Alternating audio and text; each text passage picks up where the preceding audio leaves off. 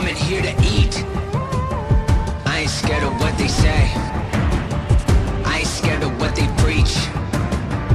I don't care about anything when my goal is in my reach. Going up and up and up. I ain't falling at their feet. Cause tonight I'm going big. I'm about to take a lead.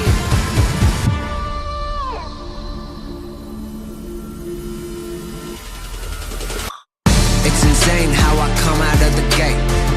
Ain't ashamed of the booms and the ricochet. Loaded up cause I'm coming with the flames. It's a squad and we coming through to make it rain. Look 'em right in the eyes, they will be afraid. Look alive, it's the time, make 'em be amazed. Only one going through, make 'em rearrange. It's the time you've been waiting, make 'em feel enraged.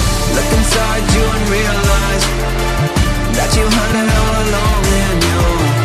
If you only put your mind into it, you will find what you came to do. Look inside you and realize that you heard it all along in you. If you only put your mind into it. I ain't scared of what they say.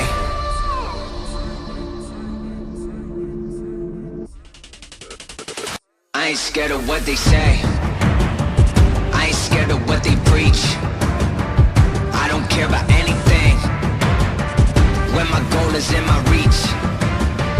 Going up and up and up. I ain't falling at their feet. Cause tonight I'm going big. I'm about to take a lead. I ain't scared of what they say. I ain't scared of what they preach. I don't care about anything when my goal is in my reach.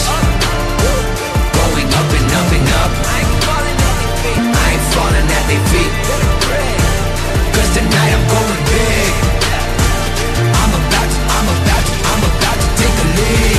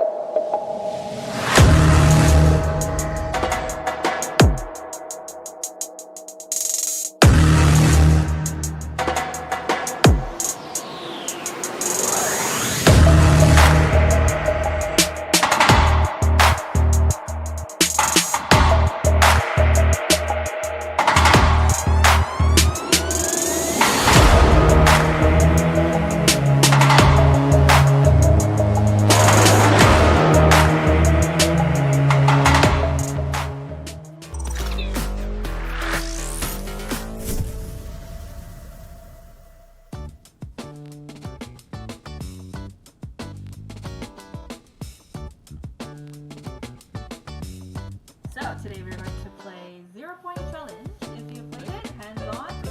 I played. We played together. No? We played. So, Cruz, how did this game go before when you played it last time? Did we win? Yeah. We came back, bro. It's just like there's a challenge, you know, like you have to spin the wheel. Yeah. You watched the video, right? Yeah. Yeah, that one.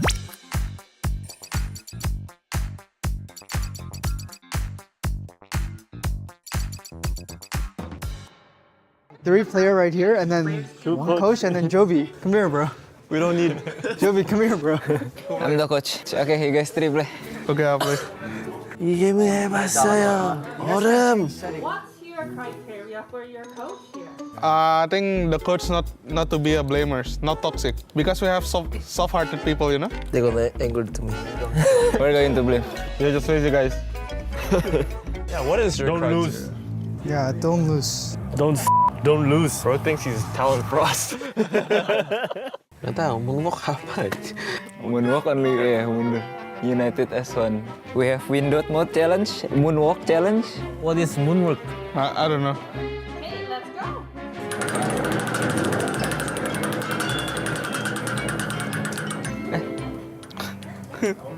Mayo puns. Moonwalk, you walk backwards, bro. Yeah, Oh, this one sounds Squid Game, bro. yeah, Squid Game. Squid Game. Break it, bro.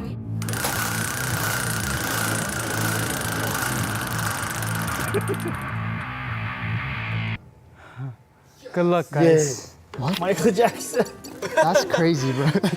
No, I'm actually happy I'm not in the front here. Legit Jackson?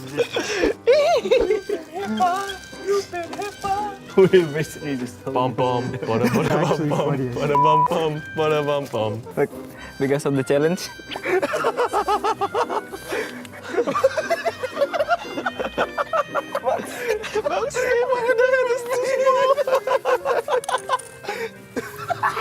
Bro, it's too small everything, no? don't lose. Yeah, don't lose. Let's go. Don't lose, boys. Let's go.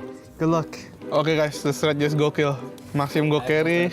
Gun go shoot the head. I shoot their face. Any warnings that you want to give? Your coach is useless. Your coaches use this? Yeah. Oh, true. Your players are useless. No difference, bro.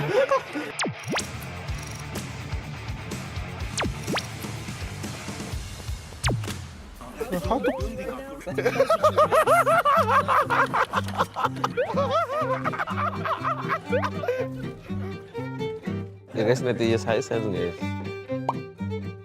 Go B. 5-man. Do I actually need to listen to them? Hey, you're going B, guys? Okay, I stack B. Your objective this game is to finish as fast as possible. Yo, come in. I swear to God, come in, guys. Come in. Rush B, go.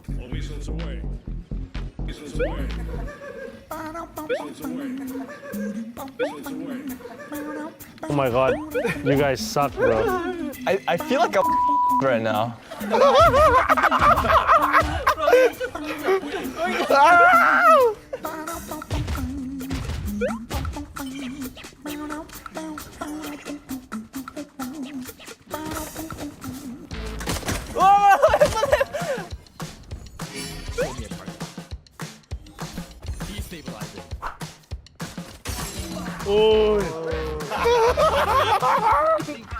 You're planning? Yeah. Oh, it's B, guys. Running B? Yeah, it's B. What the One spawn and one backside. Okay, bang. B main now, B main na backside, guys. Three flank now. Good money. That guy B main. B-man.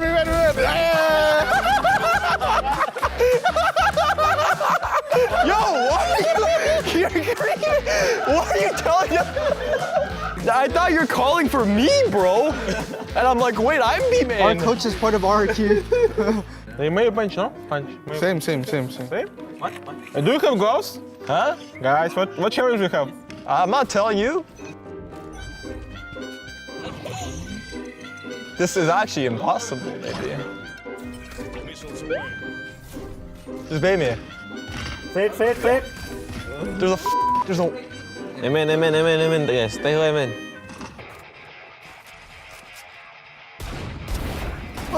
Nice.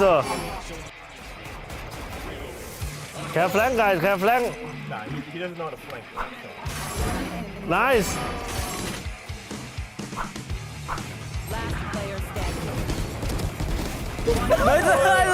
Over. Side, he was side.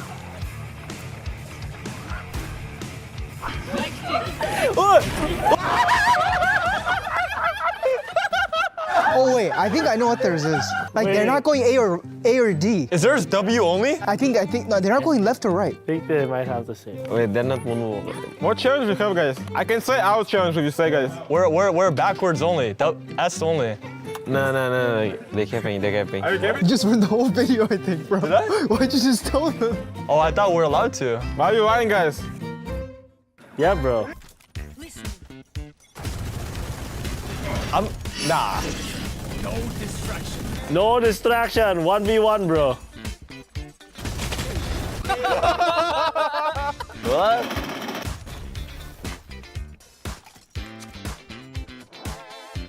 All missiles away. What? Kill him. King, kill him. Chill, bro. I moonwalk. Bro, thank you, Michael Jackson. Bro. Drone going out.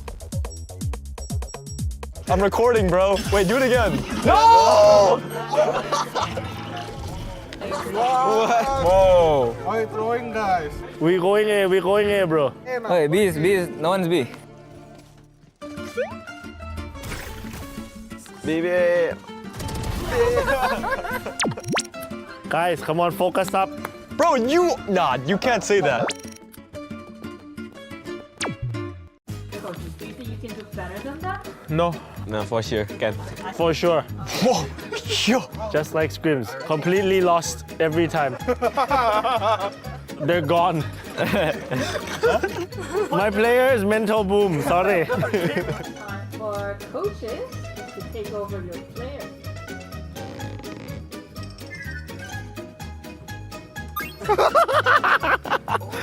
이게 뭐 해봤어요? Just understand. Cannot be no food, guys. No food, okay? Get better, bro. You know Samchon? Samchon. Samchon will beat you. Okay. All missiles away. Oh! Where the is the bomb? That's a $50 fine. Oh, sorry.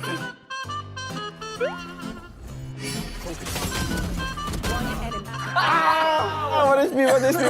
Stop it. Fight.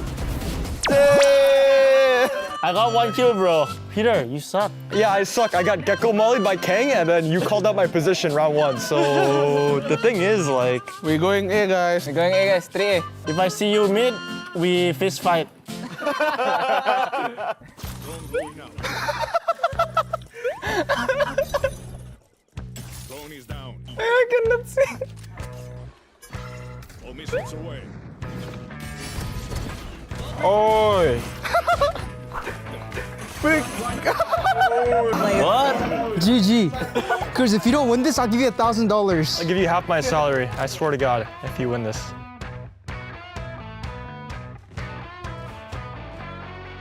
Don't lose.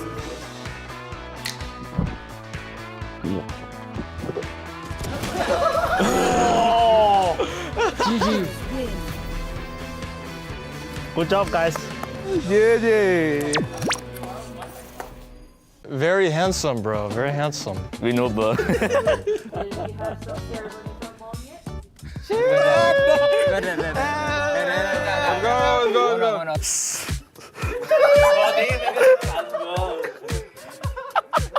I show you this, okay?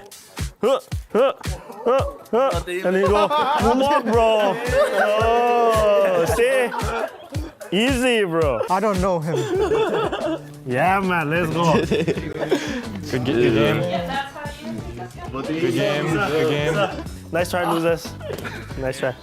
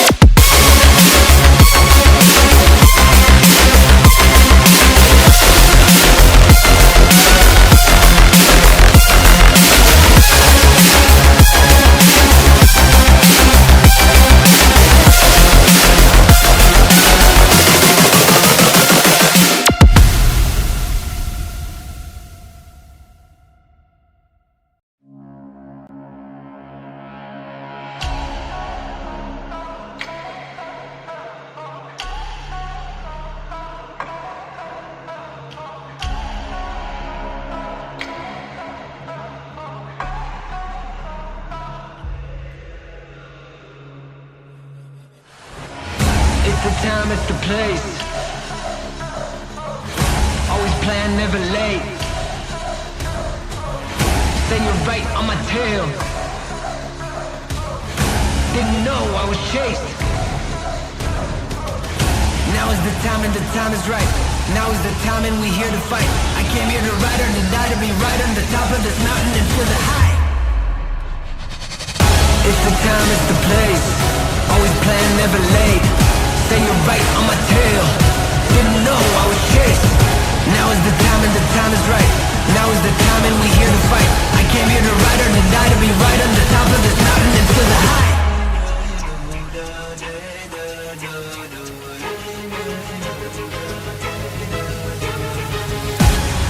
I'm on the top of the world. Now is my time. Now is my turn. Ready to find, cause I've been out on the search. Get ready to tell him to light up the church. Been chasing the thrill, needed to switch up the gears. Running away from a monster while trying to let go of my fears. Turning the sweat into gold, the glory is here. I'm holding it dear, but passing it on. This will be remembered when I'ma be gone. Time to go hard like never before. Light up the church cause we're going to war. We're going to war.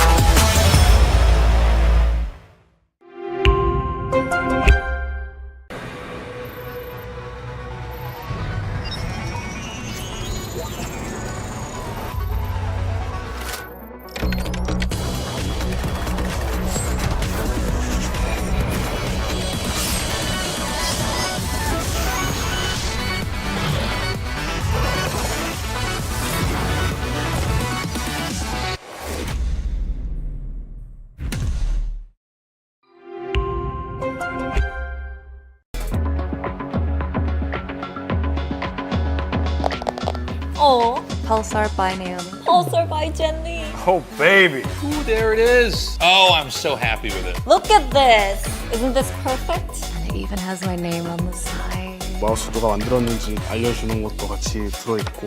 Thanks, Joshua. This mouse is ready for a fashion show. It's Pulsar by me. It's by me. It's by me.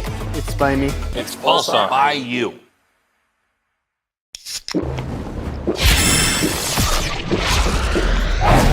Red Bull gives you wings. Red Bull gives you wings.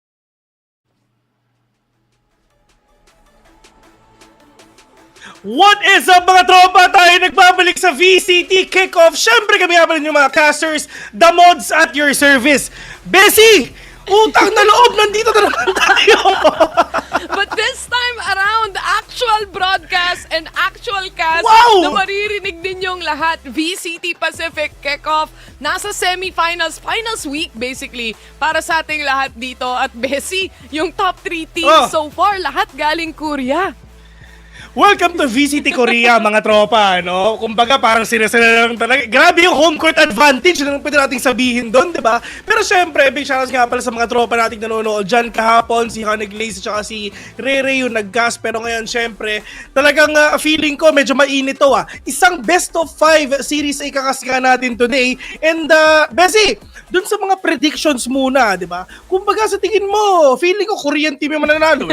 Pag hindi Korean team yung nanalo, dinaya. Yun lang yun, Bessie, di ba? But when it comes to the teams na meron nga tayo for semifinals going in and heading in para sa nag-aantay sa Grand Finals, which is DRX, by the way, na nag-aantay na doon sa ating upper leaderboards na makikita rin naman natin later on. By the way, Bessie, nakabili ka na ba ng capsule ng VCT? Ay! Nako, feeling ko, kailangan ko nang bumili. Pero Bessie, ang tanong, saan ba pwedeng bumili? Mod store. Dahil merong store on the mods. Pero yun nga, no, when you have the time, silipin nyo yung mga capsules natin, especially para sa Pacific side. And kung gusto nyo ipakita yung suporta, i-flex nyo sa inyong mga ranked games, itong karambit knife na to, gawin nyo na ngayon. And aside from that, of course, Masters Bangkok, tickets nandyan din at available para sa lahat. Yun na nga, di ba? Kung gusto nyo makita ang The Mod sa Thailand, ito na yung oras para puntahan nyo kami. Alam mo ba, dumaan ako isang beses sa McDonald's doon at yung si Ronald ay nakaganito. Ah, talaga? Legit yun. Hindi nakaganito? Hindi siya nakaganon. Na-feel mo talaga na nasa Thailand ka kapag dun ka nag-McDonald's. Yun lang yun. Pero ito na nga, when we were talking about it earlier, yung brackets natin when it comes to VCT Pacific Kickoff, yung DRX Best, so far, running smooth dun sa upper bracket. Hindi masyado marami yung games na nalaro nila para makarating dito, ah. Yun na nga, Bessie, no? Pero syempre, medyo baliktad din nangyari nga dito sa Gen G, no? As you can see, talaga medyo nahihirapan na nga sila. Lalo na kalaban nila yung RRQ. 2-1 yung score nila going down sa lower bracket. Pero I just wanna say, kumbaga, if ever may kryptonite ang Gen G, it might be Korea. Hindi na bago to sa mata nating lahat, 'di ba? Kung sasabihin natin, because when you think about it, Gen G, saan ba natin sila nagsimula talaga makita mag-shine? During the times na ginapang nila yung lower bracket at sila yung nag-champion sa isang international event. And a lot of multiple times na nakita natin sila sa lower bracket and still naaangat nila yung sarili nila. Plus, the fact na matagal tayong nawala dito, marami ring changes sa roster na hindi natin napag-usapan na tayo-tayo.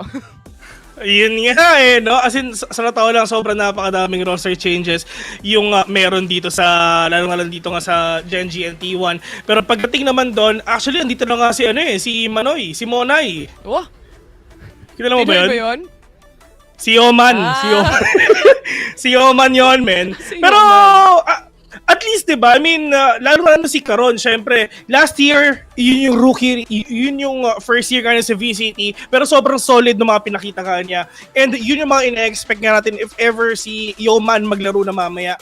Pero I just wanna say, yung mga players na talagang sobrang nag-shine last year, kumbaga nag-shine pa rin sila ngayon. It's just the consistency that they have in order for them to take down everyone nga pagdating nga dito nga sa ating finals. Pero I just wanna say, ang manalo dito, may ticket na papuntang Thailand. Oo, on the way or road to Thailand na sila. Especially road to Masters specifically ang pupuntahan nila pagdating dito sa placements natin.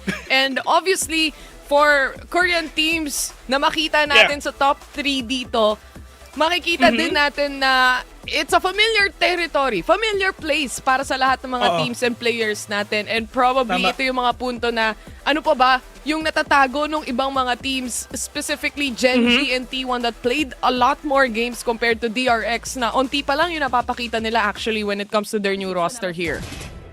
Yeah, the more games you play, syempre, the more na mapapanood ng mga kalaban mo yung mga strat plays nyo. At lalong-lalo na pagdating dito sa Gen G and T1, kumbaga, sobrang familiar na team na to, di ba? Ilang years natin sila nakakasama, ang daming beses natin silang sinigaw ngayon, pero kailangan nga nila mag-perform one last time in order for them to be there dun nga sa Masters. I just wanna say as well, yung DRX sa totoo lang, last time, kumbaga, sila yung players na inaantay natin na talaga mag-shine They have that perfect attendance when it comes to global stages, pero ngayon, mukhang babalik ata sila with a comeback. Maybe, who knows? Dito natin malalaman kung sila nga ba yung mananalo o sila yung mag-uwi ng corona pagdating sa VCT Pacific Kickoff. Pero kakakita lang natin ng flicks of the week as well, yung mga times na mabilis umaksyon yung mga players natin when it comes to those flicks, making sure na makuha nila at least yung mga kills and really game changer para sa mga teams na meron din tayo right now. But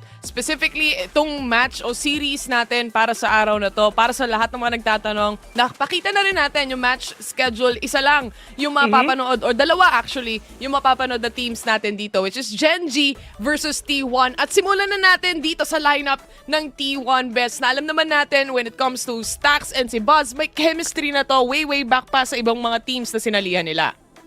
Which is DRX. Ito si Stacks sa mga tola, isa to sa pinaka maingay dito nga sa T1. At lalong-lalo na, at dahil kay Stacks, kaya ako bumili ng mouse ko ngayon. Kasi same kami, flex ko lang. Pero pagdating naman dito nga sa T1, I mean, yes, natalo nga sila sa DRX, pero look at their win streak coming in dito nga sa kickoff. They've won against Bumi Sports, Paper Rex, and Talon with a score of 2-1. Kumbaga, never pa nakakatikim ng 2-0 itong T1 na to. Ever since kailan ba? Nung November 23. Ang tagal na nun, lahat 3 games. Ang tagal na nga, no? And aside from that, to think of it, Carpe is playing in instead of Sylvan as well, na nangyari din from the previous match that we've seen. But heading towards the second team na syempre makakatapat nga nila dito, a friend or a foe, di mo na alam dahil magkakalaro lang dito sa scrims yung dalawang teams natin. But Gen G is still here sa tournament na to to really show domination when it comes to the games na nakita natin. Especially yung game na nilaro nila kahapon.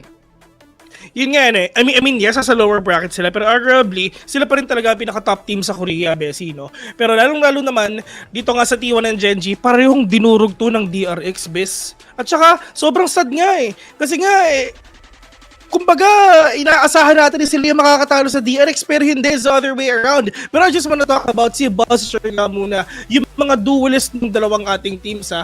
And ito, isipin naman, si Texture with 152 carry comparing to Buzz na 223 lang, pero yung isa dito, isa lang ang ginagamit niya, which is Raze.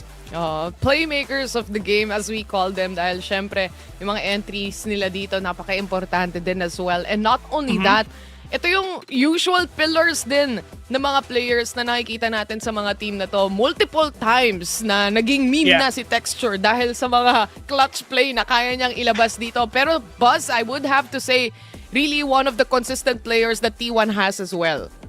I mean, itong si Buzz no? Like what you've said, pwede siya mag-Raze, pwede siya mag-Neon, pwede siya mag-Yoru. Pero pagdating naman dito, it's just siguro we are really hoping that they're gonna play themselves sa sobrang comfortable lang. Ito yung oras na hindi mo na kailangan magkamali. Kung ano yung pinaka-comfortable na playstyle mo, gamitin mo na yan. G na yan. Pero ngayon, si Karon na nandito. Isipin mo, si Karon, kahit smoke siya, kahit smoker siya, kahit controller siya, iba pa rin talaga yung intensity na pinapakita niya per game. Aside from that, yesterday nakita natin yung energy na dala-dala niya dun sa laro at laban na meron sila. And again, for Karon, he started off as a rookie player para sa season na meron sila. And then, multiple highlight show reel yung pinakita niya dun sa season na yon. I don't think na yung tingin sa kanya now, in particular, pagdating sa event na to, is still a rookie. Pero isa na siya sa mga players na inaabangan mong mag-MVP actually.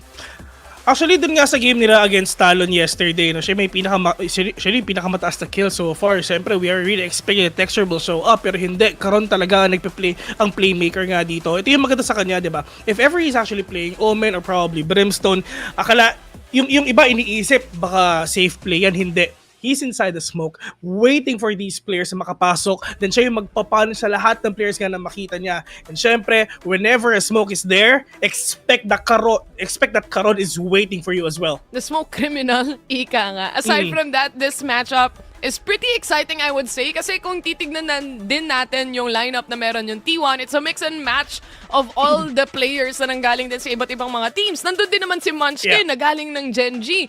So, it comes to show na syempre, pagdating sa pagbabasa ng laro, alam nila yung isa't isa, sobrang familiarity o sobrang familiar sila sa playstyle ng isa't isa dito. So, it's really about who can pop off as well for today and who can really remain calm.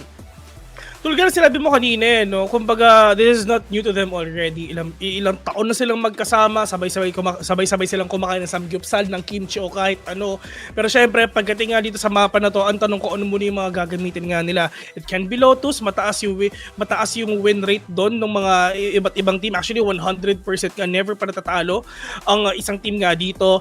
Pero pagdating naman sa gameplay, can be same actually, knowing that Buzz, isipin mo, si Buzz saan pa galing before siya mag T1? Bessie, DRX, di ba? Kumbaga, meron tayong pool of players, tapos pinag-iikot-ikot na lang sila sa team. Pero in terms of predictions naman, Bessie, kumbaga, alam na natin kung saan tayo. No surprise.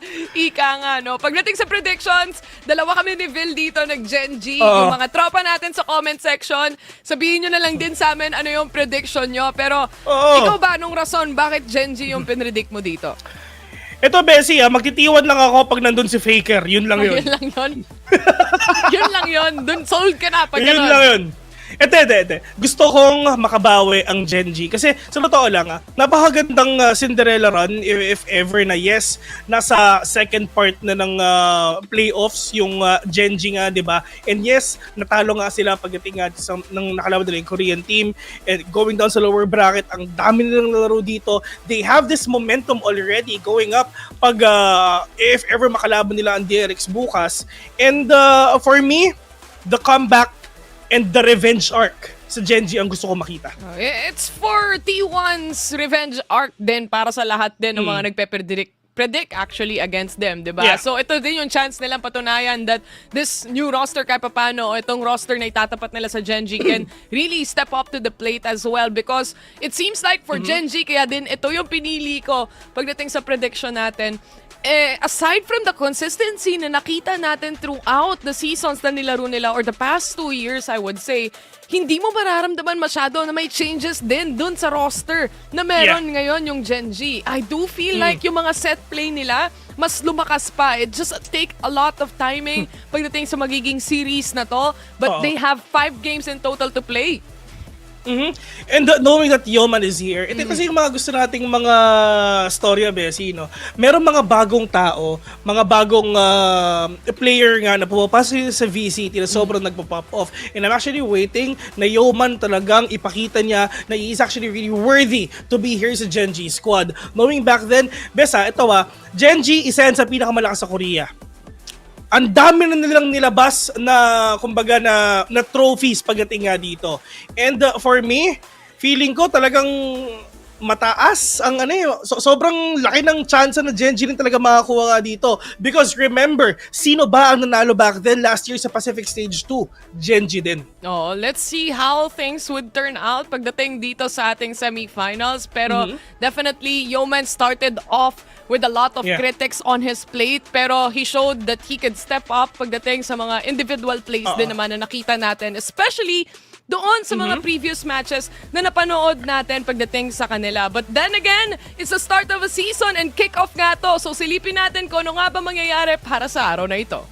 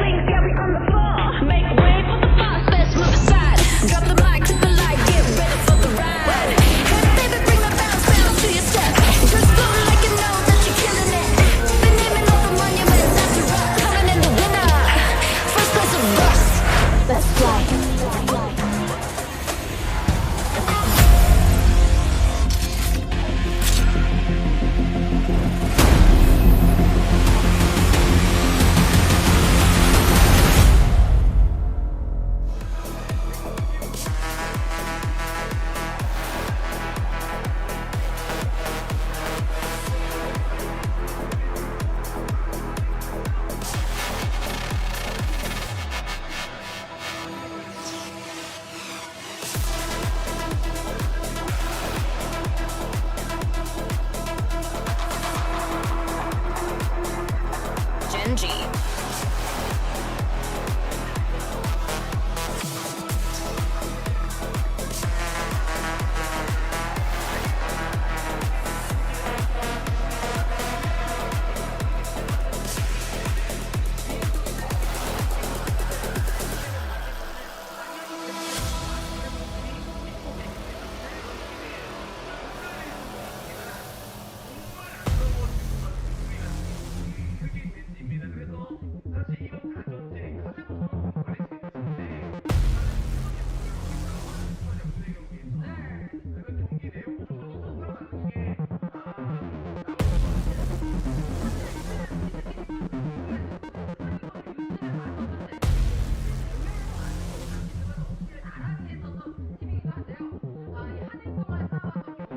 Actually, Bessie, kitang-kita na nga natin dito no? Yung mga players dito nag-uusap-usap na kumbaga, they know what to do, they know how to take down each other, pero syempre, it's gonna boil down sa execution gagawin ng per team. Excited ako actually makita yung magiging map pool ng dalawang teams na to, yung magiging map select nila. Gaya ng parati nating sinasabi, yun doon nagsisimula yung laban natin. And immediately right off the bat, mawawala yung Abyss, pati Fracture dito. Pero T1 sets up for Pearl para sa unang mapa. There's a reason kung bakit pinili ng Genji ang Lotus dito, di ba? Never pa silang natatalo dito. 3-0! 100% nung nakalaban nila yung Talon, DFM, and RRQ. So if ever winning condition dito ng T1, they need to take down Genji sa Lotus pa lang. Oo, medyo nakakatakot actually yung Lotus na Genji pick dito. Ito yung mga picks na gusto mo ma-secure talaga yung puntos. And with what Genji has shown yesterday, I think na-mention din yon ng ibang mga casters na sinabi nila na kahit anong preparation mo, kahit ma-memorize mo pa kung paano gumalaw tong Genji, masyado silang magaling mag-setup para sa isa't isa. It's actually a good pick as well ng T1 nga dito na picking up Pearl.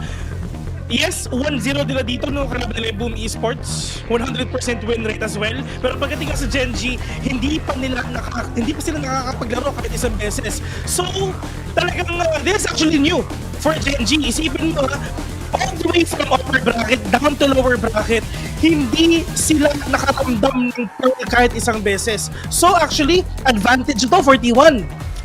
Pearl, Lotus, Haven, Split, at Bind yung total maps na makikita natin dito.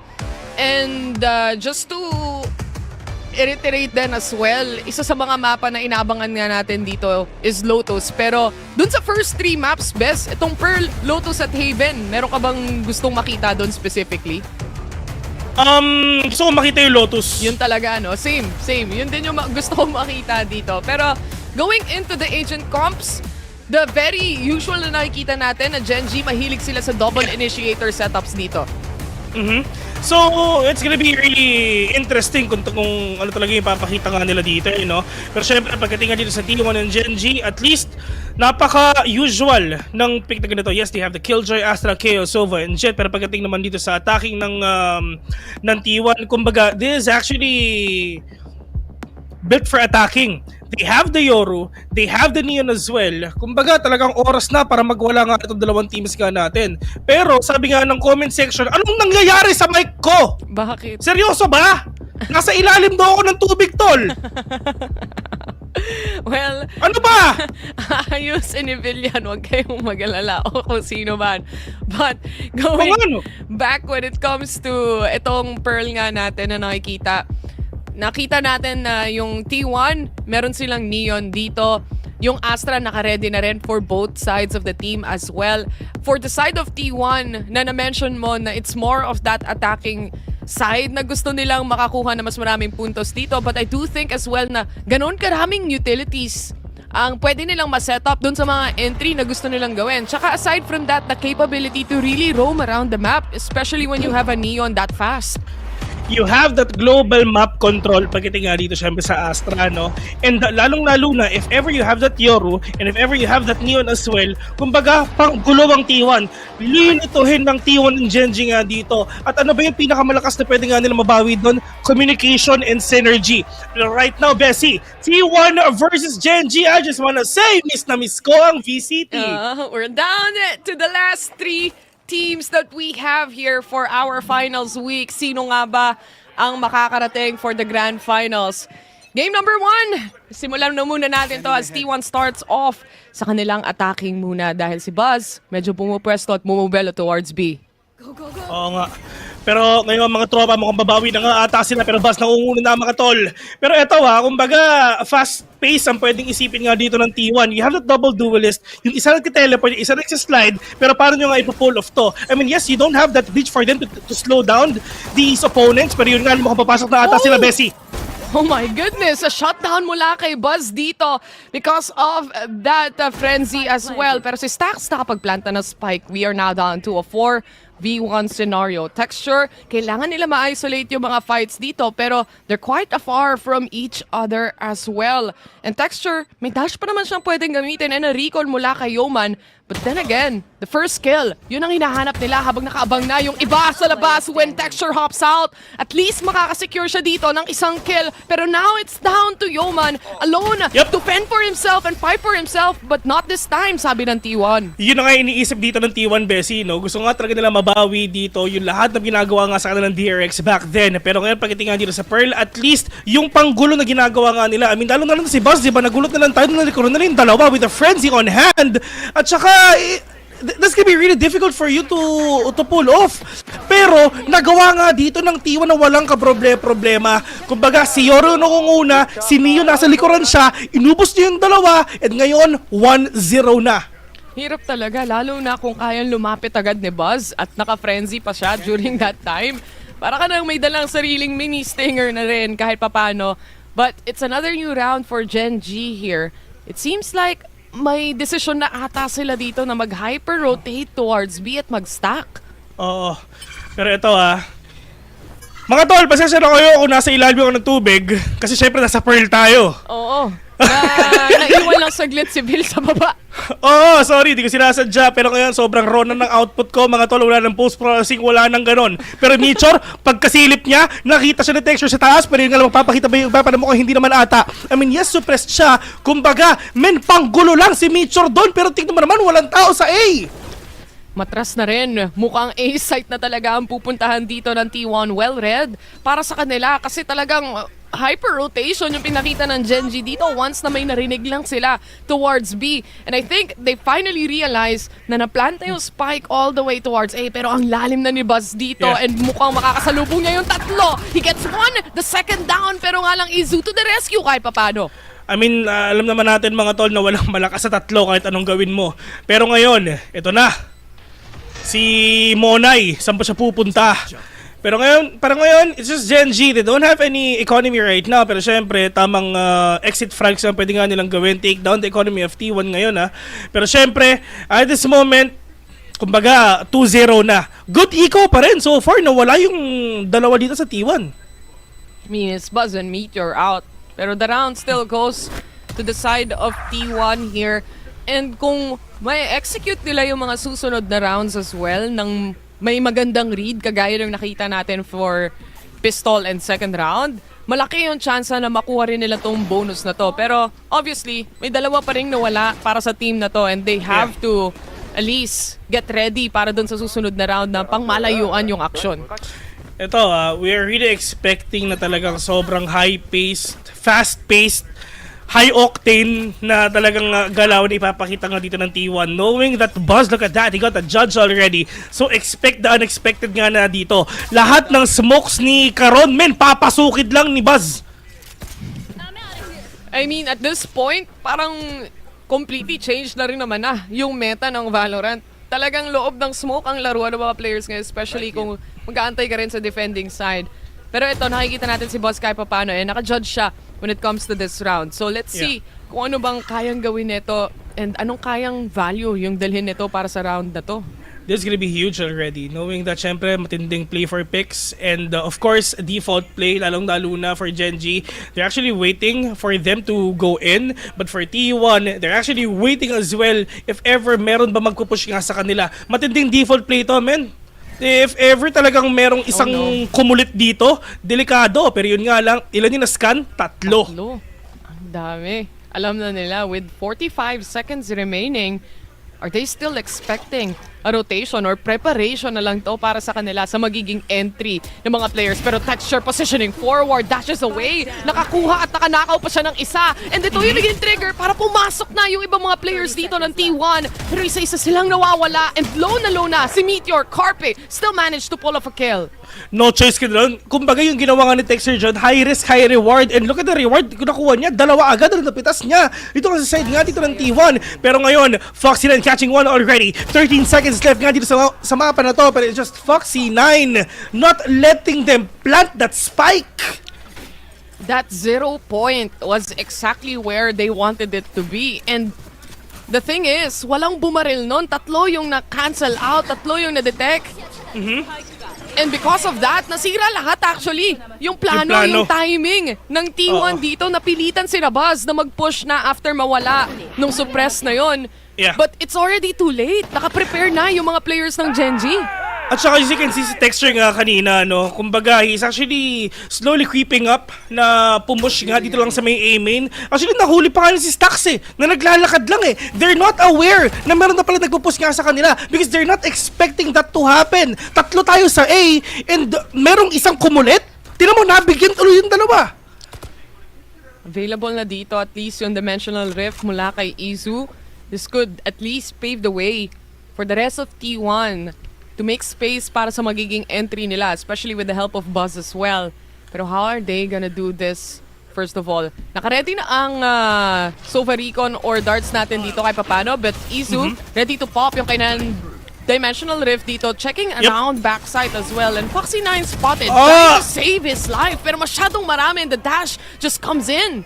Much information na talaga nakuha agad nga ni Iza dito, so hindi na nag-isip-isip nga si Buzz dito. Papasok na siya for the takedown yung nga tao sa hall. Pero ngayon, 3 versus 5 in favor of T1. This is gonna be really dangerous if ever talaga hindi mo pick off ang T1 dito isa-isa. Pero yun nga lang, napakalaking map control agad ang meron dito ang T1. Sobrang deep na nila, yung owl drone na paalis pa yung mga kalaban nila, yung flash ready pa, karon may judge siya, pero ang tanong ko, makakapasok ba siya? Smoke. Naka-set up na rin para sa mga players dito ng Genji as well. Wala silang choice kung hindi umatras and to save coming into the next round. A successful take mula sa T1 and completely na-dominate nila yung site na mabilis. Walang contest at all maliban kay Foxy9 na nagstay sa likuran o sa back end of the site. Pero completely overwhelmed din siya Kahit may nano swarm ka na nakasetup doon, kung da-dash inan lang din, hindi enough yung magiging damage or delay. Sa totoo lang, pangalawang beses na ginagawa to ng T1 no? I mean, dun sa left side, dun lalabas sila Izu. Then sa likuran mo, laging si Neon ang laging nandun. Kumbaga, na perfect na ng T1, yung execution nga nila pagdating nga dito sa game na to. Talagang high octane, fast-paced gameplay, yun ang nasa isip nga ng T1. Pero right now, mataas yung percentage na talagang manalo nga sila sa B. Pero ngayon, they need to switch it up a bit. Let's see if ever talaga makakabalik na sila dito sa A. It's also what you have to expect dahil din sa composition na meron sila. Kaya willing tapatan ngayon ng Genji ng harap-harapan towards A main to fight for that space kahit papano. But instead, sila yung nabawasan ng dalawang players dito. Yeah, good read. Actually, ito pinakita nga nila, no? Pero yun nga lang, yung drone, no? Wala makikitang isa. Perfect knife again coming in from these players. Pero ngayon, Munchkin is there already. Karon catching one. Pero yun nga lang, double sync may gagawin dito ni Izu tsaka ni Stax. Pero mukhang hindi naman ata. Nakikita nila yung mga bullet race ngayon. Pero Stax muna makakapitas ka ng isa. 1v3, Foxy9 all the way from B. 1v3. Diyos ko, ang hirap nito.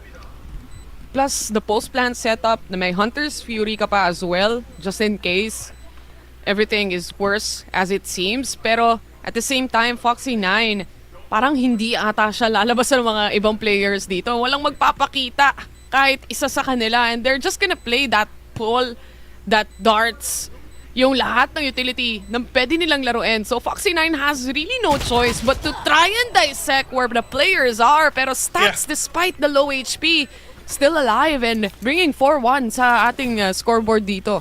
Still alive and kicking actually pagdating nga dito sa T1 na with this kind of play, they know how to shut down these players one by one. Alam nila kung paano nga mabawi ito. They're not gonna use this composition kung alam nila kung paano nga din talaga makakabawi. And if ever na mabawasan man sila ng isa-isa, laging meron silang pocket strategy in order for them to win every single round that they're actually doing.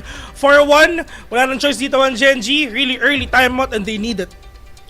Mahilig silang gawin to actually as early as possible. Masolusyonan mo na kahit papano, not make it a lot bigger pagdating sa gap ng scoreline nila dito. But Genji, they have to figure things out. Paano sila magre-react dun sa set plays na ginagawa dito ng T1. Kasi so far, they've tried 2 different approaches. Yung isa nag-aantay lang sa loob and nagde-defend sa site. Yung isa naman, tinry nilang labanan yung A main. Pero walang success so far dun sa lahat ng strat na pinupol nila dito. Yun nga, so far yung pinaka-successful na nakita nga natin, yung si Texture nakahuli siya ng dalawa dun sa A main. That is the first time nga rin talaga na nanalo dun ang Genji. Kumbaga, Bessie, kung ano nangyari sa T1 na 1-0 nung first game kahapon, tapos biglang na reverse sweep, parang notorious ang T1 dun eh. Mananalo sa game 1 tapos reverse sweep sa dulo eh. Pero best of 5 naman to, medyo matagal-tagal tayo, malay nyo mag-5 games to.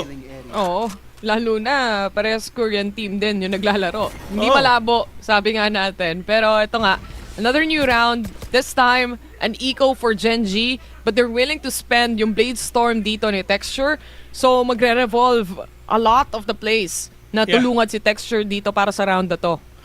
Paano nila to makukuha? Munchkin, medyo deep na rin siya. If ever talaga mahuhuli si Stack, this is gonna be huge for them though. Pero ang tanong kung talaga mag-double swing sila, and they're gonna do it! Catching one, pero nga, Meteor with a trade-off right now. Pero one is down, which is si Buzz. Okay na, at least si Buzz yung nawala. Muntik na madamay si Stacks doon. Nangumagapang konti-konti. Pero they cleared out the site already. And for Gen G, they're playing for retake. Ito yung knives ni Texture na inaasahan natin na makakapagdala nung panalo kahit papano para sa kanila. Nakakuha na siya ng isa. Going in for the second. Not enough. Stacks, parang meron siyang immortality dito, Bessie. Hindi siya namamatay, naka-vanguard. Pero ngayon lockdown muna has been set by T1 for them to get this spike, and syempre map control as well. Pero yun nga lang, si Carp, wala na siyang smoke nga dito at napakahirap nga nito mga tropa. Si Karon mukhang babawi pa ata. Pero yun nga lang, let's see if ever talaga makukuha nga nila. Actually meron isa, they have the gravity well already, pero yung Hunter's Fury is online, catching one, at yung isa wala silang ka-idea na half na nila, pero they need to stop it already. Stack is there, but they don't have any idea. Carp is actually waiting dun lang sa may short all the way to take down this team onto a 5-1. Grabe. It's a successful comp, especially kung nakahanap mo talaga yung mga first pick-offs na gusto mong hanapin dito. You have a lot of setup plays na kayang gawin din ng T1. Aside from that, majority of the players, buhay na buhay pa when it comes to post-plant situation. Nagamit man nila dito yung Hunter's Fury, isa sa mga malalaking utilities nila. But then again, a round is a round and you don't want to give away a thrifty round sa kabilang team. Makikita mo kahit si Karon, sinusubukan niya na lang din nakarangan sa likuran habang nagde-defuse para kahit napupul, hindi pa rin siya gagalaw masyado. But it just wouldn't work out. Sa totoo lang, hindi natin ine-expect to sa Gen G, no, Bessie? Akala natin it's gonna be a really close game, pero yung nga lang, T1 really wants to dominate this game. And to the fact that, yes, T1 100% win rate nga sila dito, but for Gen G, never pa nila nalaro ang Pearl sa entirety ng kickoff. So that is a huge statement already, and good pick-off na rin dito nga ng T1, but they know what to play, and now Texture with the pick-off again, but Stacks all the way from Bilong! Nahuli agad! 4v3 and Stacks nagpa-planta rin ng spike dito. Pretty much in the open as well. And wala nang sumilip na ibang mga members from Gen G. They're really playing it out sa isang retake scenario na lang muna for the previous rounds. Meteor positioning himself towards the smoke. Baka makasalubong niya dito si Karon, and yun na nga exactly yung nangyari. Now down to 4v2. It's looking a little bit impossible para sa side ng Gen G at this point. Yun nga, meron pa null commands dito si Munchkin, pero syempre, aantayin nilang yan na on a better scenario kung kailan ba niya magagamit nga to. But for T1, they're on a hunt. They're gonna take down these players one by one. Si Yoman, walang pera nga mamaya. I mean, yes, online yung Hunter's Fury niya, pero ngayon, pagdating nga dito, kung talaga makakapit siya ng isa, si Meteor, siya yung ally. Are they gonna see these players? Magko-commit pa sila. Slowly and surely, si Meteor pumapasok nga dito, pero yun nga lang, in 3-2-1, maybe not. And I just wanna say, buti pa si Mika na amoy niya yung jacket ng T1, sana all. Mabango daw ang jacket ng T1. Grabe naman. Grabe naman yan. Mga ganong intel, yan mga hindi mo nakukuha. Oo, amoy niya yung jacket namin, guys. Di kaya-aya. Yung sa Gen G, Tita Mika. Paamoy na rin. Pakisabay na rin para malaman lang din namin dito sa Tagalog broadcast. Jacket head to head. Sino ang mas angat? Sino ang mas sikat? Sino ang mas mabango? Mabanguan ng jacket yung dalawa. Pero, Bessie 6-1 na to. Nakakatakot to for the side of Gen G. Yung laki nung gap. Kahit na nag-time out sila kanina, wala silang nakuha out of it. Alam mo, tol, tayo yung nagkakaste. Kung gusto nilang fast games, okay lang. Wala tayong problema dyan. Mas madali yan para sa amin. Pero ngayon, si Yoman medyo umiisip. Pero mukhang Sumisipat-sipat na ata. Kasama pa si KO. This could be really deadly if ever talaga makita nga nila si Buzz. Pero syempre, it's like for T1 kasi ang maganda nga sa kanila, meron silang spider sense eh. They know what's up. They know what to do and feeling ko, nag-iingay lang sila eh. Just a distraction play para makapasok man todo si Meteor dun sa gitna. Through the 0 point, wala silang na-detect pagdating sa 0 point na yun, but they're being a lot more careful this time around. Dahil din sa mga past mishaps na posibleng nakita nyo rin from Gen G's side before. But for this round, syempre inaantay lang nila yung perfect timing. Napop na yung null command dito and Karon able to pull off one! And yung flash na yun perfectly placed and Munchkin for a triple! That is the Gen G we all know! Ito talaga inaantay nga nila, perfect placement coming in from the null command as well pagdating nga dito kay Munchkin. Kasi syempre, di ba, naririnig na niya na napakadami magsiswing doon. So, in-expect na ni Munchkin na okay, dire-diretso ko lang to. I mean, nothing to win, nothing to lose. Si Karon na back away, but Munchkin is there to the rescue. Bait and switch, ang perfect word siguro talaga ginawa dito ng Gen G. Nonetheless, kung hindi makuha ni Munchkin yung kung hindi man makuha ni Karon yung mga kills din doon at ni Munchkin, andun din si Texture. Parating na rin siya. So, there's a lot of trades happening as well na inaantay nating makita simula kanina pa. Pero Buzz all the way in. Yung judge nga niya, hindi man lang makakapatay dito ng isa and pumasok na rin si Izu dito. Yung dalawang duelist na wala na. Siguro naisip ng T1, okay, mukhang hindi ata gumagana sa atin yung slow play. Try natin na bilisan dito, pero in terms of doing that, si Buzz tsaka Izo agad din nawala sa kanila. Kumbaga, for Gen G, right after the timeout, they know what to do already to shut down these enemies. Crack towards that code, yun nga ba yung nakikita natin dito? Pero again, for Gen G, okay na sa kanila yung napatay nila yung first, yung dalawang duelist pa, specifically. And all they have to do at this point is basically wait kung kailan yung magiging next execute. And masakit tong jumps na to. And that's Meteor to fall. Stacks though, kahit papano may indirect trade na makikita. Pero now down to a 4v2. Medyo malupit na whiff yung nangyari doon kay Meteor. Medyo delikado yun pero nga lang, lalo na si Carp nga dito they have no idea as well na nandito nga si Carp pero yun nga, nagparinig na siya to make way for Stacks nga dito para makapasok. That is a wide swing connecting onto Yeoman, but 6-3 for Gen G, isa lang ang kailangan nila, which is timeout. Nakapunish pa rin naman kahit papano ng ilan sa mga players dito yung T1 before that round ended, but when you look at Texture's rotation as well, it's around secured at that point. Especially yung initial push nila dito sa A, hindi nga gumana agad. And with that amount of time, up na rin naman yung mga next set of utilities then coming in from the players. So again, with a double ini setup, info sa info yung labanan ng magiging teams natin dito. And now T1, right after nung dalawang talo nga nila, timeout na agad sila. Tara, pag-usapan natin kung ano ba yung meron nga sa composition natin or probably dun sa strategy natin kung paano nga din talaga ito ma-fix. I mean, sa B, that is actually one of their most successful takes nga dito, no? Pero syempre, for Gen G, mas pinapalakas pa nila. Grabe yung pag-fortify nila ng depensa pagdating dito sa A. Inuunahan na nila agad. Mapaniyon, dashman, slide man rather, kahit anong binabato nga dito ng T1, Gen G, may sagot sila. Ano yung sagot nila? Knife lang. Yun lang. I think they understand as well na laging magkasama sina Izu rin naman dito at saka sina Buzz. Na Buzz would try to pave the way para maguluhan yung ibang mga members dito ng Gen G and subukan nilang makapasok. Pero I think Gen G finally realized ano yung kailangan nilang gawin para matapatan nga tong lahat. But then again, pagdating sa mga viewers natin, Bes, kanina tinanong natin sila sa prediction. Parang lahat sila sabi Gen G 3-1 daw. Gen G. Okay. Sana. Gusto ko rin talaga manalo ang Gen G. Pero yun nga lang.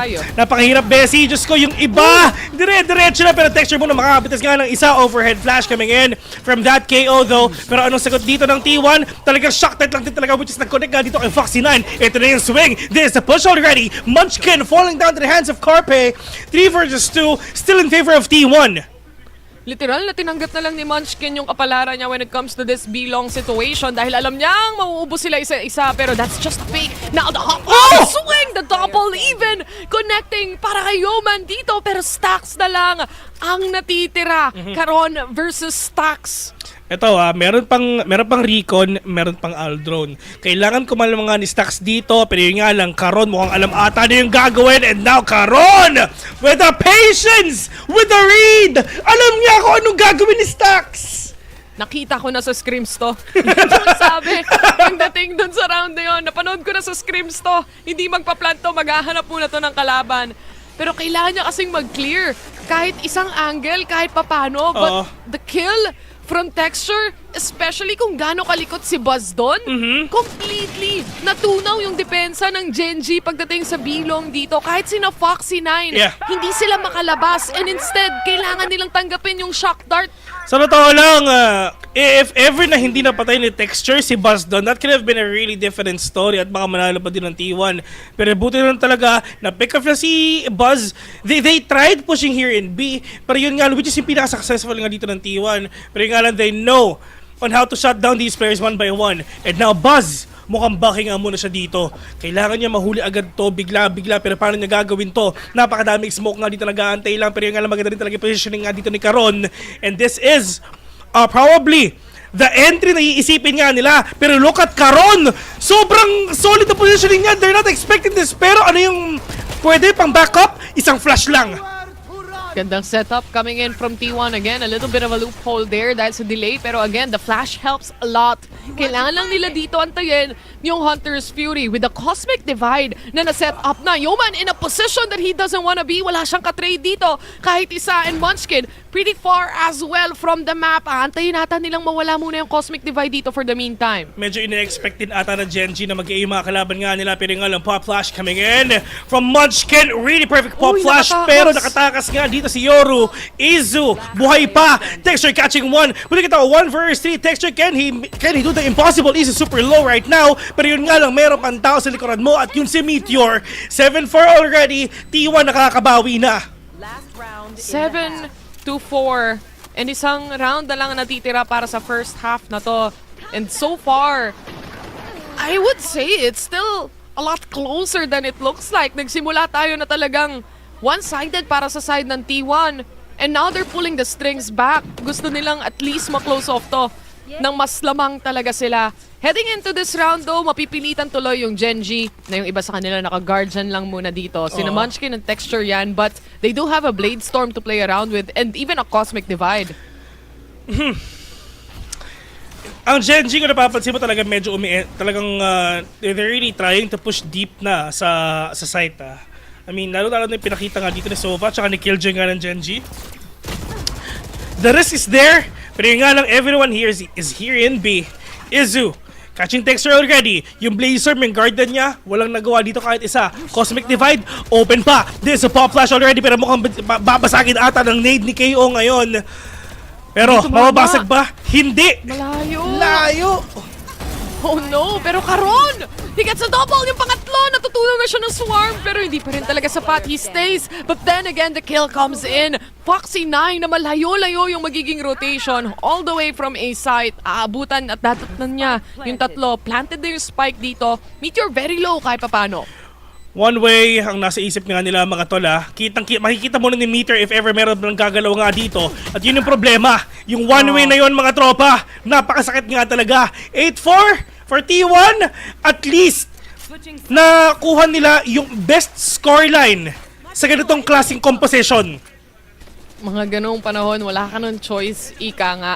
At saka, daming mga beses o daming mga kills dito na talagang nahuhuli din nila ang isa't isa pagdating sa smoke. Kahit sobrang saglit mo lang na nakikita sa smoke yung isang player dito, nahuhuli at nahuhuli pa rin nila. So with Texture not being able to completely dash away doon sa scenario na yon, completely napapunish yung nag-aabang na depensa dito. Magaling mag-clear yung T1 pagdating sa attacking nila. Pero ito na yung swap nung sides natin . Dito na makikita yung composition nila, kung paano nila lalaroin yung mga utility play na yon heading into the defender side.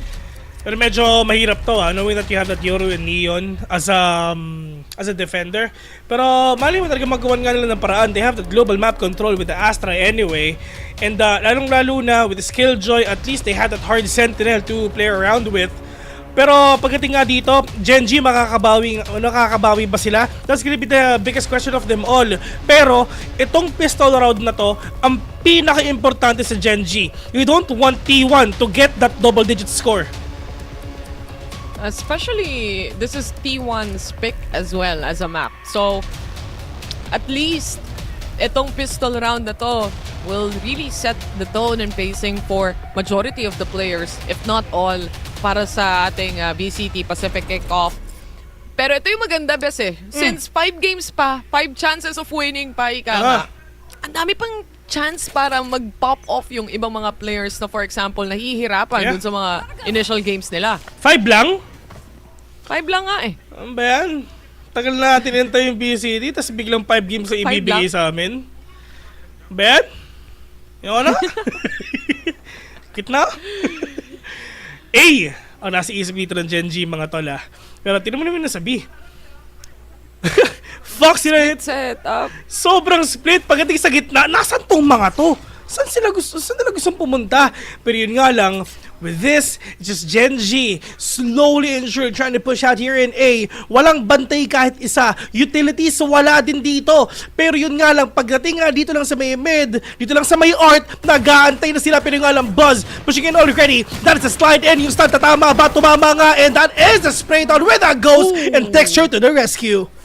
At least there is a trade. Yan na lang ang sasabihin nila. Pero itong Sheriff na to, kanino nga ba mapupunta? The dash is just perfect para matawaran si Meteor. And just in time, makakaabot na dito. Papuntang A si Texture nang walang problema. It's a 3v4 scenario and it's time for them to at least hold. They do have that aiming control from Texture. And Carpe, manggagaling nga towards Art. Pasok na sa loob ng side pero hinahanap niya pa kung nasan yung iba. One tap tumama dito kay Karon. Carp makakabawi pa ng isa. Yoman at least with the trade off right now. Pero yun nga lang is just T1. Maganda rin yung positioning nga nila. Ito nauhuli nga nila ang Genji dito isa-isa. With the fact that stacks one tap to the head nga dito sila Karon. And to the other side naman dito ng Genji, it's just men fight Lalaban sila Pero yun nga lang, yung time na lalaban na sila, nasa harapan na nila agad yung mga kalaban nila. Honestly, at this point, they're everywhere. Pagdating sa round na to, may aiming control ka, may art ng mga players, may mga players from backside, flower, may harap, may likod. It's just a matter of can you flick just in time? Matatamaan mo ba? Mas masakit ba yung Sheriff na hawak nila, for example? And the fact na si Texture, sobrang careful niya rin, hindi niya hinayaan na basta lang siya mahuli doon.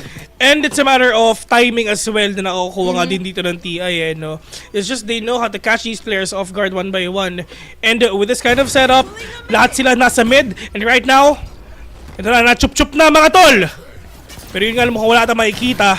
Perfect flash coming in from Genji. Carp makakapatay mo pa ng isa mga tol. Yun ang talagang pinakamahirap if ever talaga makakabaw din si Meteor. Dito nag-aantay lang. Dito lang sa may gitna. Meteor with a swing out. Texture catching one. Pero si Stax nandun pa.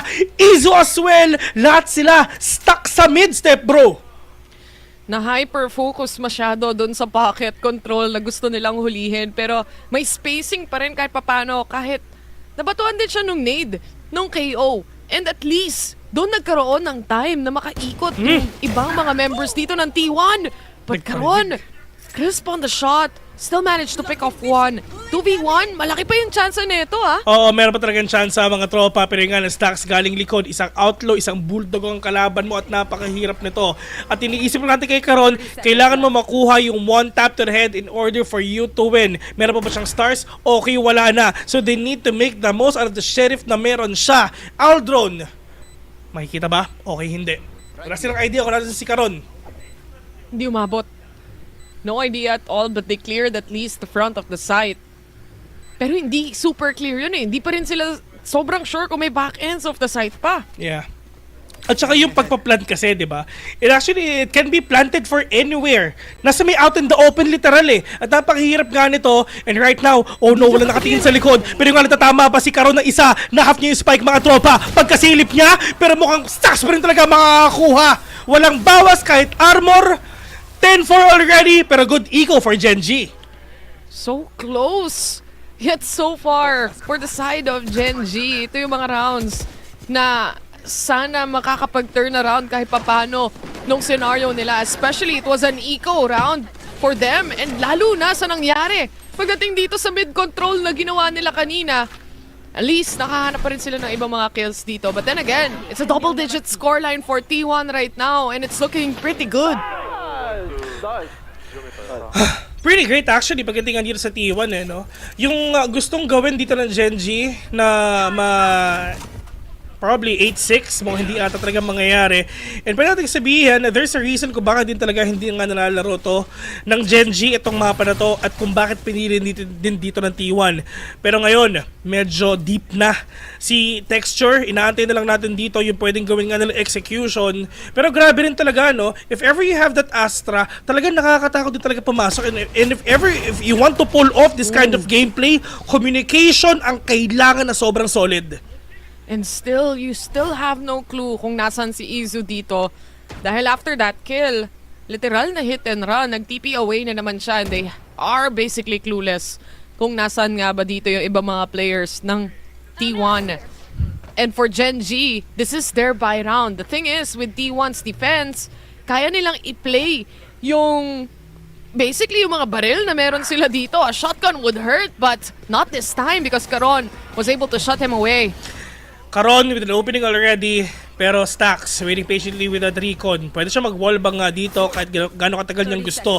And yun ang sinasabi nga natin, that is a flash on his Cosmic Divide as well na meron dito. Ang Gen G. Pero ngayon mga tropa, let's see if ever natama ba yung mga wallbang nga niya. Let's see. Konti na lang dun sa isa, pero yun nga lang, Meteor muna, getting that high angle for them to take down these players one by one.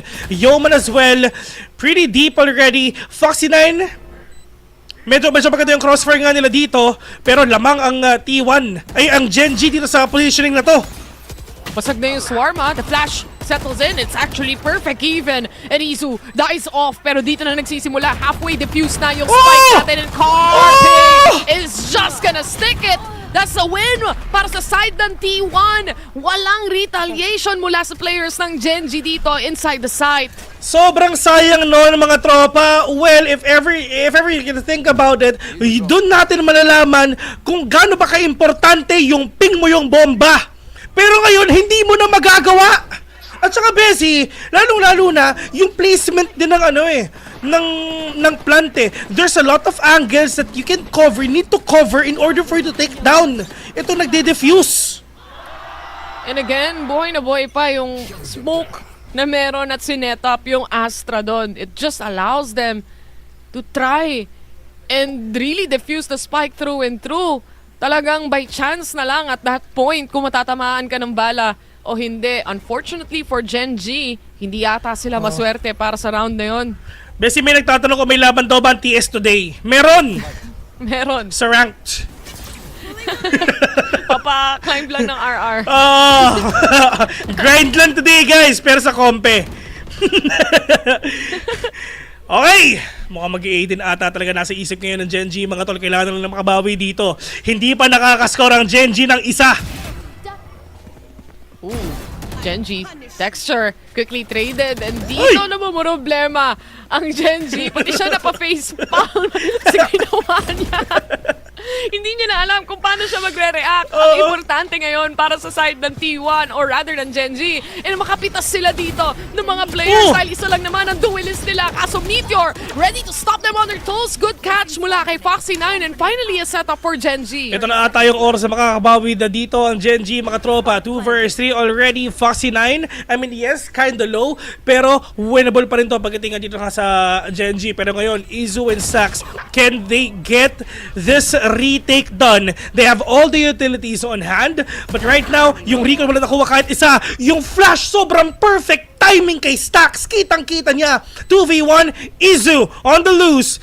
On the hunt as well. Foxy, makikita ba niya? Okay, mukhang hindi naman ata. Pero first contact pagdating nga dito kay Caron. Pero oh no! Wala pa rin nakatingin sa angulo nga niya. Pero yun nga lang, Caron muna talaga ang makakakuha. Finally! Gen G may score na. Ang hirap i-isolate nung magiging post-plan positions dito ng Gen G.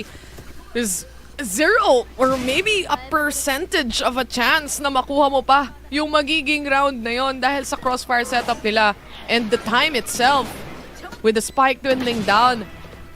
Itong Gen G right now, ito exactly yung fuel na baka kailangan nila for the next set of rounds dahil syempre, kailangan nilang kumambak. Ilang rounds yung kailangan nilang sunod-sunod i-comeback dito? 6 na puntos, 6 na rounds. Wow, galing naman mag-math ng Bessie ko. Syempre, basta less than 10.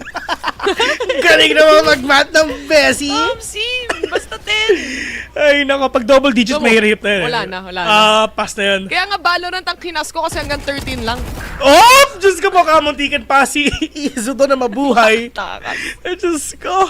Pero nga lang, Meteor is super low in HP and this is good for Gen G. At least, alam nila kung paano i-dissect yung mga kalaban nga nila isa-isa pero may Bucky pa na kalaban nga dito. Magpapakita pa si Buzz. Okay, hindi naman ata. Pero yun nga lang, mukhang alam din ata na Gen G na meron tao sa may likod nga ng smoke. Pero, Buzz, grabe, piso.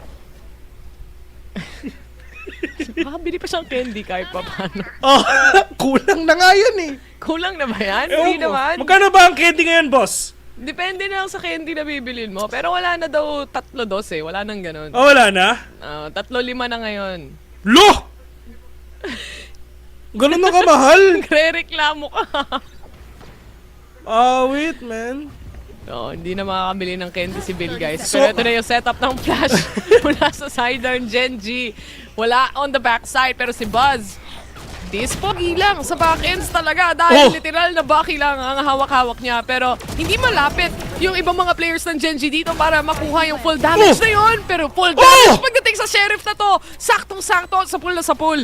Oh no, may shock type pa mga tropa pero wala siya matatamaan dito for sure. Ano to sino ba yung may pinakamagandang positioning dito? Siyempre si Caron. Men, ang dami niyang nalalaman na impormasyon para nga mapatay nga yung mga kalaban nga nila and perfect timing! Si Caron lumabas nung kalaban niya yung dalawa. 11-6 mga tol! Pero seryoso, wala ng piso, Candy? Tanong natin sa comment section. Gusto ko pa naman... Hindi kasi ako mahilig mag-candy. Gusto ko pa naman bumili ng ano beses, Snow Bear. Snow Bear? Monami. Mona! Ano ba yung maganda? O yan ang Fres. Fres! Fres. Alam mo yung V-Fres? Sarap yun eh. V-Fresh yun. Ay, sarap ba yun? Magkaiba ba yun? Magkaiba yun. Okay.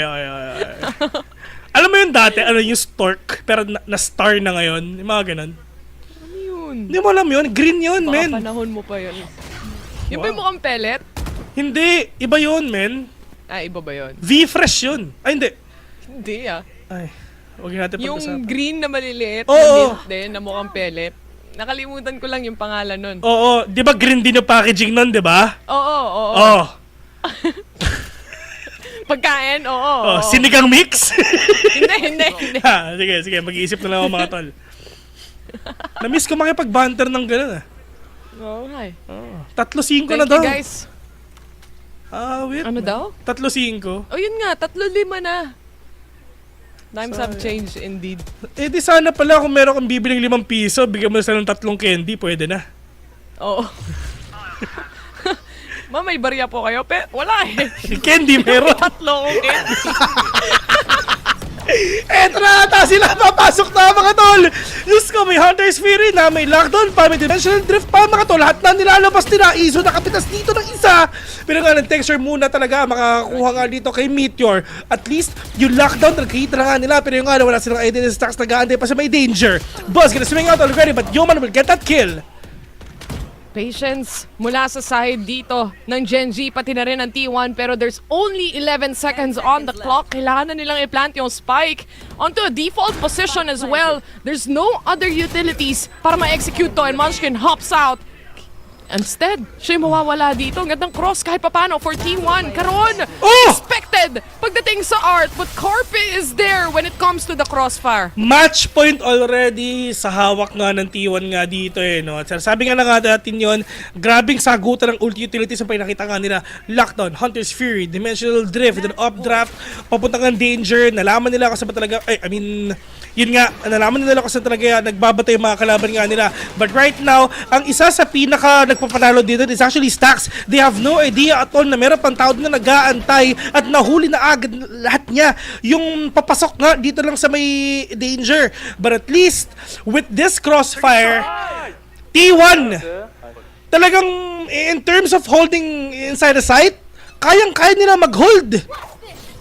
I think so far for T1, they're doing a much better job pagdating sa mga trades na nakikita natin sa kills compared to Gen G. And I think that's why sila rin yung may malaking kalamangan dito and nasa match point na. And it's only one last round to really close off the first map that they picked here. Paano magiging sagot ng Gen G dito when it comes to this round? The thing is, naka-judge din si Texture, pero may Bladestorm naman siya. Yun nga, right now, unti-unti nang nasa loob dito ang Gen G. Good opening to para nga sa team na to piningan ng T1. Medyo in terms of economy, broken by sila eh. Carpent din talaga dito may Vandal eh. Pero syempre, they have a lot of rounds to lose. Actually, 6. Pero yun nga lang, Human makatas nga na isa. Human the other one right now and na binoga ni Texture yung kalaban niya. 5v2. There's no way na matatalo dito ang Gen G. Papasukin na ata dito yung Heaven. Pero nawala na si Carpe. Nagkasalisihan lang sila instead. Siya pa rin yung makakahanap ng kill. And before this round's end, makikita mo naman na despite being an eco, save na lang si Carpe dito. And again, gaya ng mention mo, di ba? Dami pang rounds to lose para sa side ng T1. And for Gen G, what's important for them is to stay intact, not lose a lot of money, and get that economy up basically para makahabol dito sa puntos. Eto, Bessie, alam ko na. Sabi ng mga YouTubero natin, sabi ni Jata Solja, stay fresh, no? Stay fresh. Ay, sabi ni LD Ibanez pala, stay fresh. Yun nga yun, yung green. Yung green na payalet. Oo, masarap yun eh. Favorite ko yun. Oo. Nung bata ako. Alam mo yung murang tubig? Yung tigli ₱5. Mas mura ang ice tubig. Oh, piso lang yun eh. Oh, sige. Yun na, panalo ka na. Piso pa rin ba ang ice tubig ngayon? Magkano daw ang ice tubig? Hindi na ata piso ang ice tubig ngayon, guys. Grabe, ekonomiya. Pero yung nga lang, Texture and Munchkin nga dito dire-diretso mga tol. May Rico na, may Flash pa, si Buzz and Izu na wala. Pero napakahaba pa ng oras nga dito ng T1 para nga makabawi nga dito mga tropa. Pero nga ni Stax, medyo delikado to. Foxy na waiting patiently. Si Carpe nakita niya. And Stax as well na nawala na agad kasi si Texture nasa loob na. Meteor, 1 versus 4. Pag ito na-clutch ni Meteor, Bessie promise, kahit anong gusto mo, bibiling ko. Alam mo kung saan? Saan? Themods.store. Yan. Yan gusto ko. Bilang mo ako, ha? Oh! Meteor against his former teammates. Sabi niya, alam ko na kung saan na nakapwesto si Munchkin dito. Si Nakaron. Oo. Memorize ko na sila at hindi ko na sila tatapatan. Think for T1, it's time to at least realize na hindi nila kailangan masyadong magmadali sa mga susunod na rounds despite the advantage that they have already. And patience, ika nga. But the thing is, for Gen G as well, kapag alam nilang nakakalamang sila, there's no stopping them at all. Parang magiging press W kind of team sila kapag alam nilang gumagana yung strat. Yung mga first few rounds, mga tol, kumbaga sa Gen G, diesel sila eh. Kailangan mo munang painitin eh. At ngayon na mainit na ang makina, dire-diretso na. Sure win na sinasabi nga ng Gen G dito. Pero syempre, kailangan natin marinig yung tawa niya. To the fact na dito nga sa T1, they really need this timeout. Ito we started this sa 11 something, I mean 8-4, yes. Pero for Gen G, kumbaga, nahanap na nila yung perfect strategy para manalo sila dito eh. Unti-unti pa eh. But for T1, isa na lang eh. Kumbaga for Gen G, they need to win this 4 perfect rounds para makabawi nga sila. But for T1, mga best, isa na lang. Ano ba? For the next round, I think, ang madadala nila dito is at least the ultimate coming in from Buzz. And I think they haven't used yung kanilang Hunter's Fury kanina, pati yung Cosmic Divide. So, it's gonna be a big round for T1. Understood yung magiging magiging timeout na gagawin nila because they wanna have that perfect set play. And I think the best way to push forward para sa side ng T1 is to play kind of a retake scenario. Pero with this amount of money, the economy is not really going well sa side nila. Magandang positioning nga dito kay Izu, pero nalaman na agad nila kung ano bang iniisip nga ni Izu nga dito. Nasira yung knife na pwede nga nila iba to. Bessie, may sinabi yung mga tropa natin. Anong Sa sabi ng mga Facebook, tropa? 3 yung tubig. Sa YouTube, 5 piso. Ay, dito na lang ako bibili sa Facebook. Pero, tap water. Yun lang. Yung 5 piso, yun distilled. Kumbaga may RNG ng amoebiasis. Spell mo. Anyway, 12 to 8 na yung score natin dito. And syempre, pwede pa sakit na lang ng tiyan? masakit lang yung tiyan ko. Pwede yun na lang. And ito, mukhang wala pa nangyayari mga tol. Pero yung nga lang si Texture, manatimingan ata si Meecher nga dito. Pero timing onto that smoke as well para makapasok nga si Meecher sa loob.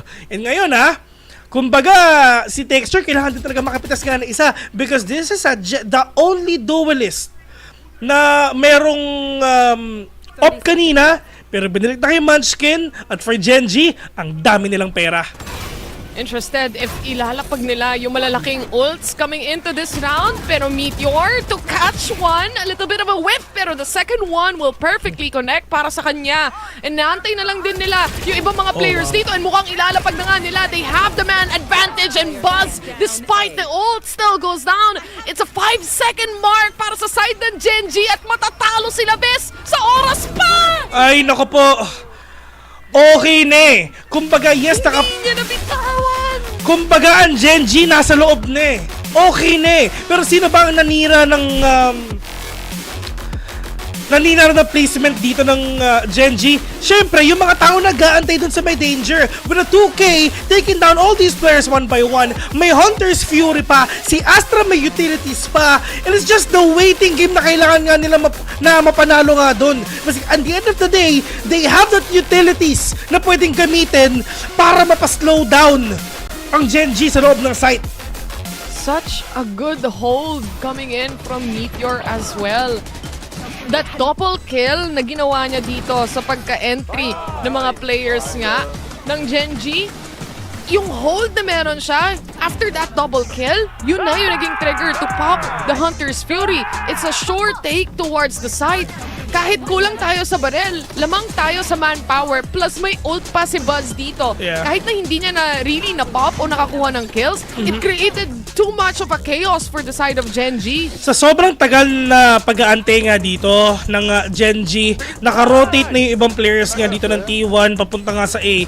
And with that, hindi naman kailangan lumapit nga ni Stax dito eh. Ang kailangan lang niyang gawin is wait for their opponents na pumasok sa site, then yung Hunter's Fury, ilalapag na niya. And with that, sobrang na-delay ang Genji nga dito. Umabot sa punto na wala na silang oras, bahala na kung anong pwede mangyari, bawi na lang tayo sa Lotus. Imagine though, kung nalapag ni Karon yun, and sumakto pa rin, mukhang sumakto pa rin siya sa oras eh. Pero nabitawan niya na kasi. Completely talaga. And I think masasalo niya pa rin yung kill towards Izu. Could have been a different story, but nonetheless, T1, they showed na sila talaga yung pumili ng mapa na to. They dominated from the start, from the get-go against Genji. Nakahabol man ng ilang mga rounds dito yung Genji, even trying to punish yung economy ng T1. Yeah. Pero hindi magpapapunish basta-basta ng gano'n yung T1. Good pick-off pagdating nga dito sa T1 na pinili nga nila na itong Pearl. I mean, yes, Genji hindi pa nalalaro to. At hanggang ngayon, 100% win rate pa rin ng T1 dito nga sa mapa na to. This is the first time by Genji sa Pearl, no? And ngayon, na-try nila, na-test nila, pero hindi pa rin talaga kinaya. But I just wanna say, the MVP, pagdating nga dito sa Genji, syempre si Karon, the consistency is still there. It's 8 out of 8 post plants na makikita natin para sa side ng T1 dito as well. It just goes to show na once na nakaset na, especially dun sa mga post plant scenarios nila dito yung T1, simulat sa pool, ang ganda na ng mga entry nila eh. Yep. Na-utilize nila na maayos na kahit wala masyadong kills dito sina Buzz, it created so much space for other players to shine, especially with the utility play and yung post-plant play din na meron sila dito. Grabe yung delaying tactics na meron din dito ang T1 eh. T1 no. I mean in terms of utilities talagang hirap na hirap din talaga tapatan ng Gen.G yun. And lalong-lalo na in order for you to take down T1, you need to take down yung dalawang duelists muna, which is si Neon and Yoru. Pero syempre, MVP of the day, still Astra. Global control. Actually, din sa Gen.G, si Astra rin. Pareho talaga silang nag-shine nga dito, no? Pero ngayon, for T1, like what you've said a while ago, winning condition, if ever they want to end this with a 3-0, they need to take down Gen.G sa pinakamalakas nilang mapa, which is Lotus.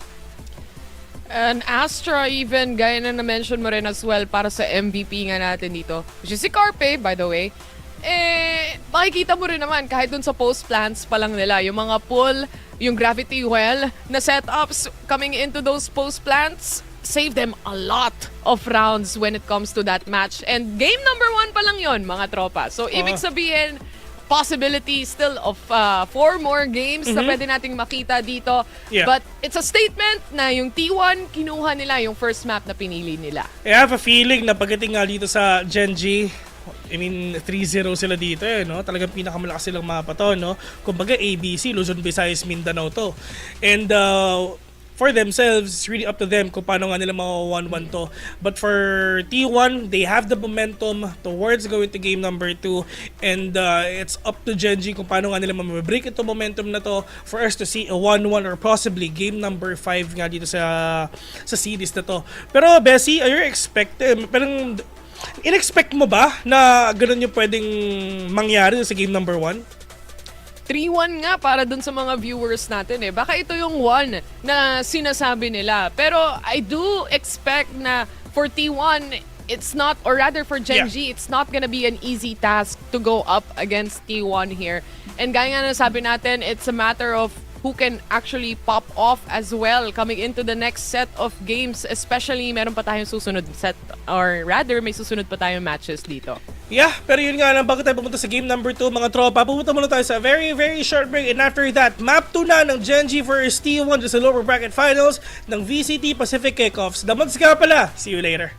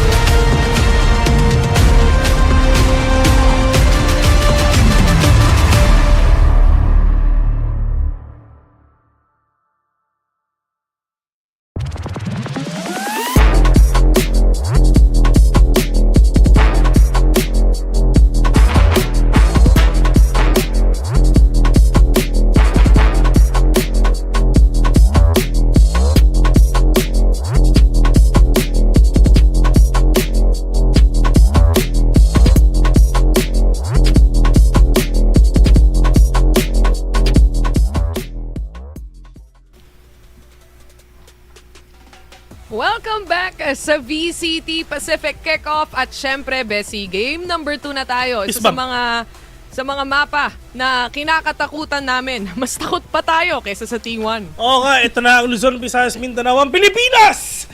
Pupunta na nga dito nga sa mapa na to. Lotus 3-0 so far. Wala pang talo kahit isa. Medyo nakakatakot pero syempre kailangan nga nila mabawi to kahit anong gawin nila. Pero Bessie, dito ngayon, who do you think will win? Mataas ang percentage ng GNG dito. Pero ikaw?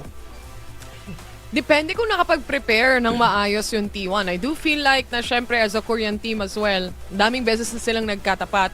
And na-mention ko rin kanina na kahit anong preparation mo nga against Gen G, kailangan mong manalo sa A-main control ng Gen G dito. Kasi I feel like kapag hindi mo nagawa yun or hindi mo nasolusyonan yun at all, completely mamamain kayo ng Gen G. Kagaya na lang nung ginawa nila last time they played against Talon. So I do think that for T1, may rami silang chance na makapag-prepare dito. Plus, yung momentum nila coming in from Game 1 will help a lot. I mean, anything can happen pagdating nga dito sa mapa na to, no? Kumbaga, ito na yung statement na pinakita nga ng T1, no? And with this, mukhang knowing T1, lahat ng games nila laging 2-1. Wala pa talagang sweep kahit isa. So if ever magkaroon tayo ng 2-0 sweep dito na ipakita nga dito ng T1, kabahan sila sa third map natin. Kasi yun yung pinili nga nung kalaban nila. But with this, Gen G, no room for error.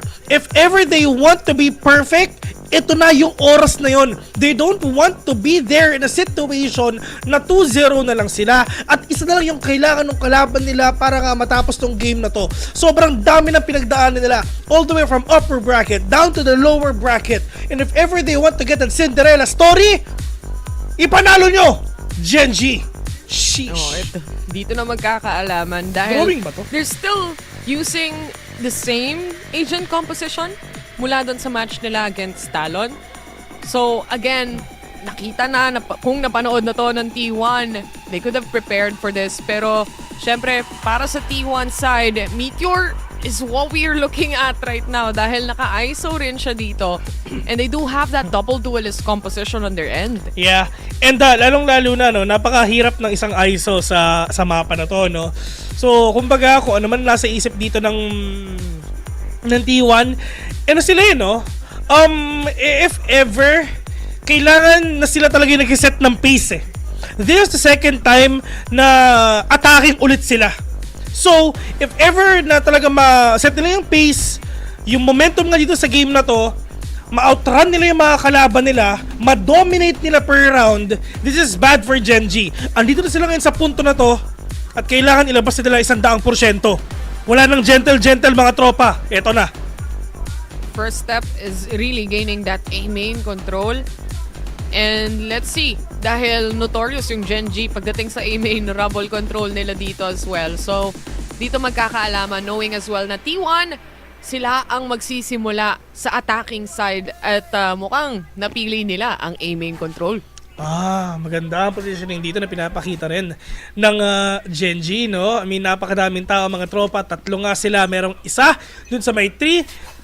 And, this is gonna be really scary. Tignan mo naman, mag-4 silang nandito, tol! 4, boss! Diyos ko, 3 yung nagpupush! Ang hirap nito! Expected nila to. May camera setup sila pero hindi nila na-expect yung paranoia. Isasakto na naman sa kanila but good catch mula sa players ng T1. Left and right, may kanya-kanyang trades and we are now onto a 2v2. Okay, ito na yung equalizer nila mga tol pero nga ng Foxy 9. Oh no, ina-expect to. Narinig sila. Pero yung nga ng Foxy 9 pa rin talaga mananalo mga tropa. Pero yung Sheriff yung gamit nga ni Buzz ngayon ng 1v2. Yung Spike, drop pa. Pwede nang kunin to. Pero yun nga lang si Killjoy which is si Foxy 9 medyo pumopronta na. Yung harap niya, si Karon ang mananalo. May Sheriff na parehas na players natin dito from Gen G side. And like I said, A-main, it's a good control position para sa side dito ng Gen G. Dami silang setups na piniprepare pagdating dyan and pati mga execute. And this is pistol that we are looking at and we're trying to see mula sa side ng T1. Hindi nga lang nag-work out in favor of them. Medyo nabigla din yung ISO. Nabigla rin si Munchkin sa lahat ng pangyayari. Biglang may paranoia na nung nagsiset up pa lang siya. Yun nga eh, no? Pero medyo matagal din yung paranoia na pinakita nga dito ni Carpe, no? But right now, mukhang C. And in terms of them going here in C, Bessie, ang hirap pasukin ito. Diyos ko, may snake bite ka na, may nanoswarm ka pa. Diyos ko, ang kati-kati nito. And kahit ano mangyari dito kay ISO na mag-shield siya, pisong damage lang, boss. Mawawala na agad yan. They have to wait for this poison orb na mawala, and as soon as mag-dissipate yan, papalit yung Omen Smoke, pero nakita na nila yung paranoia set up. Munchkin, damage has been received but still holding on to position. Alam niya yung corner niya ay importante para sa larong to, and Gen G just clears out with a 2-0. Sobrang linis. Sobrang linis yung walang namatay kahit isa at sobrang kawawa yung nangyari dun sa T1 doon. Isipin mo, may snake bite na, may nanoswarm pa, and it's really hard for you to pull this off to the fact na si Viper nag-aantay lang doon sa may gilid, nag-aantay lang kung merong ulo makikita, and yung mga ibang tao dito ng Gen G handa nila mag-rotate all the way from waterfall. And for T1, mukhang ito na ata yung oras sa makabawi nga ng Gen G. Ito 100% win rate sila dito pero ngayon magbabago na ata. Na-detect man yung isa pero good reaction from the side of Gen G as well. And now we are down to 4v3. Behind the smoke, Roman, nag-aantay lang. Smoke criminal nga ba yung sunod? Makikita niya pero hindi tatama yung bullets when it comes to that Bulldog. 3v2 towards doors, Munchkin, nag-aabang, nagpapaipit pa. Foxy 9, winnable to kahit Bulldog yung gamit nga niya. Alam niya kung saan ba nagpa-plant yung isa perfectly read by Foxy 9. But right now, talagang winnable to sobra. Vandal versus Vandal, Meteor slowly and surely trying to rotate already. Para nga talaga hindi rin siya mabasa agad ni Foxy 9. Pero this is anyone's ball game already. But yun nga lang, lahat sila tahimik lang. At ngayon, this is a battle of timing already, Bessie. Kung kailan ba magpapakita yung dalawa. It's all about the read. Foxy. Oh no, may turret. No idea at all. May turret pa siyang pwedeng ilabas dito kahit papaano. Oh! Pero gusto niyang unahan, gusto niyang hanapin si Meteor na naka-knife. Pero agad-agad siya nga atras dito. Pupwestuhan ni Meteor and still the kill goes towards Foxy 9. But not enough time to defuse the spike. At yun yung sinasabi nga natin, literal na battle of timing na talaga, boss ha. Pero it's just for Gen G. I mean, yes, hindi nila defuse yung spike, pero naubos nila yung buong kalaban nila. And that is a statement already na pwede ipakita rin din ng Gen G dito nga sa T1 dito. Wala pa silang talo dito mga tol. Si Yoman sobrang sayang kasi nga nag-whiff pa siya dun sa may second kill nga niya. But for Foxy 9, man, yung read na pinapakita niya sobrang perfect. Uy, si Faker. Kasi kung tutuusin, nauna na siyang mabasa ni Munchkin dito towards stairs. Pero hindi siya lumabas. Instead, he reverted back towards ropes, trying to find the last remaining player. Well, timing it is, mapupunta para sa pabor ng T1. And so far, kahit game number 1, sa kanila rin pumapabor yung mga timing dito, allowing them to get that game number 1 as well. Pero ito na, meron ng ult si Meteor dito. Pwede na siyang makakuha ng Valentine's Day. Ay, yun na nga. Ito na nga talaga yung Valentine's mga tropa. Tingnan natin kung paano talaga makakabawi nga dito. Ito na. May ka 1v1 ba? Oo. Ayun na nga. Si Caron ang nahuli bigla. Ay, si Meteor nahuli bigla. Muli ito, 4 versus 3. T1, lamang pa rin sila. Binabawi yata ng Gen G si Meteor dito mula sa side ng T1. Sumama na lang daw muna para sa kanilang side. But then again, it's a 4v3. Post-plant set up and Gen G slowly creeping up papuntang side. Pero yung rotation na yan, manggagaling pa from upper. So meron pang manggagaling from ropes dito if all comes to an end. And Gen G, nauubusan na sila ng oras dito, Bes. 4v1 mga tropa. Munchkin nag-iisa. Wallbang na lang ang sabi nga ni Izu. 2-2 already and now T1. Assert. Assert dominance agad Kumbaga, hindi pa kayo, akbayan mo na. Ganun ka ba, Bes? Hindi, Bes. Ewan ko sa inyo. Kayo lang yan. Tatamay mo pa. Oo, kakakilala ko lang, pinakasalan ko na eh. Assert dominance agad, man. Ganun ba yun? Oo, akin ka. Ah. Meron na akong kilalang ganun. Pera. Alam mo kung sino? Tayo. Oh. Itatago ko sa pangalang Darwin Castro. Ayun. Ganun siya, men. Notorious yan sa ganun. Oh! Ingat! Ingat mga baby girls.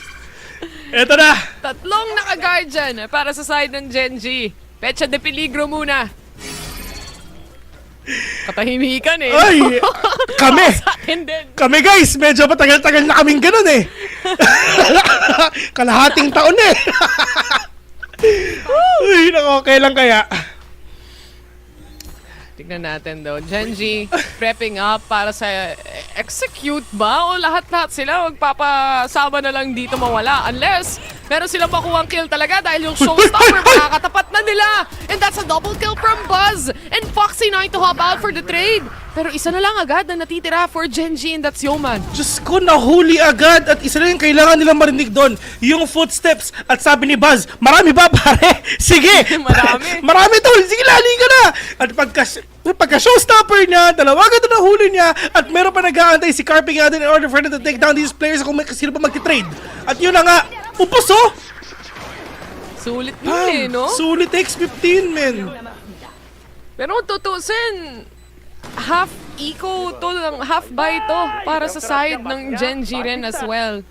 And I think nag-iisip na sila kung magsasave yung iba sa kanila o magpapawala na lang din dun sa spike. Pero look at this, an initiating fight towards A main. Texture free-firing. Pero dun nga lang malalaman ang posisyon niya. Instead, si Meteor makakasalo niyan and Yoman to fall down. Ay, naku sobrang po. open. Diyos ko po, may neural theft pa mga tropa. Pero wala siya nakikita kahit isa. Takbo hanggat may lupa. At yun na nga, Carmen, makakabawi nga dito na isa mga tropa. Pero yun nga lang, Diyos ko, si Buzz, naka-knife out mga tol. 1v1. Stacks versus Foxy9. Ito na yung dating magkakampi. Ano ang papakita nilang dalawa?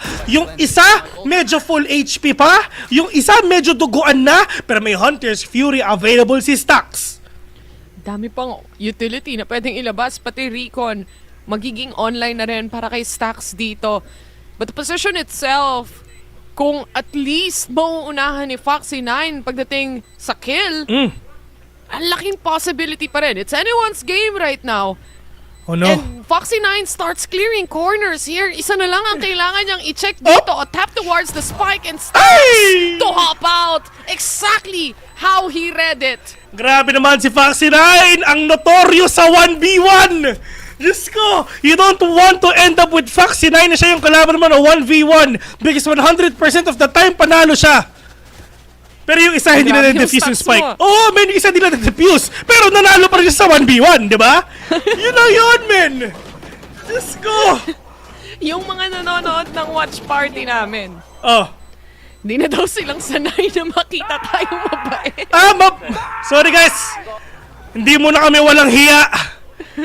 Mabait muna kami. Pero kung gusto niyo yung mga skins na ganito, basisan pa pwede. Sa Damot Store. Yan! Damot.store by the way. Punta lang kayo dyan guys. Libre yan. May bayad yung pagbili. Yan yung pagpunta libre. Sagot na namin kayo. Hanapin na sa Facebook. Darwin Castro. Nilibre kayo nun. Foxy9. Nag-aantay lang sa likuran ng smoke na to. Pero that double dart para ma-secure o mawala yung mga nano swarm na setups dito ni Foxy9, it worked actually. And Foxy9 just staying really close. Makakahanap siya ng dalawa. Pero pasok at naka-entry na yung tatlo. The TP towards the site. And Genji just holding down the fort. Kamot ulo gaming ang pinakita nga dito ng Genji. Mga tol, si Manchki walang ka-problema eh. Pag may nakitang ulo, baril agad eh. Walang tumingin sa kanya, walang sumilip sa kanya eh. Pero yun nga lang, ang T1 nga dito, wala muna silang pera. Parang ang damods. Hindi nila in-expect na si Foxy9 ay maglalaro sa loob ng smoke. Pero hindi nila binigyan masyado ng maraming choice si Foxy9 dito kasi sira na yung mga nano swarms niya. Plus, at the same time, mas malaki yung chance na makahuli siya ng multiple players na sasabay-sabay mag-e-entry. Texture, already in possession, A-main control! Tinala! 1v1 muna daw sila dito. Texture versus Meteor! Hops out! And Meteor pa rin ang mag-away Wagi and Karon to finally take it away just in front of the Hunter's Fury. Basang-basa ni Stax. Diyos ko! Ang dami nangyari doon. Ang dami nangyari, lahat ng ultimation nilabas nila. 3 versus 2 mga tropa. Si Izu wala pang pera nga dito, pero pwede naman siya makapulot dito ng baril kahit saan. Pero look at the positioning of Foxy 9. Pero may trip war pa si Izu nga dito. So there's nowhere to run literal, kundi pabalik na lang sa B. Pero ngayon, it's just the positioning of Gen G. They need to win this no matter what. They have that areas already. They have that kill as well. Pero yun nga lang, si Munchkin muna ang natitira. Can he get that clutch? Wala siyang idea kung nasin mga kalaban nga nila. Pero yung nga si Cypher, alam nila kung nasaan. Pero gagawin ba din ginawa ni Foxy 9? Walang bawas ata. Pero yun nga lang, Bessie. Diyos ko, Munchkin, kaya pa ba? Position compromised. Sinubukan niya i-isolate sa angle yung mga fights. Pero masyado nang alam ng lahat ng players dito ng T1 kung saan siya manggagaling. And kumbaga expected na completely. Dahil wala rin namang pag-open ng doors dito for their side. And this A-main control na ang daming nangyari, it just goes to show na pagandahan kayo ng execute. Alam nyo na yung execute ng isa't isa, pero pagalingan na lang din maglaro sa loob ng mga smoke. If ever meron kayo nakarinig ng sumisigaw man, si Texture lang yon. Si Texture lang yon. Siya lang yon, mag-isa lang siya na maingay. Pero Bessie napakahirap ito sa ng Gen G. Why ang dami nilang binato? Men, may paint shell na, may satchel na, may hunt pa, may paranoia pa, yung snake bite, ubus na rin. Kumbaga, ano nang ibabato sa post plant? Boss, wala na! Ang hirap para sa side dito ng T1 makahanap ulit ng posisyon dahil si Munchkin naka-Viper spit na rin. But look at this, pasok na sila all the way towards backside. And Gen G uses the lockdown as well. Matatamaan ba nung nade? Mukhang hindi naman. But the position itself, nasa looban lang silang lahat. Tinamaan yung lockdown mga tropa, pero nga Foxy na nasa loob na. Buzz catching one already, pero isa nasa baba pa. Pero nga lang Izu and Sax dito natitira sa side nga ng T1. Pero itong Viper spit, Diyos ko, paano nila mapipigilan to? Meron pang from the shadows, meron pang showstopper dito sa Texture. So this is gonna be a really difficult round pagdating dito sa T1. Bakit? Spike is dropped sa loob mismo ng C, sa Mindanao. Yoman, on possession, crossfire has been set and even a smoke as well. Pero pre-fire lang muna. Para sa side nila, nakapasok yung isa towards that Cypher cage. And he opts out. Yoman is there to take on the action. Si Texture, panggulo lang siya. Oh, maingay nga, di ba? Pero ngayon kahit anong binato kanina ng Gen G, wala silang pakialam. At least may Viper spit pa silang nasa kamay nga nila para nga rin talaga hindi makapasok dito ang T1. Pero alam mo kung paano na nagulo dito? Ang T1, Bessie, nung nahulog na yung spike, right after that, they don't know what to do. They have full map control of C already. Ang malas din kasi ni Meteor dun sa timing ng pagre-reload niya. Hindi niya in-expect na biglang lalapit, biglang papasok na yung mga members dito ng Gen G. But it's another new round here and Gen G wants to dominate a main control right now. Sinusubukang pigilan yung pagpasok ng ilan sa mga players ng T1 pero so far wala pang namamatay dito. Paano nila to gagawin mga tropa? At least yung Prowler may nakuhang isa. Pero yung itong Owl Drone papunta dito sa link. I mean, yes, tara dito tayo. Sama-sama tayo. And ito hindi pa sila pumapasok dito sa link. Actually, wala pang ang B-take pagdating dito sa mga games na to Pero ngayon, Carp, ready na yung paranoia niya mga tropa. Walang tao kahit isa. Yung patient dito walang matatamaan nga dito. And it's time for them to capture B. At ito in terms of economy, broken sila. Plan of the spike, at least it's there already. Setups pagdating sa kanilang magiging post plant. Available na yung showstopper ni Buzz dito at the moment. And they can still really close off the round despite na may disadvantage sila sa mga baril na meron dito pero nagsisimula na rin si Texture. Yung showstopper niya walang matatamaan. Held back by Meteor right here. And even when they step out of the Cypher cage, matatamaan at mamamatay si Meteor dito pero now down to a 4v2. Oh no, yung crossfire talaga sobrang solid mga tropa pero yung alam nila kung nasa mga kalaban nga nila. Buzz 8 bullets and a dream but Carver is right there for them to get that kill. 5-5 already. At wala silang pakialam kahit wala silang pera. Yung iba naka-sheriff lang. Ang importante, they have that control dito sa Visayas. At pagkatapos nun, wala kasi namatay dun sa showstopper eh. Ito sobrang taas ng verticality ni Raze to the point na ang hirap na mahanap kung nasin yung kalaban niya. Matagal yung airtime niya. And it just allows T1 na mag-reset ng aim at mahanap siya sa taas bago pa lumabas yung rocket ni Raze. Ika nga, pero harap-harapan muli mula kay Texture at dinala na naman siya sa date ni Meteor dito. It's a 1v1 yet again from the former teammates, pero Texture will win this time. Maaga ang February 14 para kay Texture and Meteor, mga tol! Slash is right there, pero hindi na alam kung sa titigin baka lumabaw kanan. Izu 1v3. Spike is drop. Ang hirap dito sa may rubble, Bessie. Lahat sila nakatingin sa isang posisyon. Isang minuto ang natira. The thing is, may wall din si Munchkin dito sa A-main. So, they really don't need to bother dun sa stairs kung dun man yung last player. Pero Izu, there's still a chance to get this double kill. Di siya makalabas. Angle isolation, pero di na mangyayari kay Sakharon. Medyo off siya sa may kanan. 5-6 already. Sobrang close dito sa iniisip ng T1 na attacking composition And ito to be honest, ang isa sa pinaka-underrated dito sa Lotus, pwede rin sabihin is actually Viper. Men, isa si Viper sa pinakamalakas dito na agent. I mean, you've always seen Gen G play this composition kahit na ang dami nang nagbago sa meta. Actually, alam nilang it works. Alam nila that this utility play, this setup plays work. So, why fix what's not broken, di ba? Para sa side dito ng Gen G. But it's still too close of a fight, I would say. The last round para sa first half na to. And lahat sila naka-full on by maliban kay Izu. Merong From the Shadows, si Carpe nga dito, pero yun nga, medyo malapit ang talaga yung dalawa, pero magsiswing pa sila. Delikado to kay Mitchell! He's gonna catch one! Pero yun nga lang, tamang double tap nga muna mga tropa, pero nga lang karoon nag-aantay doon sa may kaliwa niya. Pero sisilip ba sila? Munchkin catching one already. Carpe with a trade again. Muna ito 3 versus 3. In terms of utilities, Izu, dalawa na lang, meron siyang neural theft. Yoman, isang kill na lang, meron siyang nightfall. So ito yung mga pinaka-importanting agents para nga makabawi nga dito. Pero Stax, this is the plant na inaantay nga natin. Retake, ito na. Alam nilang may CT side dahil nabasag na yung trip war na sinet dito ni Izu. Prowler is not gonna detect anyone specifically. Foxy9 to hop out nang walang kasama. And siya yung mawawala. Oh Izu no! just crisp on the shots as well. And Carpe from behind. It's a 6-6. Yeah. Namatay ang Gen G na walang kalaban-laban literal. Okay na 3 versus 3. Pero syempre, yung one tap ni Izu, yun ang nagpapanalo.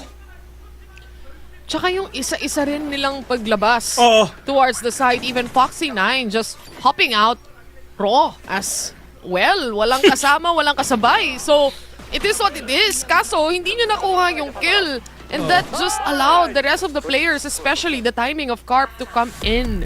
Sobrang dry pick, Bessie, no? Talagang yun talagang ginagawa nga nila. Wala man nilang pinakitang double swing or whatsoever. Pero syempre, it is what it is. Nangyari na yun, 6-6. Sobrang close nga ng game. Pero pagdating nga naman dito na sa attacking na dito ang Gen G, it's just gonna be the same thing na pwede nga nilang gawin. They have everything for them para nga makabawi dito.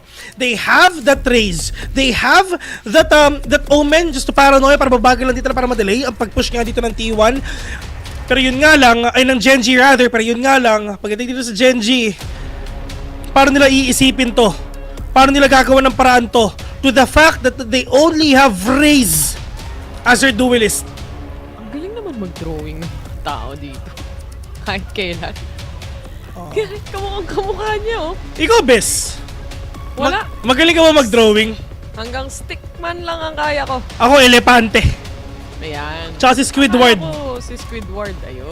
Nadagdagan lang pala ng bago. Men, nilaki. Pag nilakihan ko, elepante. Grabe talaga ang artistic approach mo. Ano nga ba? Graphic design is my passion, Bessie. Oo nga Kaya nga, ang ganda ng mga t-shirt natin Omsim. Comic Sans, by the way. Pwede kayong bumili. Wow, binenta mo na rin yun. Nakakailangan.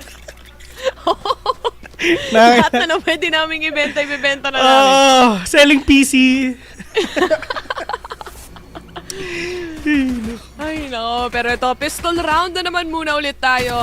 But this time, it's a different scenario dahil si Yoman makakahanap ng first kill. That's towards Stacks. Grabe si Monay. Napakatindi. Pero yung alam boss nasa loob na. Pero yung alam Munchkin muna with a punish. Foxy Knight again with a kill. Oh no! Anong ginagawa ng T1 mga tol? Isa-isa silang nagpakita. Isa silang nawala. Tignan mo yung Genji. Walang bawas kahit isa. Sinusubukan nilang labanan yung space control pero isa-isa lang din silang napitas ng mga players dito ng Genji. And again, kahit towards B main control kanina, ginawa din nila to. So really for T1, they had no clue. Is it B or is it A? And it's already too late dahil si Izu all the way from C pa siya. Medyo malayo pa mga tol no? Delikadong delikado. Pero yun nga lang, ito yung pinakakailangan nga dito ng Genji mga tol, yung manalo doon sa pistol round. And assert dominance, kumbaga. I mean, nakabawi kayo kanina pero not today. And syempre, close naman yung match, diba? At sinasabi nga natin, they need to win the maps na pinili nila. Grabe talaga yung Viper setups pagdating sa mapa na to, no? Kahit mapa-defending, mapa-attacking, it just creates so much space. And another part, another dimension pagdating sa mapa na to.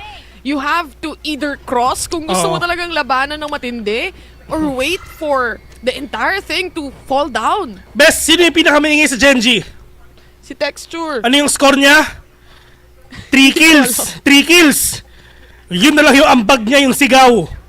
Yung hype man mga tol, yun na lang yung meron nga siya. Pero mawawallbang ba si Buzz mga tol, yun nga lang. Tignan natin, pero nga lang Carpe playing close! Oh no, wala siya makita!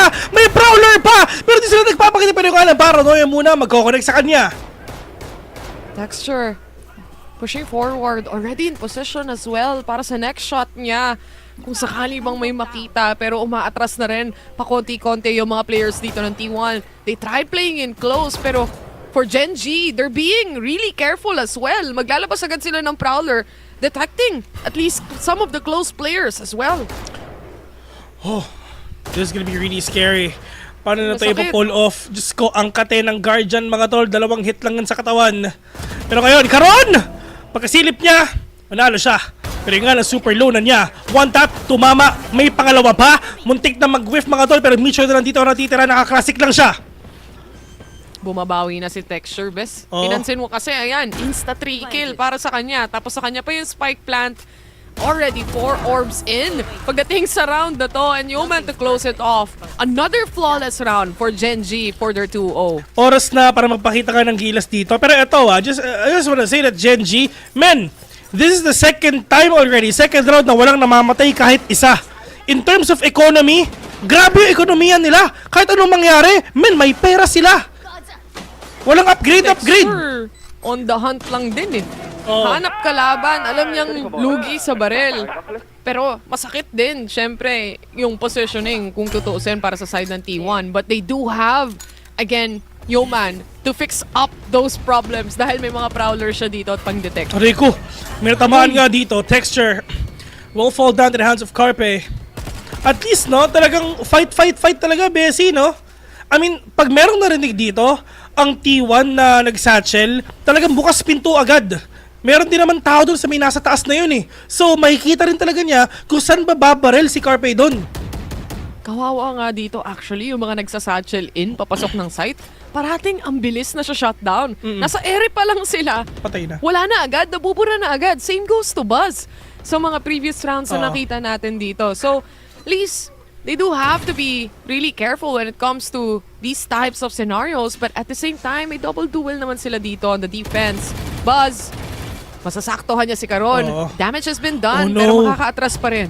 Napakahirap nga nito. Magandang crossfire agad yung pinapakita nga ng T1 if ever. And with this, si Carpe, I mean, yes, wala siyang paranoia. I mean, Paano nga nila makakabawi nga dito to the fact na unti-unti na lang papasok ang Gen G sa loob ng A.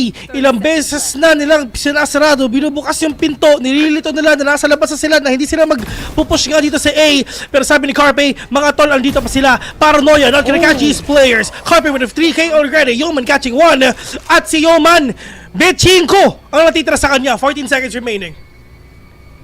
Spike at least nasa kamay niya, pero hinahanting na siya, hinahanap na siya ng mga players ng T1 dito. Such a good read coming in from T1 and a good answer with how Gen G wants to set things up pagdating sa mga rounds na nakikita natin. Kahit itong kill mula kay Carpe as well. And yung positioning nila towards side na talagang tiis pogi, hold tayo ng posisyon, make use of the smoke, utilize it well. And huwag magpadala sa bugso ng damdamin sa mga kills. Oh, kumbaga, kalma lang. Kalma lang, men. Chill lang. Yun din naman yung meron dito ang T1. The same goes with the Gen G. Except si Texture. Si Texture for sure, gigil na yan. Pero yun nga, napagkiting nga dito mga tol, Satchel in. May nabukasan na ba? Yung Recon meron nakita isa. Pero ngayon mga tol ha, si Caron medyo tahimik lang siya. Wala silang idea na meron pang tao sa likod. At yun nga yung ginagawa nga ni Buzz. Huli na agad yung mga tropa nga natin bigla. Buzz is right there in the corner. Human catching 1. Pero tamang domosing muna ginagawa nga dito ng T1. 3 versus 2. Munchkin and Foxy 9 ang natitira nga. Pero ngayon, tamang angle isolation na ang gawin nga ni Munchkin. Carpe muna magpapakita with a swing again. Munchkin catching 1. Pero nga Stacks, siya ang susunod na biktima. 3 bullets remaining na lang sa kanya. Pero ang kailangan lang niya gawin is magantay. The timing is there. Munchkin out in the corner and Stacks will save the day with a kill. 8-8. Grabe. As soon as he tucked himself sa corner na nakikita natin doon, it was quite impossible for Gen G to actually read kung saan siya manggagaling. Kahit na dalawa pa yung nakaabang dyan, and sakto lang din yung timing ng pag-down ng wall dito. A good isolation fight mula kay Stacks as well. And a good recovery for the side of T1 here. Close fight to, Bes. Pakiramdam ko nga may chance pang mag-overtime eh. Yun nga eh. Grabe, no? I mean, sana meron, no, Bessie? Sagarin nyo na kami, boss! Hindi ko na alam. Games lang? Hindi ko na alam kung kailan kami magkakasulit ng VCT, kaya sagarin nyo na eh. 20-20, ganon? Yung score? Uy, saktong-sakto yung Paranoia. Napilitan silang tumakbo pa atras, pero it allows Buzz to at least make a pick-off. Alam mo ba kung sinong isa talagang gumagawa ng ganong klaseng gameplay? Ganong klaseng strat? Sino? Sila Alexi dati. Sa Lotus. Ganon talaga ng strat na pinapakita nga ng T1 din dito. Pero ngayon mga tol, Carpe, kinda low, half HP. Pero yung information, meron siyang nahanap dun sa may kabila. Ang sabi niya, tol, ang daming tao sa C, sa may mound. Dami talaga dahil lahat ng players dito ng Gen G nakaposisyon actually. And despite T1 throwing in some of their utilities, may natitira pa silang iba at nire-ready lang nila to once na makarinig sila ng execute. Especially may recon dart dito na kailangan pambasagin from Gen G side at sisimula na nga nila yan as they try to go in. Eh si Meteor, masya-shutdown na yung isa, and from above, was able to take 2 as well. Diyos ko, ang hirap nito mga tol. Ito na sana yung kailangan nga manalo ng Gen G, pero hindi nangyayari yon. Yung oras na ang T1 nagkaroon ng barel, yun na yung simula ng paglubog ng Gen G mga tol. Kumbaga, pinascore lang kayo, gusto nyo mong manalo, yun ang nasa isip dito ng T1. Pero meron ka ba napapansin, Bessie? Wala pa nagta-time out. Wala pang nagta-time out. Masyadong dikit yung laban, and honestly, parehas may set execution na yung mga players. Minsan nagkakatalo na lang din sila pagdating sa mga timing natin. Pero ito na ata yung hinahanap mong timeout, Bes. Hindi ko lang sigurado kung sa Gen G o sa T1 side to. Pero most probably it's gonna be on Gen G side here. As they try to plan the next set of rounds. Dahil sa ganito ka-close na fight, lalo na pa double digit ka, yung economy mo mas importante na. And utility play mo mas importante na rin. Again, they've played a ton of time. Yeah. Na maraming beses na dati pa. Scrims probably as well. Bes, alam mo yung VCT capsule? Gusto ko yun eh. Direct, pwede ba natin ipakita yun, yung lower thirds nun? Yung VCT capsule? Gusto ko yun eh. Nakita mo na ba yun, Bes? Yung mga knife? Hindi pa nga, kanina lang nadaanan natin. Direk, ipakita mo nga, kahit isa lang. Yan, no! For Pacific, ito specifically, no? Oh, yung blue. Yun nga eh. Depende sa kulay din, di ba? Kasi dati syempre, may EMEA, may NA, may China. Pero Bes, kung gusto nyo yan mga tol, Bes! Pumunta na kayo sa The Mods That Store. The Mods That Store mga tol, yun lang yun. Walang www. Walang ganon. Luma na yun eh. Hindi namin pinalagyan. Iba na tayo ngayon eh. Pero ang daming nangyari agad sa A-Main Control. Dinala na naman ni Meteor sa 1v1. Si Omen. Pero ayun na nga. Yan! Mawawala din siya. Nabura lang din siya sa mapa dito. It's a 3v2 now. And for Meteor, he's still on the hunt, on the prowl para sa susunod na biktima. And meron pa rin siya dito next set of at least a shield. Pero finally, naubos na rin sila. Diyos ko! Ang dami nangyari. Literal na para kang bulalakaw na bumagsak sa mundo ng Gen G. Meteor shower. Speaking of Meteor, R.I.P. Sunshine. Yun nga, kung nasan ka man, Sunshine, miss ka na namin. Dalawin mo si Taylor. Idol ka niya eh. Si Bill. Wag ako. Siyempre, hindi pwedeng dalang. Si Barbie yun, di ba? Oo. Almalbis. Hindi, iba yun. Ay, iba ba yun? Eh, Pinoy yun eh. Sige, Hindi sorry. yan. Sorry. Pinoy ba? Iba yun. Iba. Sorry. 10 to 8 na ang scoreline natin dito mga tropa. At for Gen G, ito rin sinasabi natin, di ba? The double-digit scoreline, economy difference, sakit sa ulo. Ang gala ng T1 dito, lalo na ni Buzz dahil nawala si Munchkin. Wallbang pa, mga tol. Napakadelikado. Pero mukhang papasok na rin ata sila sa C, mga tropa. May trip or pa si Cypher nga dyan. Yung camera, walang na-picturean dito kahit isa. Pero yun nga, look at the positioning of Gen G. They're inside Mindanao. Pero yun nga lang, ito na sila, dire-diretso na. Yung si Mitchell meron nakita, isa tamang double tap lang mga tol, pero double swing sa kaliwa at kanan, pero Izo nag-aantay sa loob. At yun nga lang, Karon ang mag-isa, one tap tumama, may page shell pa. Diyos ko, ipatag nila sa akin lahat, bahala na. Tinanggap niya na lang. Wala na siyang choice. Wala na! Dun sa posisyon niya. Talagang literal na mag-aantay na lang siya sumabog yung pain shell. Try to get as much kills as he can. And then, GG go next round. Yun na lang ang sabi nila dito.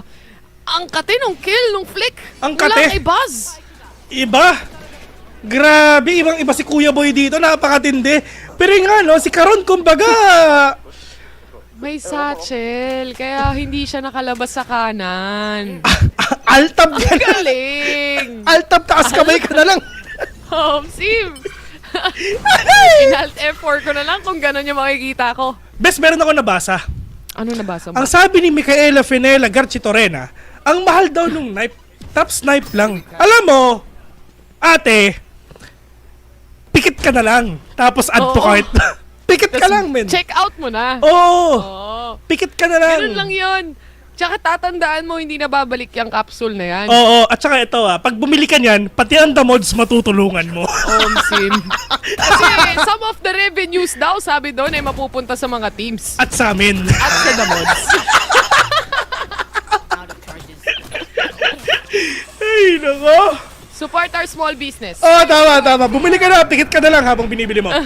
Ito na, Bessie! Nightfall, ginamit na nga dito para sa side ng Gen G. The entry towards the site is there, pero unti lang o wala ata actually nakita mula doon sa Nightfall na yon. Actually, for T1, they're willing to give out the space. Oh, ito may showstopper pa si Buzz! Pero Diyos ko, na-seize siya! Hindi ko makaalis mga tol, pero sinorte na lang si Texture bigla. Pero 5 vs 3 already. Munchkin and Karon and Foxy 9. Meron silang ultimate nga dito. Hindi nila malapag yung lockdown kasi dire-diretso na sila. May double tap pa. Lahat na nilabas nila. Diyos ko, hindi nila kailangan makita yung mga kalaban nila kasi ano naman nila kasi pupunta. Diyos ko, T1 match point na. Grabe. Dire-diretso na lang din yung T1 dito once na makapag-desisyon na sila kung saan sila pupunta. Wala nang second thoughts. Lalo na for Meteor. Alam niya na once he gets a kill, he gets a double tap. And he's just willing to pull it out again. And he's just willing to get the kills. Lalo na after the showstopper na akala kong hindi makakasurvive si Buzz. Nakuha niya yung kill dun sa shorty. Okay na eh, na-seize na eh. Si showstopper dun sa Heaven eh. Pero yun nga lang, Diyos ko, andyan naman si Mitchell to the rescue. Tinan mo, 1915 na naiso. May ultimation pa. Eto na, dire-diretso na. Mag-ult na naman ata siya dito on the left side, and that Si is Caron! the correct estimate. Wala munang smoke para kay Caron dahil kailangan na lumaban dito, and Meteor still wins the duel, the 1v1s. Parang wala pa siyang natatalong 1v1. Hindi, isang beses natalo siya. Isang beses lang. Pero grabe, no? Pag dilabas na yung Great Wall of China, ibang klase, tol. 4 versus 3, may Hunter's Fury pa. Alam niya kung nasa si Maxi 9! Sige! Tumakbo! Pero Diyos ko! Dalawa na pitas niya. Actually, dalawa na tamaan niya. Si Munchkin, tinamaan din to. Patience para sa side ulit ng T1. Lamang sila pagdating sa tao, and Buzz paparating pa lang towards flank. There's not really an anti-flank here, pero spotted out na, and compromise na rin yung posisyon dito ni Buzz. Pero napapalibutan ng Genji dito. Left and right, harap, likod, taas. May kalaban. Kailangan nilang tapatan, at si Oman na lang ang natitira. In a 1v2 scenario, the time is ticking. May smoke pang kasama with 18 HP remaining. He has to hop out. He doesn't have a choice. Oh no! Ano ba gagawin mo? Pero, yung wallbang tumama! Diyos ko! Oras sana para nga sa Genji manalo. Para sabi ng T1, hindi na. At ngayon mga tol, nanalo ang T1 sa pinakamalakas na mapa ng Genji, which is Lotus. Hindi na sila undefeated dun. At delikado ang Genji. 2-0 na yung scoreline natin dito sa series na to. And they're only one win away para sa Grand Finals natin. A spot again towards Masters Bangkok as well. And Genji, ito na yung sabi nila, Bes. Ano? Ano yun? A wise man once said, back to the drawing board. Ito na, back to the drawing board. Pero syempre, meron pang isa. Meron pang isa. Ha? Hindi. Isang game pa. Akala ko may isa pang wise words eh. Wala na silang wise words. Talo nga eh. Pero ito mahirap to. Because you know why? Actually, lamang ang T1 dito in terms of maps. Syempre, first pick, T1. Second pick, Genji. Third pick, T1 ulit. And you don't want T1 na matalo ka nga sa Lotus. Which is, yun yung sinabi ko kanina, ano bang winning condition dito ng T1? Durugin ang Genji sa pinakamalakas na mapa nila. At yun na nga, nadurog na nila. What more dun sa mapang pinili nila? Ang gandang laban din actually, no? Kasi ang dami rin talagang gunfights na makikita. Ang dami rin talagang mga execute coming in from both teams na makikita. But again, it's a Korean team versus a Korean team. No matter how dominating you are, pagdating sa mapa na to when it comes to Lotus, T1, napanood na nila to multiple times. Nakita na nila to, napaghandaan na nila to. And if there's probably like one of the few teams na kayang mag-ready para sa top 2 teams ng Korea, T1 yun. Kasi lagi sila yung gustong humahabol. Ay nako, Diyos ko. At alam mo yung isa rin maganda, Bessie. If ever T1 versus DRX yung maglaban, yun siguro ang pinakamagandang story sa lahat. Bakit? San ba nanggaling si Stax? San ba nanggaling si Buzz? Men, DRX din, di ba? Kumbaga, yung mga dati niyang ka-teammate, yung dati niyang organization ever since nung Vision Strikers pa lang sila, is magsasama-sama, maglalaban-laban. Pero ngayon mga tola, I just wanna point out, si Meteor na naman. Men, ito all the time, talaga pinapakita nga niya with the wall na nilalabas niya, plus all the ultimates, siguro isang beses lang siya natalo doon. And ito if ever ginagamit nga ni Meteor yung ultimate niya, matik na eh. -1 na in terms, manalo man siya o matalo, -1 na agad yun eh. Tsaka, you're eliminating a lot of setups para sa kabilang side kung iisipin mo. Sila lang yung may ISO dito, and once na nahuli ka niya in a 1v1 scenario, kagaya nung nangyari kay Caron, paano pa siya makakapag-line up ng paranoia niya? Paano pa siya makakapag-set up ng smokes para sa mga kakampi niya? So, it really brings a lot of problems para sa side dito ng Genji. But at the same time, stellar performance mula kay Meteor dito. And lalong-lalo na, itong for sure si Texture, galit na galito sa RNG ngayon. Ako na naman! Siya nga yung gagawa ng space dapat eh. Pero siya yung lagi nahuhuli dito ng ulti ni ISO. Mas namamatay pa siya. So kumbaga, mas napipigilan ni Meteor yung lahat ng setup nga na pwedeng gawin nga dito ni Meteor. Pero pagdating naman doon sa kabila, no, syempre, the consistency of Karon again. This is the second time already na MVP siya. And for Meteor, pagdating sa match MVP na to, we do have, again, Meteor here with the ISO na nakita at napanood na nga natin as well. And just jumping back dun sa na-mention mo, na ito nga yung player to look out for natin, di ba? Para sa series na to, which is si Karon. And again, did a wonderful job. It's really just not enough. Medyo nagwawala na rin kasi talaga si Meteor at that point. And ang dami mong parang execute na hindi mo mababantayan really o kaya naman magugulat ka na lang kasi meron pa palang double tap na available na supposedly na unahan mo na siyang ma-one tap. So, in this kind of scenarios na lalo na S-tier kind of league, it only takes one shot at some point. Yun nga. Pero ngayon mga tol, at least nakita na nga natin, it's just the players of Gen G falling down to the hands of T1. Pero ito if ever ma 3-0 man to ng T1, at least this is their first sweep sa entirety nga ng tournament na to. Nung simula pa rin nagkalaro nga sila dito, laging 3 games. Pero ngayon mga tol mukhang maganda ata ang gising ng mga players nga ng T1. Ang sabi ata ni Faker sa kanila, kami ang bahala, ako ang bahala sa inyo pag na 3-0 nyo sila. Samnida. Yun ang sabi nila dito. But we're just gonna go and head in for a short break. And pagbalik natin, malalaman na nga natin kung clean sweep nga ba to for the side of T1 or Gen G will make a comeback. So don't go away. VCT Pacific will be right back.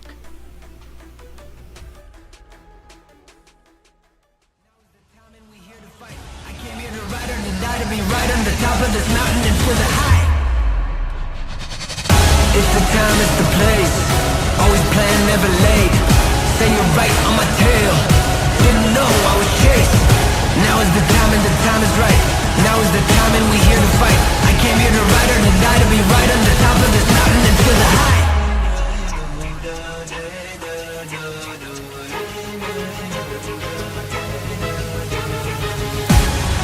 I'm on the top of the world. Now is my time. Now is my turn, ready to find, cause I've been out on the search.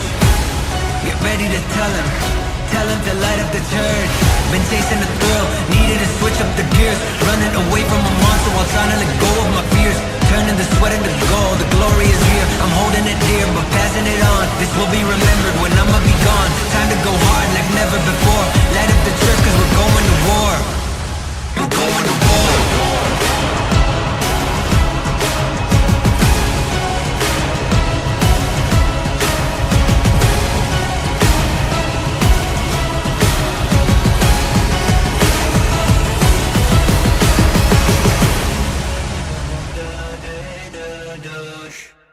It's the time, it's the place.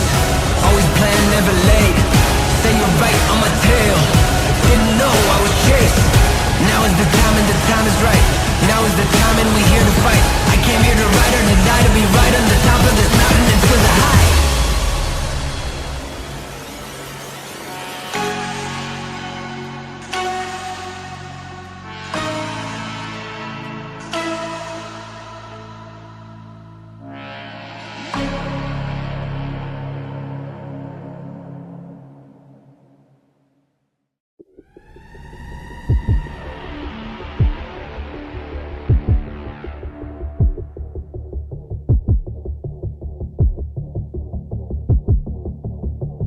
I ain't scared of what they say. I ain't scared of what they preach. I don't care about anything when my goal is in my reach. Going up and up and up. I ain't falling at their feet. When they see me, better pray, cause I'm coming here to eat. I ain't scared of what they say. I ain't scared of what they preach. I don't care about anything when my goal is in my reach. Going up and up and up. I ain't falling at their feet, cause tonight I'm going big. I'm about to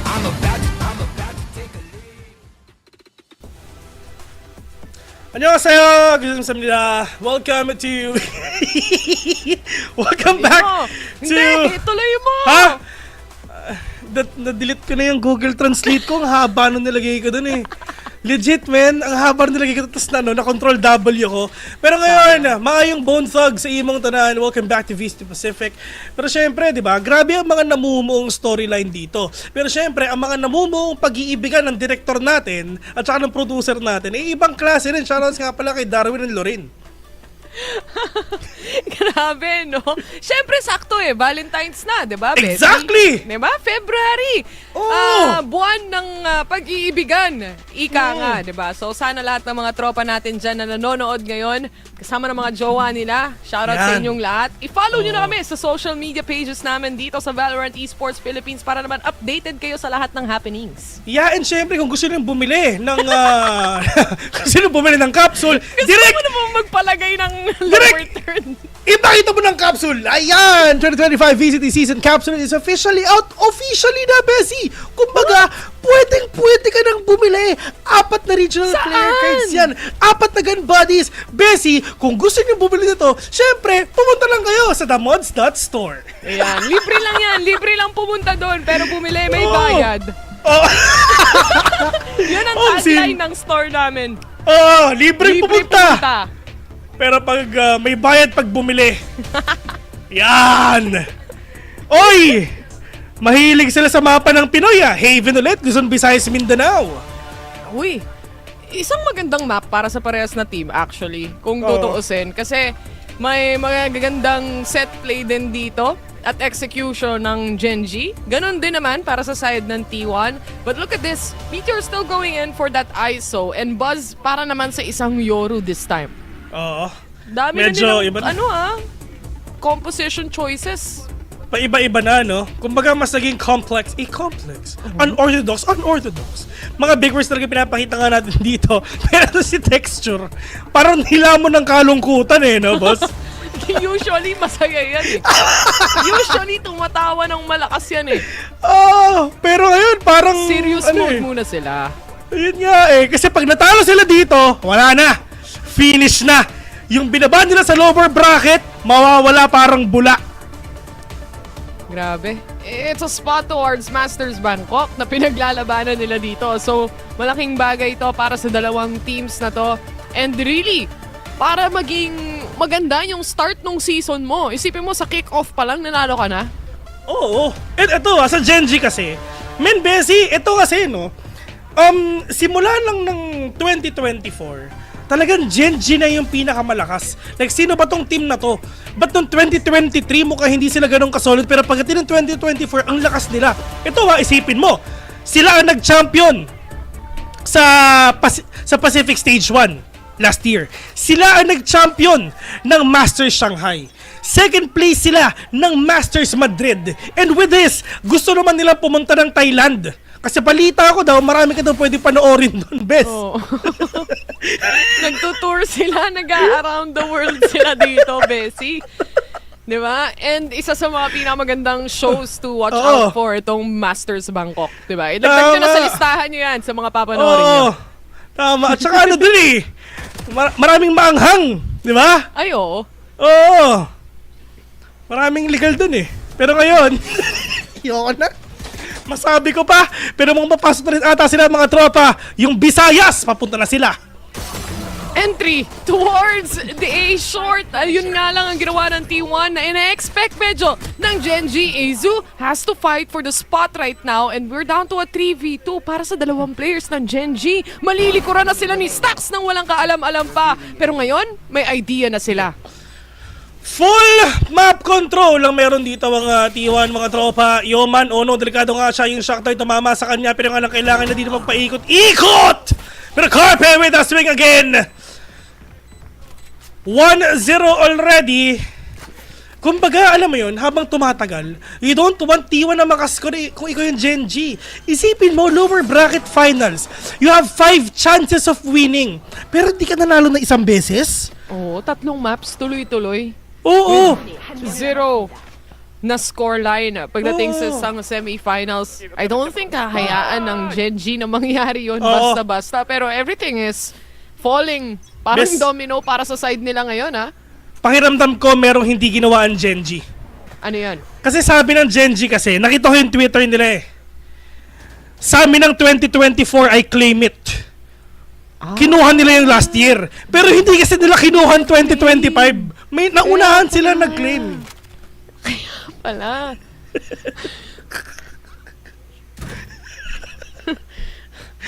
Ay, nako.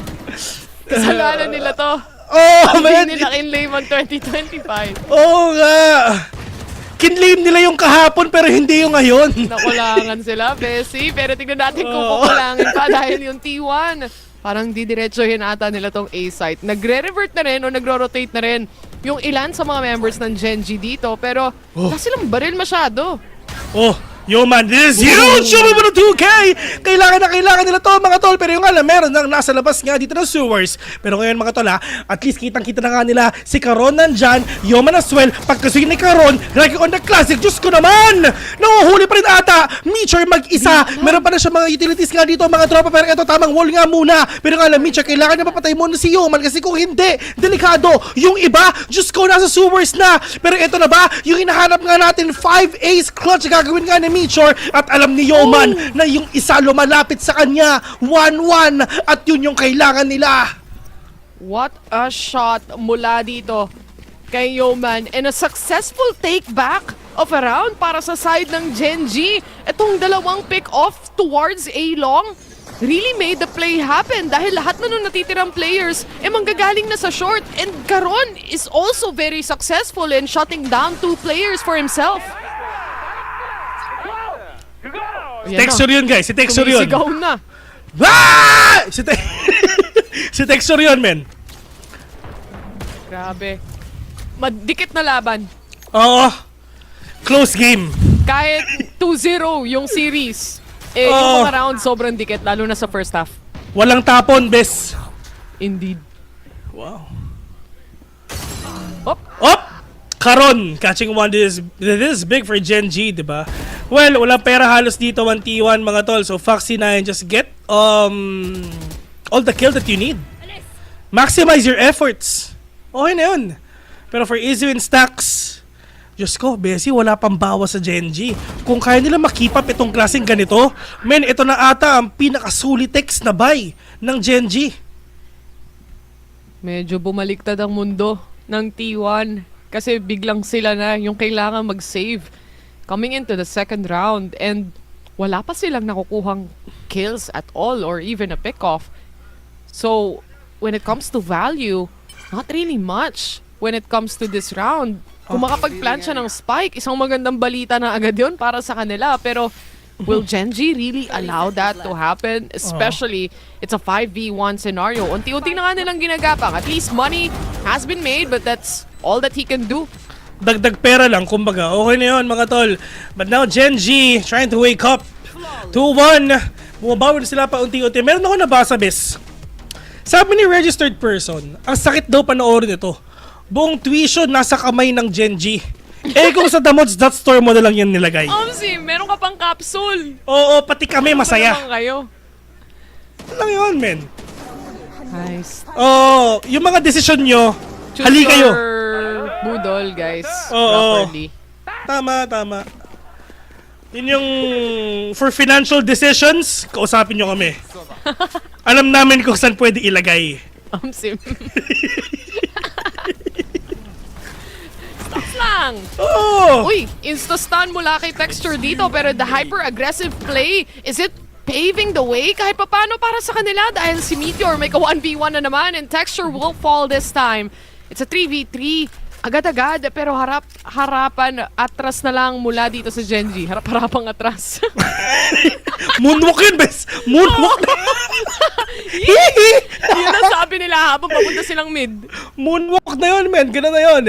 Pero yun nga lang, mga tropa, medyo mahirap pa. Kailangan din talaga mabawi ng T1 to. Pero syempre, tanong kung paano. Stacks, low on HP. Carp, medyo kulang na siya sa armor nga dito. Pero meron pa naman silang smoke. Kompleto pa ang utilities nga dito na si Stacks. Pero nga lang Caron, maganda positioning nga niya. Pero that kill is actually huge for Caron and Carpe. Puli ito 2v2, lamang ang Genji kahit anong mangyari. Recon won't detect Munchkin as well. wall bangable spot para kay Munchkin. Meron pa siyang snake bite na pwedeng gamitin as well. Lalo na pag narinig niya yung tap ng spike. Pero again, clueless ang players dito ng T1 na meron pang hell. At yun na nga, na-clear up na yung isa. Pero Carp still fights. And he still managed to pick off a kill. Yun nga lang, hanggang doon na lang yun dahil Gen G sa kanila tong round na to. Eto na, at least, na-claim na nila itong round na to. Bes, sabi ni Billy, salamat. Ano? Na-miss ko kayo, Damods. Oy, sabi ng Damods. Salamat, Billy, salamat. Grabe, no? Isipin mo Wala ka buong... pa sinasabi, nagti-thank you ka na. Isipin mo buong buhay mo, grabe yung gratitude mo. Alam mo yun? Basta salamat. Kay Billy, salamat. Yan. Kala ko ngayon sabi mo eh. Sabi ni Billy, salamat. You're welcome. Pero Billy! Yan. Thank you, Billy. Last name Jeans. Tsaka, Billy. Nakaya sa The Mods that story. Yeah!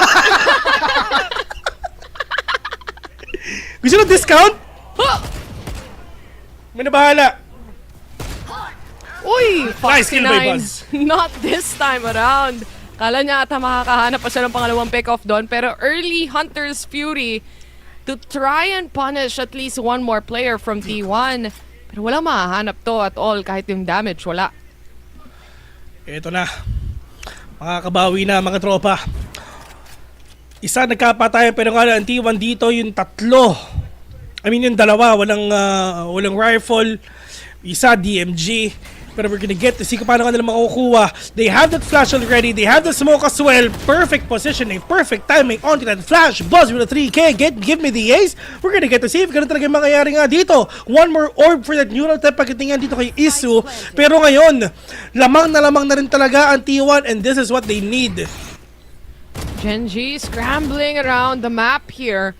As Caron spotted out. Compromise na rin yung posisyon dito. Munchkin as well para sa kanila. Kailangan niya makahanap ng dalawang kills at least. This opens up the opportunity for Gen G yet again. And Izu, walang baril na hawak-hawak dito. And the sheriff shots just doesn't connect. Stacks to come in on the site. Meron pa siyang recon dito na pwedeng gamitin. Pero ito yung moment na inaantay niya. Tumama yung bala pero hindi niya nakuha yung kill. Yeah, I mean, really good read pagdating nga dito sa Gen G, no? They know kung saan manggagaling nga dito si Stax. Well, actually, tama rin ang ginawa ni Stax eh. Hindi siya nag-antay sa labas lang. Pumasok siya just to fight these players one by one. And with that, sobrang sayang. Maganda naman yung recon nga niya, pero biglang lumabas yung si Viper bigla, which is si Munchkin. So, hindi siya natag. Naunahan pa siya. And, well, Guardian lang yung gamit niya eh. Siguro, lamang sana dito kung meron siyang Vandal or Phantom. Yung kills talaga ni Munchkin yung pinaka-importante doon. Completely eliminating those two. Yung si Izu na walang baril, sobrang mababa o mas mababa na yung chance kung sasabihin natin. Pero ito, Dimensional Rift, a fast take towards a big probability from the side of T1 right now. Pero naghahanap kasi ng posisyon dito si Buzz kung nasan yung ibang mga players. Gen G, willing to give up the space. And this is the Viper's Pit na meron agad dito, na binuksan agad dito ng Gen G. Pero ngayon, kalahati ng mapa, kalahati ng site is kuhang-kuha na ng Gen G. They have that control na pwede nga gamitin nga dito. And this is a double tap na hawak na rin dito nga ng T1. Pero kailan ba sila lalabas? Kailan ba sila papasok? This is Hunter's Fury already. Pero nga, meron pa dito Shrouded Step. Meteor catching one. Yoman as well. Meteor nakatukin na siya dito. Pero yun nga lang, kahit may Viper Spit dito, huling-huli pa rin sila ng Gen G isa-isa. And now, Texture, nowhere to be found. Low on HP. Mambout na lang siya. Pero pwede na mabawi ito. Pero yun nga lang kung kaya pa ba. Kasi nga, yung kalaban na nasa harapan na niya. Pero pupusuan pa ba ni Texture to? Mukhang hindi na. Save na lang. Pero ang problema, mukhang mamamatay ata si Stax. Pero abot ba? Yun na nga. Wala silang pera din para sa... I mean, nanalo naman sila sa round na yun. So they would still have enough. Pero sayang lang din yung baril ni Stax doon. Just wanting to make sure at least na walang gagawing milagro si Texture during that round at least kahit pa paano. But again, every round is important at this point for T1 to win. Bes, meron ako nabasa. Ano sabi? Makakabili daw ba siya ng Valentine's Day sa themods.store? Oo! Alam mo kung paano? Paano? Bilan mo ng skin. Yon. Assert dominance. Oh. Bilan mo agad. Yun lang yun. Di pa nagbabalorant, may skin na. Oo, ganun agad, boss. Ang bilis ng shutdown pagdating kay Buzz. Parang hindi masyado nagiging effective kahit yung mga fake out niya dito. And with that, T1 instead decided to go towards B site. Again, for Gen G, it's always a play for retake. Paanong retake to mga tol Medyo mahirap to Nag-iingay lang sila, sinira nila yung tripper para isipin nila merong... Uri ko po. Diyos ko po, kinuryente. Carpe. We'll catch one again. Nahanap ni Carpe na meron pang tao nga dito, dun lang sa pinapakita nga ni Neon, super low on HP, wala silang problema, nilidefuse lang nila itong spike, pero nga may shock dart pa. Oh no, bukas yung window nila, na half nila pero hindi na kaya. Gen G secures another round, and what a flank mula kay Munchkin dito to make sure na ma-alleviate yung pressure sa loob ng site, especially halfway defuse na yung spike.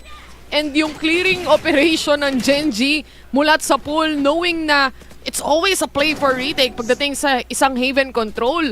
Mas nagagamit at mas na-maximize mo yung utility play mo, especially sa execute mo pabalik ng site, lalo na kung may flank kagaya ni Munchkin na ganito.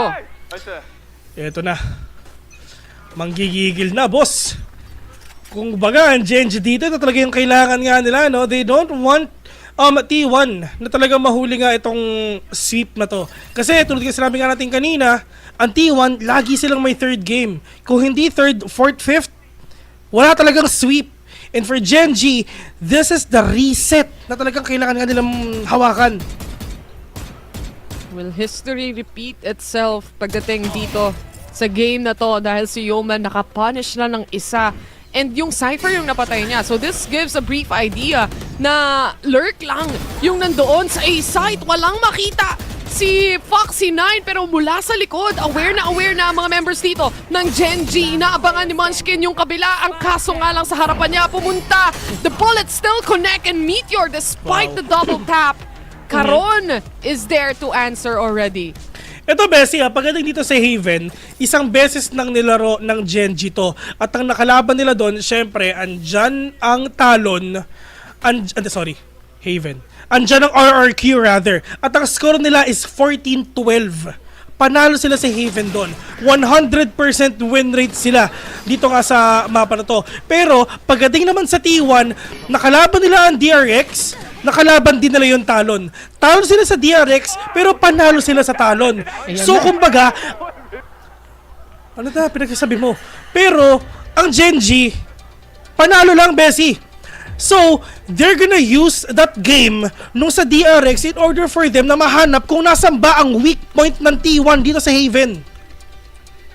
6-2.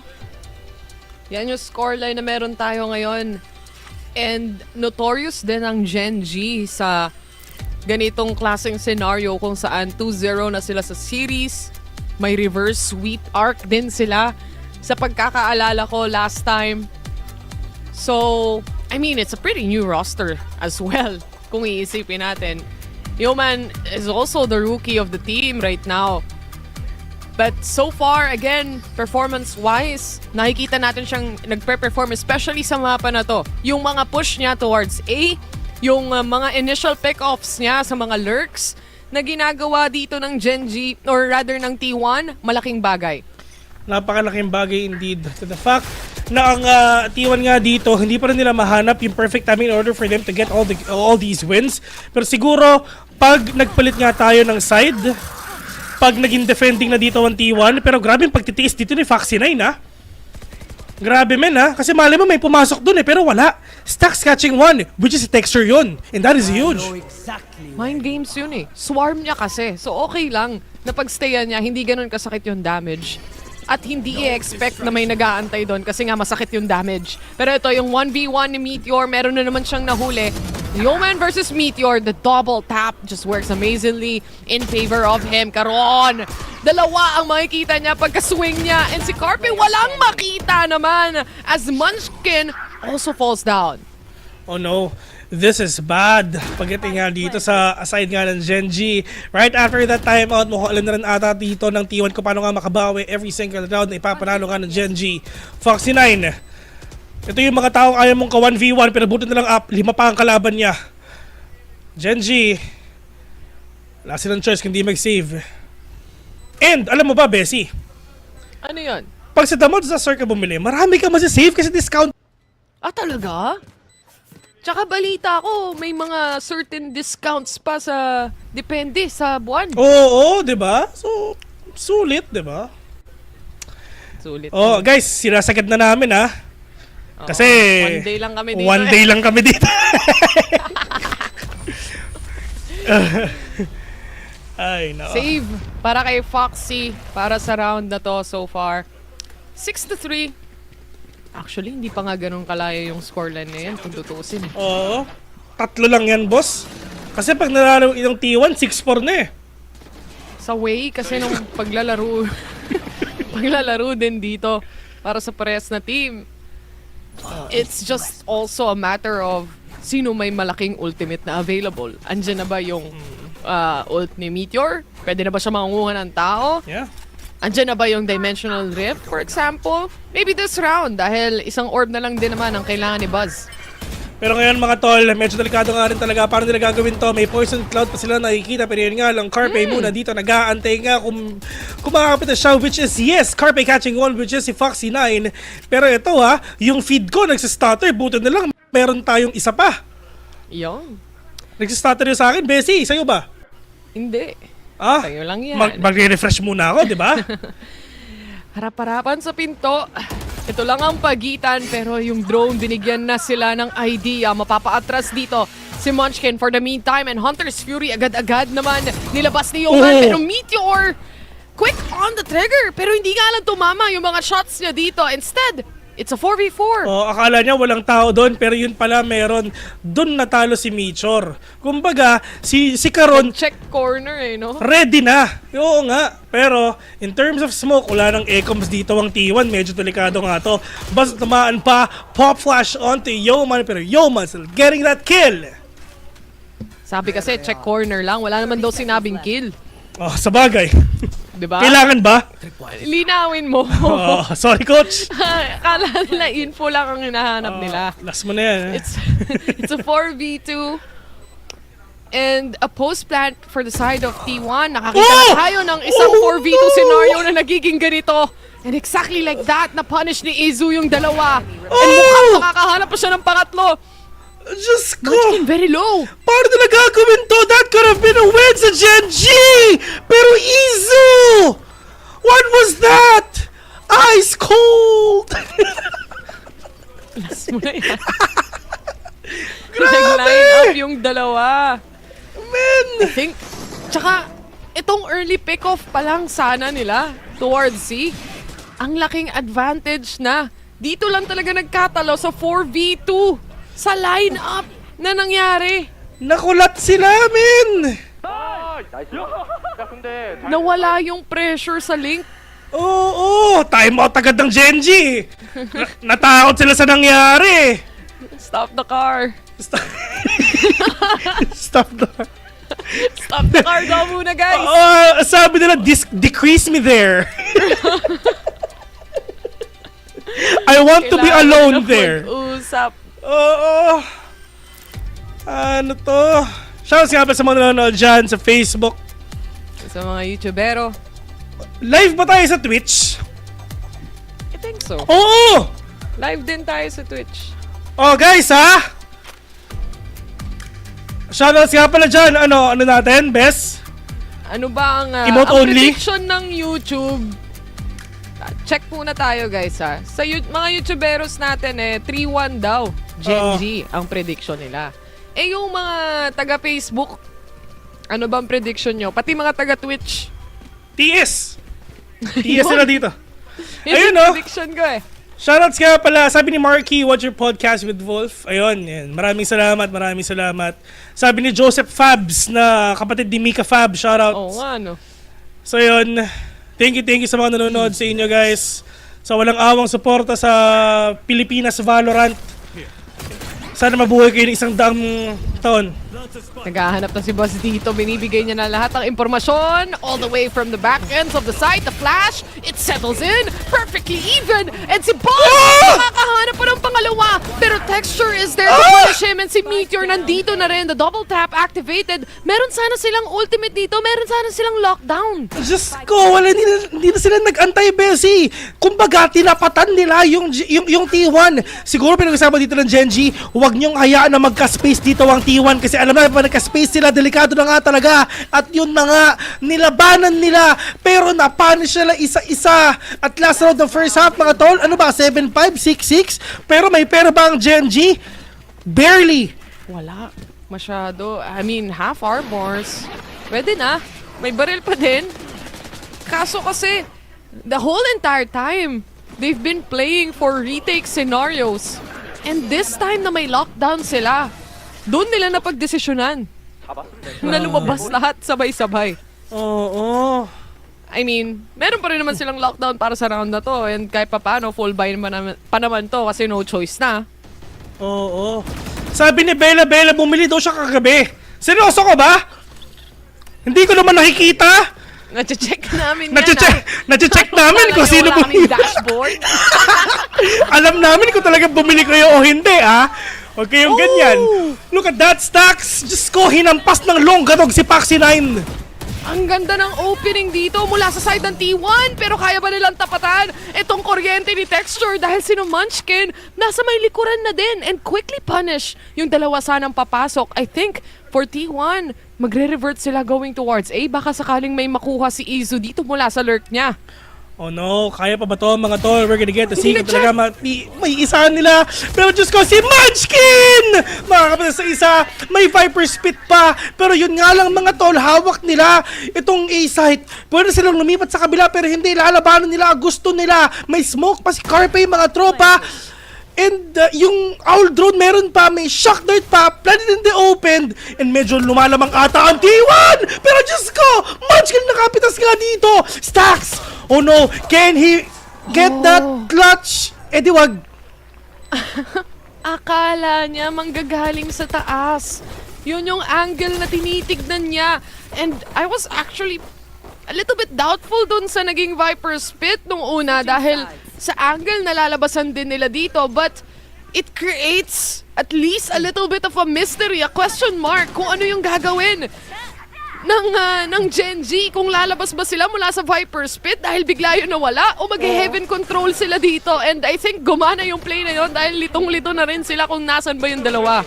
Ang Diyos ko, hindi nga nila alam kung saan mapupunta. Pero ang importante, 7-5. First time na talaga lumalamang nga dito ang Genji. Pero ngayon, for the side of T1, complete reset dito sa 1 minuto. Pero chinecheck ko kung talagang bumili si Bella. Niloloko mo kami, hindi. May dashboard kami ng lahat ng benta. Si AC nag-send ng 50 stars. Ay, thank you! Thank you! Ayan na, may sweldo na kami. Ayan na yung reimburse ni Boss Darwin sa kape niya. Thank you sa stars, guys. Kung gusto nyo shoutout namin kaya send kayo ng stars. Minimum 100. 5-7! Tingnan mo, yung kaninang kala mo super one-sided, mapupunta sa 2 puntos lang na difference na pwedeng baguhin ng isang pistol round and maging tie. So, it's really a close fight between these two teams. So far sa buong series, it just so happens na Genji drops the ball dun sa second half. Shoutout nga pala kay Dominic. Tsaka kay Camille A. Oo, nagtatagan sa isa't isa. Oo. Bati na para sila. Para malaman na may stream. Bati na sila. Grabe. Besa, pag nag-live ang Valorant Esports Philippines, tag mo din ako ha. Ha? Sa comment section. Oh, ganun kasi yung ginagawa nila eh. Oh, grabe no? Grabe ka, Dominic Cruz. Wow. Uy! Nagkaubusan! Nagkaubusan na lang. Pagilid ah. 3v2. Ganun lang yan. Hindi mo nasabi yung isang hit. Oh, Mitchell! Wala, hindi kinaya yung double tap, pero may recon pa. Stacks! Ano ba, naririnig nila? Yo, man! You're the man! Sa 1v1, at para kay Foxy9, isang swarm na lang yun, and natap niya na rin yung swarm, so this is an opportunity for Stacks to have it. Tinutuloy niya, bes! Eto ba? Pero hindi, nakakalahati eh. Sayang, ginawang puno si Stacks. Grabe. Alam mo, grabe si Brandon eh, si Mr. Statman. Si Brandon? 74 sa Twitch, 98 sa Facebook, 100 sa YouTube. Yan. Thank you, Mr. Statman. Grabe ah. Saan nag-chat? Sa Facebook. Talaga, ba't di ko kita? Wala ka kasi. Baka binlock ka ni Mr. Statman. Sorry, Mr. Statman. Yan. Hirap siguro maging jowa niya, no? Lagi binibilang. Binibilang. Ayaw sa lahat ng bibilang. Kawawa jowa mo para. 5-8 as Gen G wins the pistol. And syempre, the opportunity to buy up para dito sa second round nila. What amazing shot mula kay Texture. Parang dumidikit na lang din yung crosshair niya at bala niya. May magnet, bes? May magnet. Masyadong malayo. Oo, masyadong malayo. Parang yung feed ko na nagsistutter ngayon.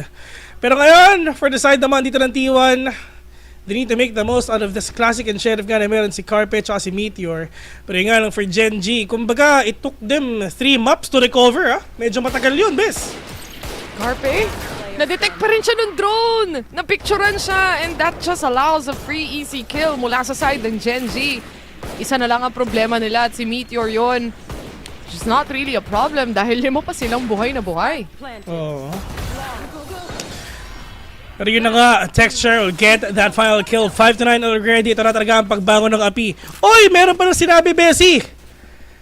Sabi ni Fatima Gregorio Valles, good evening po, my friend. Good evening, my friend. Yeah. Kung naghahanap ka ng jowa, ayan, si Miraculous Practice, pa-trip mo. Ay, may jowa pala yan. Good evening para sa iba, pero para sa side ng Gen G, parang nightmare muna to dahil good night. Malayo-layo pa yung kailangan nilang habulin sa series point natin, ha. Pero when it comes to this map, they're almost an inch closer pagdating sa double digit line. Yeah. Texture, siya yung nakakagawa ng mga play dito eh. Pero open pa naman yung thought ng makabawi nga dito on T1. Pero syempre Gen G hindi hahayaan yan. Carpe Uno, Diyos ko po, nabuhay pa siya doon. Napakahirap ng posisyon na yun. Pero sa side naman dito ng Gen G, at least damage has been done already. Carpe and Meteor getting tagged as well. Pero matinding mid-fight ang nangyayari ngayon, Bessie. It's just every bullet is actually flying. Trying to take down these players. Just take as much, get as much damage as they can pagdating nga dito sa mga kalaban nga nila. Pero walang gagawin T1 dito kung hindi mag-play safe na. Position-wise, pinebeluhan lang nila tong mid-control. Nag-aantay kung merong mang pupush.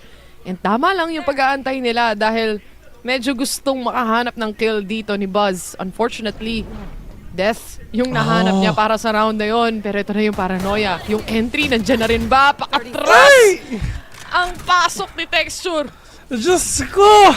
Push and pull lang nasa isip dito ng Gen G na akala nila yun pala B. Pero yun nga lang, Diyos ko, Carpe, makapitas nga ng isa. Foxy rin as well. Pero nga lang, pagdating nga dito mga tropa, stacks mo ng wallbang. Tatama nga kayo, man. 2 vs 3. Lamang dito mga Gen G. Pero nga lang, stacks trying to be deadly. But it's all up to one. Stacks, 1v2. Both are low. Oh no! Hindi alam ni Stacks na meron pang tao sa may kaliwangan niya. And Muncher will get that win. 5-10. Pinag-iisipan niya ng silipin actually, pero medyo maingay din kasi si Texture sa garage. So ina-expect niya dahil nga niyon to, mas mabilis lalabas si Texture. not checking the corner, and Munchkin was there waiting patiently kahit super low on the HP pa. Pero again, if you're not expecting anyone to be on your corner, hindi mo na mapapansin talaga to. Guardian lang ang magiging puhunan coming into the next para sa T1 side. Iba. Or maybe a Bulldog. No, delikado. Pero Bessie, meron akong nakita. Oh. Sabi ni Heinzel, pwede daw ba magpalista sa tindahan? Sheesh. Actually, pwede naman. Pero yung bibilin mo, delayed din. Oh, added to cart lang. Oh. Nakalista lang. Oh, yun ang literal lista. Add to cart mo lang, boss. Ay, nako. Patay pa si Stocks. Awit. Wala rin silang pera para sa round na to eh. So, Yun nga. Half armor. hero buy. Para kay Meteor actually. Outlaw na lang talagang puhunan. Saan papunta to? Panis. Sheesh. Panis. Ayos yun na. Ayos yun na. Ayos yun na. Gusto ko. May natutunan na naman bago si Kuya Movil. Ayos yun na. So, ano naman siya. Ayos yun na. Ako, mamaya pag naglaro kami sa langit na naman nakatutok yan. Buong time. Panis. Naka-post pa ka sa langit pa rin nakatingin. Ayos yun na. Pero yun na nga. Karon muna mga kapitas nga dito. Texture as well on to 1. 2 vs 5. Paranoia will connect. Pero yun nga, isa lang mawawala dito ang T1. What a shot mula kay Carpe. Pero is it enough really para ma-punish pa yung 4 na natitira? Every bullet counts sa lahat ng pre-fire dito pero not a chance in the hands of Yeoman as they close off to an 11-5. Nagiging dominating win na to para sa side ng Genji dito sa attacking nila so far, Bes. Ayos yun, Bes ah. Gusto kong marutuloy yung Rico na yun. Ay, nako. Pero guys, alam nyo ba? Pagdating nga dito, this is the best time nga rin talaga na makabawi dito ng Genji. If ever mapunta tayo sa 4th map natin, yun naman yung pinili nga ng Genji. Pero, sa totoo lang, ang tagal mag-heat up ng nitong nila texture Took them 3 maps to recover. Kumbaga, parang mas pag natatalo sila, mas lumalakas ang Genji. Dating sa mga ganitong klaseng scenario. At for T1, mapapaisip sila ngayon dito sa timeout nila. Kumbaga, parang yung parang yung inumin habang tumatagal, lalong lumalakas. Lumalakas. Hindi pa sumasarap. Sumasarap. Yeah. Habang tumatagal, lalong sumasarap. Kasi ang gusto kasi ng Genji, yung yung lamang yung kalaban Para may thrill. Oo, ayaw nila nung easy game lang. Gusto nila yung talagang pag-e-effortan talaga nila. Gusto nila yung ganon, men. Niniwala ba kayo sa akin? Ano, Bes? Kung kailan daw ang cast ng VCTC. Guys, may mga casters tayo dun Oo, pero wala ka lang Tagalog. Oo. Pero nandun din sina Raph. Ayan, Black and Blue. mapapanood nyo sila dun. Oo. Supportahan nyo rin sila. Andun sila, di ko alam. Sila Dax ata, nandun na. Oo. Andun sila. Di ko alam. Pero yun nga mga tropa, pakiting nga dito. Heaven muna ang kinokontrol nga dito ng T1. Pero kaya ba nila to? Magre-refresh muna ako kasi nagsastalter ang aking feed. Hunter's Fury, ginamit na rin dito for the side of T1. Na-delay ng kaunti yung pagpa-plant ng spike, but it's still there. Walang damage actually masyado para sa players ng Genji dito yung naging Hunter's Fury na yan. And for Genji, it's about holding this post plant at this point, pero this one-way smoke proving difficult para sa side ng Genji muna. It's now a 2v2 and yung lockdown ng Killjoy mag-connect na rin sa isang player nila. It's T1's game right now. Isang tap sa spike, lalabas yung isa pero Foxy9 inunahan niya na. And now it's all left to Stacks. Only a drone to play around with. With time like this, hindi niya na madedefuse to, Bes. Oh!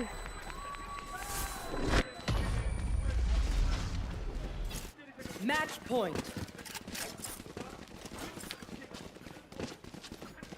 hindi sila maniniwala na talagang ang Gen G is talagang mauubos sila. Matatapos sila ng ganito lang. No, they're not gonna be like that. They're gonna do everything para makabawi dito mga tol. But with this, talagang for Gen G, it took them a lot of rounds for them to win.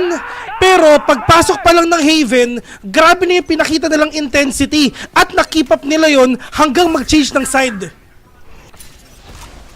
Grabe din tumiming dito si Foxy9. Alam niyang there's gonna be or probably gonna be a fake, lalo na nag-setup na ng smoke dun sa spike mismo.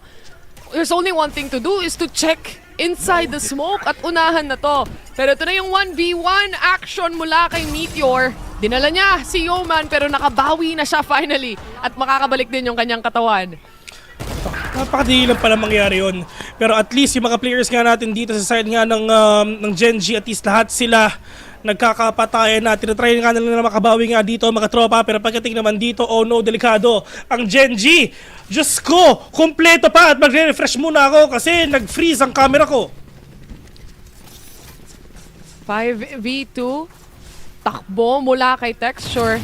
Tamang panggulo lang pagdating sa A-main pero walang counter-reaction mula sa mga kakampi niya. Instead, si Buzz, na-shutdown niya agad to. Walang natamaan ng paranoia as well. It's about the hold right now. The T1 is showing pero a large swing mula kay Buzz. And he meets his demise. Carpe on the other point.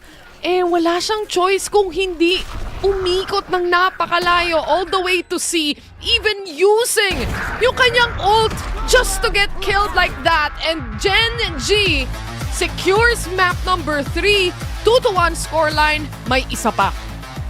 Tama, may isa pa, Bessie. Pero ang problema, si Kuya Bill, walang camera. Hindi ko alam kung bakit anong nangyayari, Bessie, pero feeling ko hindi niya muna ako makikita. Pero alam mo ba, tol? Picture mo na lang. Oh, picture ko na lang. At bahala na ko anong ilalagay ni Direk dyan. Pero sa totoo lang talagang sobrang excited nga ako kasi malay mo talaga makabawi dito yung Gen G at feeling ko yun yung mangyayari. Pero, Magki-game 4 talaga. Magki-game 4 talaga. Saka nakakita yung caster walang camera. Ito lang yun, di ba? Pero ang sakit-sakit, men, ewan ko na. For Gen G, this is exactly what they need at this point of this tournament as well. It's a series point para sa side ng T1 and they have to put a stop dun sa mga dominating wins, yung pagkawala nung second half na nakikita natin from the previous 2 games that Gen G showed. Ito yung consistency na hinahanap natin mula sa kanila na despite of so much gunfights happening left and right, sila pa rin yung nakakaangat sa mga duels na ganito. Ay nako, at least lahat sila, they're really trying their best para nga makabawi dito, Bessie. Pero yun nga at the end of the day, it's just these teams na they're really trying their best in order for them to capture these players one by one, to get all that win. Pero si Mitchell medyo hindi ata naging ganun ka-impactful yung ISO niya comparing sa last round, sa last map rather. Kanina nagwawala yung ISO dito ni Meteor, pero this time around, dahil multiple players from Gen G, hindi mo na nakikita yung Gen G na nagsosolo at gumagawa ng mga sarili nilang play. Nandun na at nakikita na rin natin yung mga trades na gusto nilang gawin, especially when they have Texture roaming around the map as well. Nababasag nila agad yung shield dito ni Meteor, allowing them to at least execute and get the kill easily. Yeah. Dahil one tap to the head na yung kasunod nun. And multiple times, hindi na rin nasasabayan ng ibang mga players. Like Buzz, for example, yung kanyang Yoru dito sa Haven, hindi masyado naging effective against Gen G. Yeah, pero syempre pagdating nga dito, at least sa Texture, despite na talagang medyo nahirapan siya nung nag-raise siya compare dun sa may Lotus, pero pagdating naman dito sa Haven with that Neon gameplay, at least pumawi nga siya. At lalong-lalo na, no, if ever chinek natin, I mean, yes, Munchkin got that MVP with 18 kills, pero look at Karon, 15. Men, the consistency is there. Kung sino talagang controller dito, siya talaga yung nagmamayagpag. Kumbaga, nakikita ko si Papi Chulo sa kanila. Laging top frag kahit anong gawin mo. 13-5, that's such a strong map to win, ika nga, para sa side ng Gen G. And I do think na coming into the next map as well, syempre yung confidence nila dito, babalik na rin, and maybe we see another match kung saan mas tighter na naman din yung magiging scoreline nila dito. But the next map is actually gonna be split na pinili naman ng Gen G. And with Gen G winning a map pick by T1, parang pantay na ulit ang laban at medyo mas kakabahan ka na ulit for the side of T1. Maganda yan, Bessie, because the more games, the more maps na nilalaro nila, syempre, mas tumatagal tayo mag-cast. Ang tagal natin hindi nag-cast, mga tol. So, kumbaga, ibibigay lang sa atin ng Gen G at T1 yung mga ganitong kahabang games. Maraming salamat. Pero as you can see, the MVP of the game is actually Viper, which is nakita rin naman natin yung value na pinapakita nga niya. Despite na talagang laging A-site yung Viper spit niya, and 100% win rate yung Viper spit niya, every time na ginagamit niya to, lagi naka-clutch, lagi nila na-capture yung site dito, lalo na yung A kanina. But it's just, yes, Gen G winning the third map of the game. So we're gonna get to see kung ano ba pwede mangyari sa susunod. Kakanta muna ako Ayan, kanta ko muna, Bessie. Pero yun nga, nakita na natin itong third map natin dito, Bessie. And again, we're going in for a best of 5 series pagdating dito. So habang kumakanta si Bill, we're just gonna go in a very short break. Sana mag-enjoy kayo, ma-entertain kayo. Welcome back and goodbye muna for the meantime dahil magbabalik ang VCT Pacific Kickoff. Direk, kailan kaya? Direk, kailan kaya? Direk! Direk, kailan kaya, Direk? Pagod nang umiti si Bill. Direk! Hindi pa When daw. kaya? Hindi pa daw? Hindi, sige. Hindi magbe-break kasi. Hindi magbe-break. Bumalik ka daw eh. Bumalik na ako eh. Diba? Andito na ako eh. Pero yun nga lang, syempre, yung break na yun, joke lang yun. Kala ano, di ba? Kasi nga bumalik ka. Bumalik na diba? ako. Kailangan mo muna ng, ano ba tinatawag doon? Ano? Yung binibigay sa'yo? Exposure. Exposure. Akala ko, pera eh. Pero yun na nga mga tol, ito na exposure yung nahanap nyo. We're just gonna head on to a very, very short break at the mods ay kakanta muna. See you later.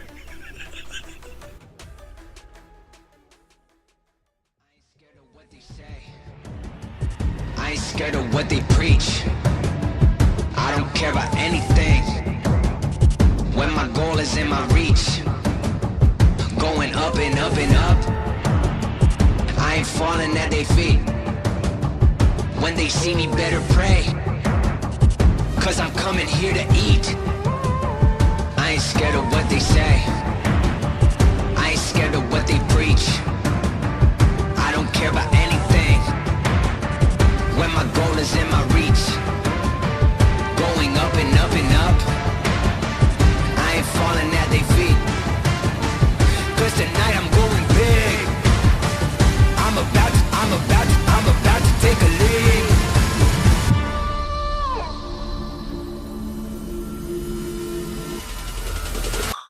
It's insane how I come out of the gate. Ain't ashamed of the booms and the ricochet.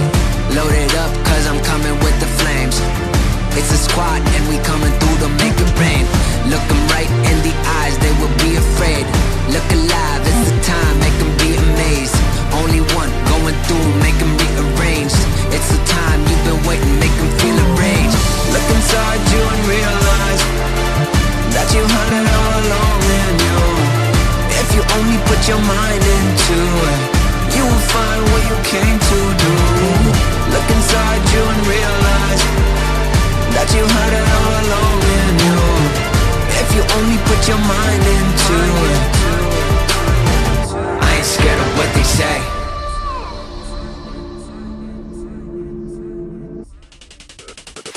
I ain't scared of what they say. I ain't scared of what they preach. I don't care about anything when my goal is in my reach. Going up and up and up, I ain't falling at their feet. 'Cause tonight I'm going big. I'm about to take a lead. I ain't scared of what they say. I ain't scared of what they preach. I don't care about anything in my reach. When my goal is in my reach. Going up and up and up, I ain't falling at their feet.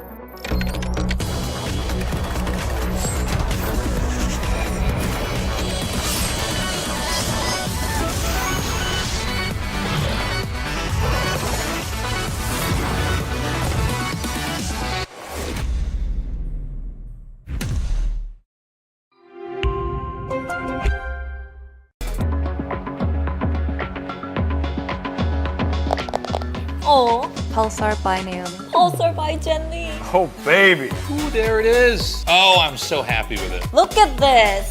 Isn't this perfect? It even has my name on the side. 마우스 누가 만들었는지 알려주는 것도 같이 들어있고. Thanks, Joshua. This mouse is ready for a fashion show. It's Pulsar by me. It's by me. It's by me. It's by me. It's Pulsar by you.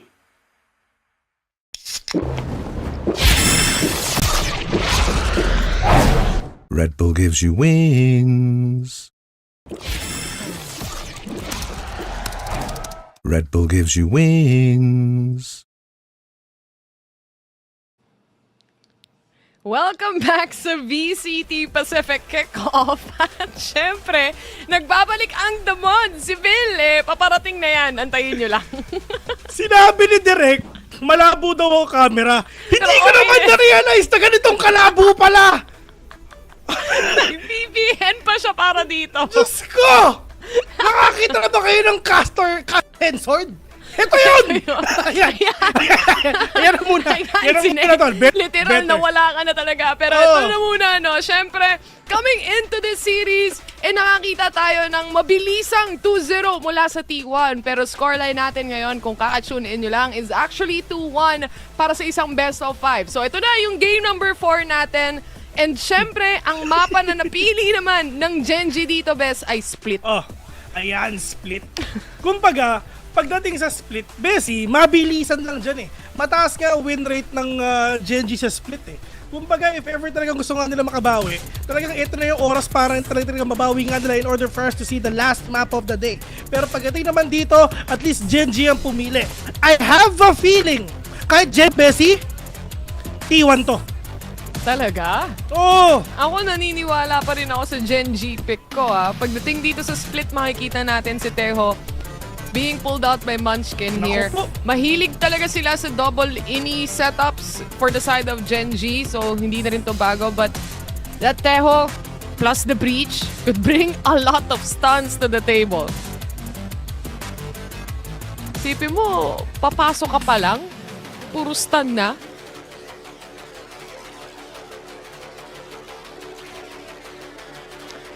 But anyway, when it comes to T1 as well, pagdating sa agent compositions nila dito, we do see a double controller na napapansin at nakikita naman na natin matagal na pagdating sa ating split as well. So, for the defense itself, starting off especially para sa depensa pa on the side of T1, this could bring a lot of points to kick off ito magiging rounds natin. Pero gaya na na-mention ko din kanina, no, dun sa third map natin, si Buzz medyo nahirapan siya in really finding those skills.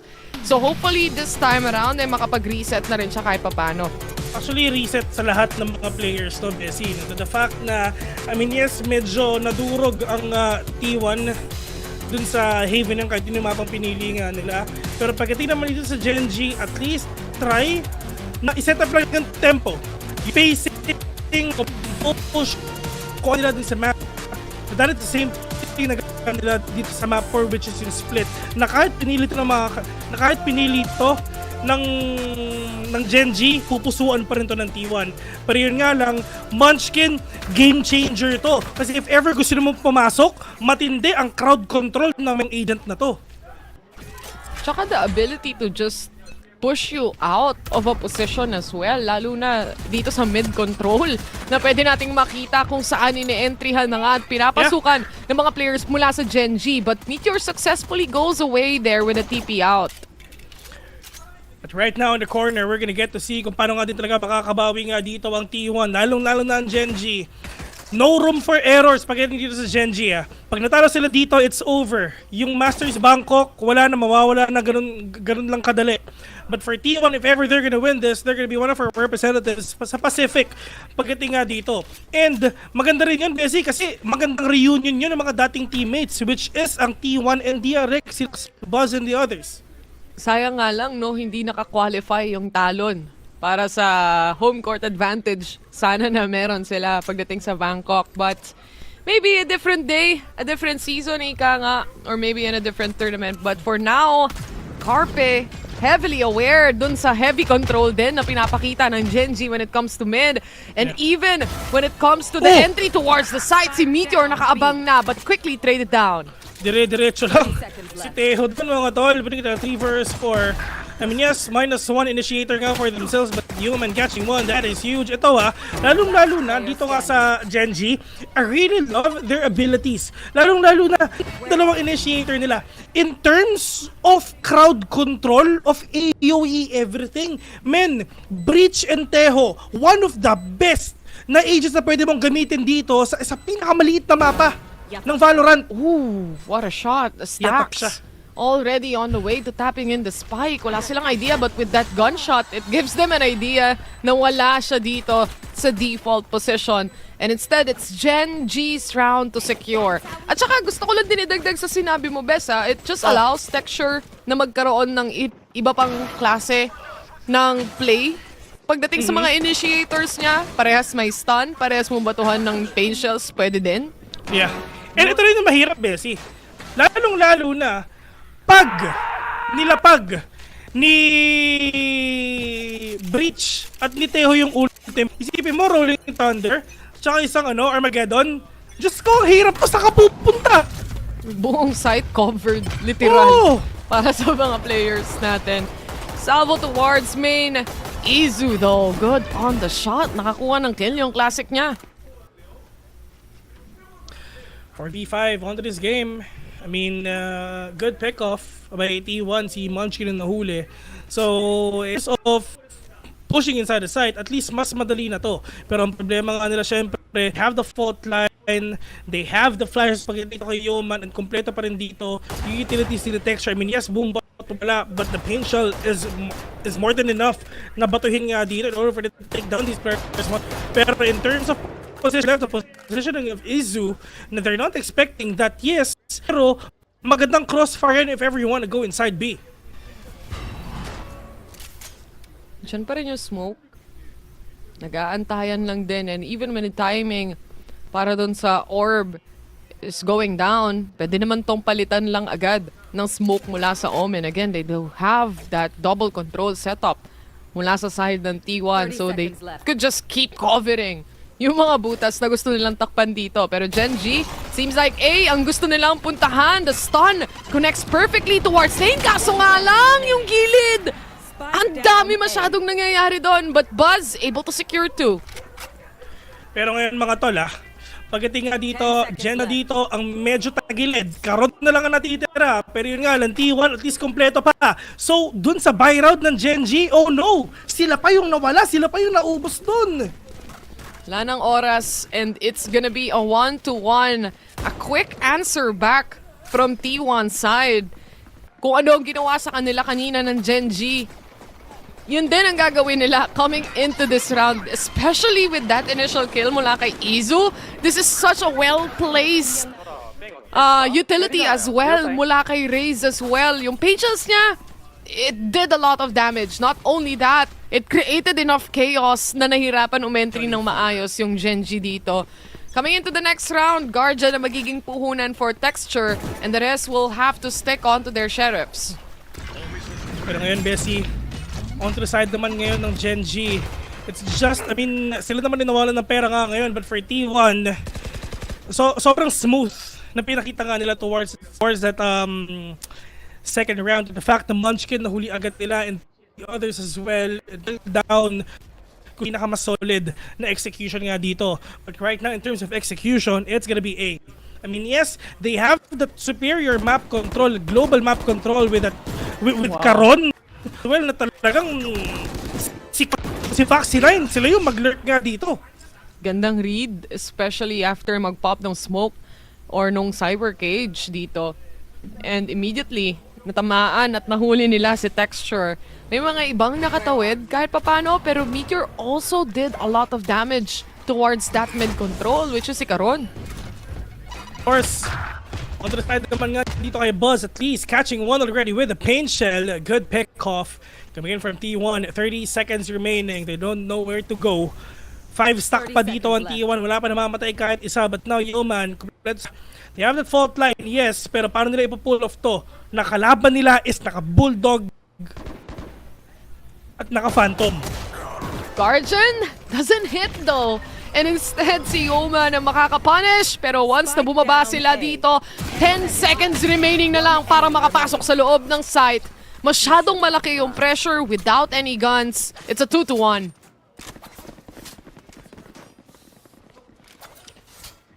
T1, so far, so good. Especially dito na naman sa panimula nila. Coming into this next map. Na sila rin naman, actually, or rather Gen G, ang pumili nung mapa na to.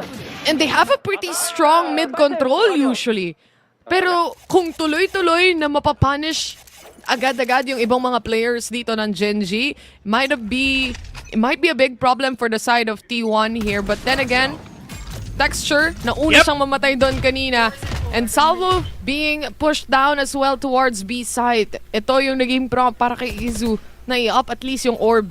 Pero ngayon mga tol, pagdating naman dito nga sa Gen G, it's just they need to win this no matter what. Itong buy round nila, isa to sa pinakakailangan nga nila manalo, lalong-lalo na hindi naman sobrang desperate, pero nag-uumpisa pa lang naman tayo eh. Kumbaga they're just really trying to test the waters if ever talaga makakapita sila dito, hindi eh, no? Pero yun nga ng Texture, double satchel, and they have no idea at all that Izu is right there at the backside.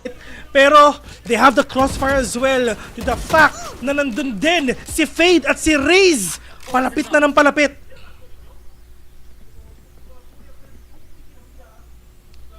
It's still a 4v5 though. Izu tagged a little bit. Punishable by a wallbang. 1 HP remaining para sa kanya.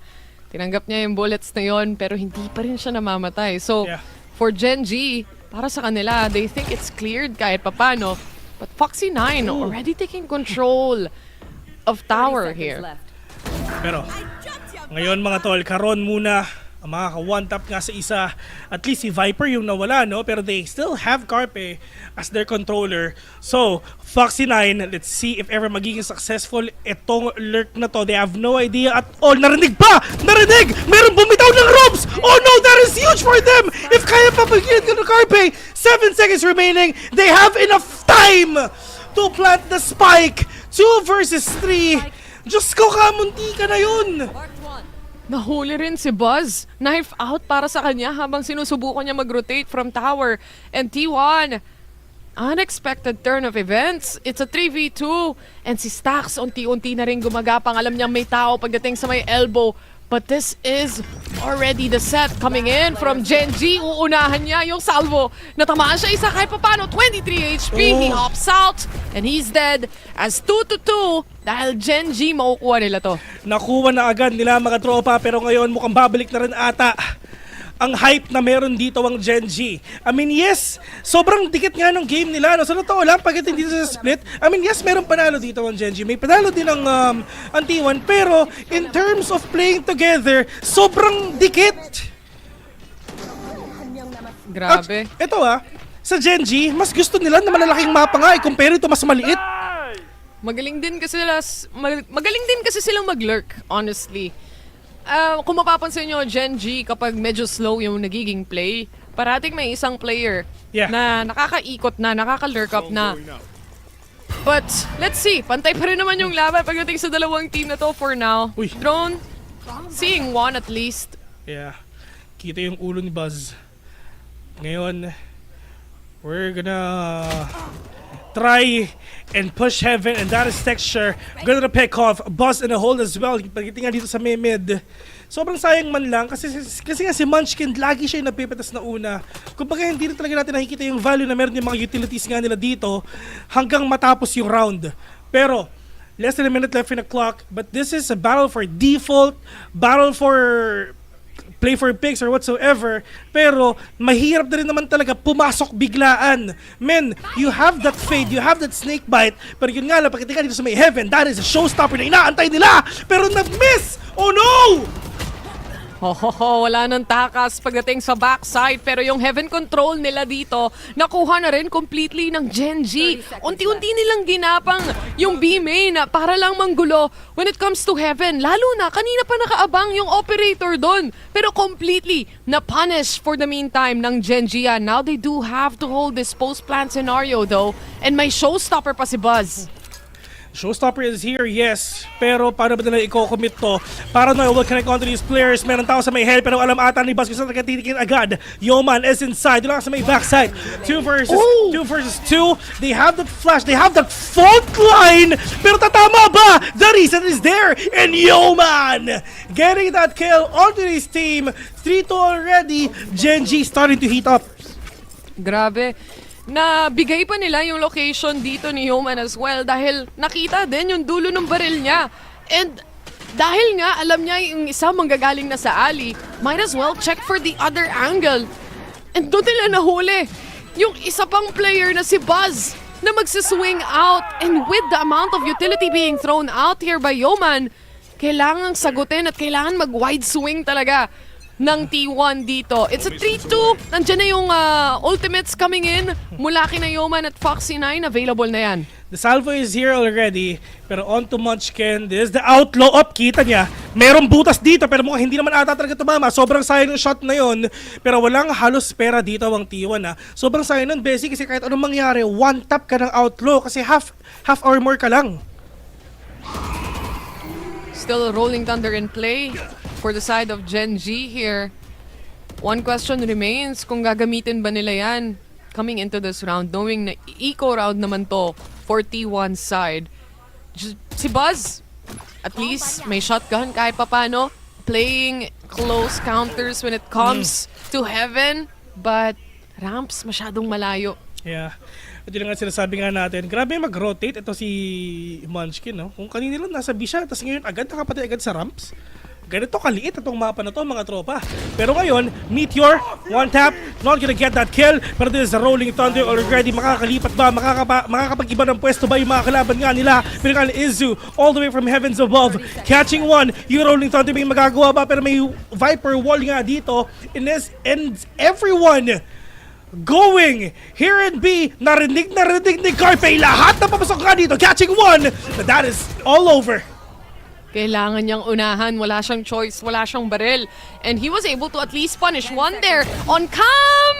Nakakamera yung Cypher! Hindi na trade agad. And now with the Nightfall being used here mula kay Stax, he was able to punish 2 already. And isa na lang ang kailangan nila. And that is just a quick comeback mula sa T1 at thrifty even. Ang dami nilang narinig nga doon, lalong-lalo na si Carpe. I mean, yes, sila napatay na doon. Pero yung amount of information talaga na bigay niya is huge already. I mean, sobrang sayang kasi nga hindi nila ganun na maximize yung Rolling Thunder na ginawa nga dito ni Breach. Pero isa lang yung pang-counter doon eh. Ano? Yung Viper's Wall.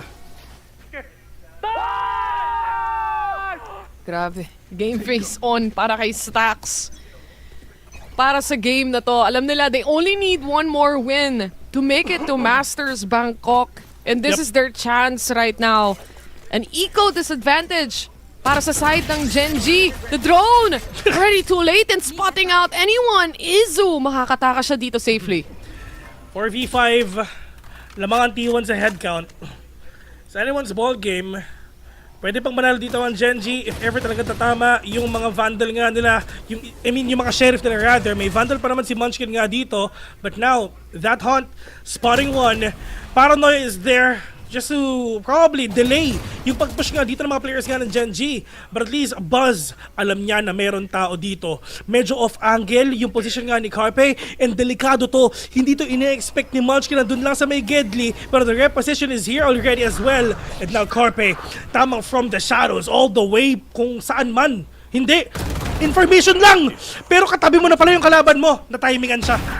Masyadong open, masyadong maganda yung timing pero makakasagot si Meteor. Pero nga lang, ang dami ng tao. Dimensional Rift being triggered dahil wala siyang choice. Kinukuha niya. Vandal na lang daw. Tama na daw sa operator. Kaya naman mapapa-atras siya kahit papano habang paparating pa lang yung iba niyang mga kakampi. Can Foxy9 get the kill? Yes, he can. Pero Meteor all the way from B main. And now together with Buzz, susubukan nilang i-isolate isa-isa yung magiging laban dito.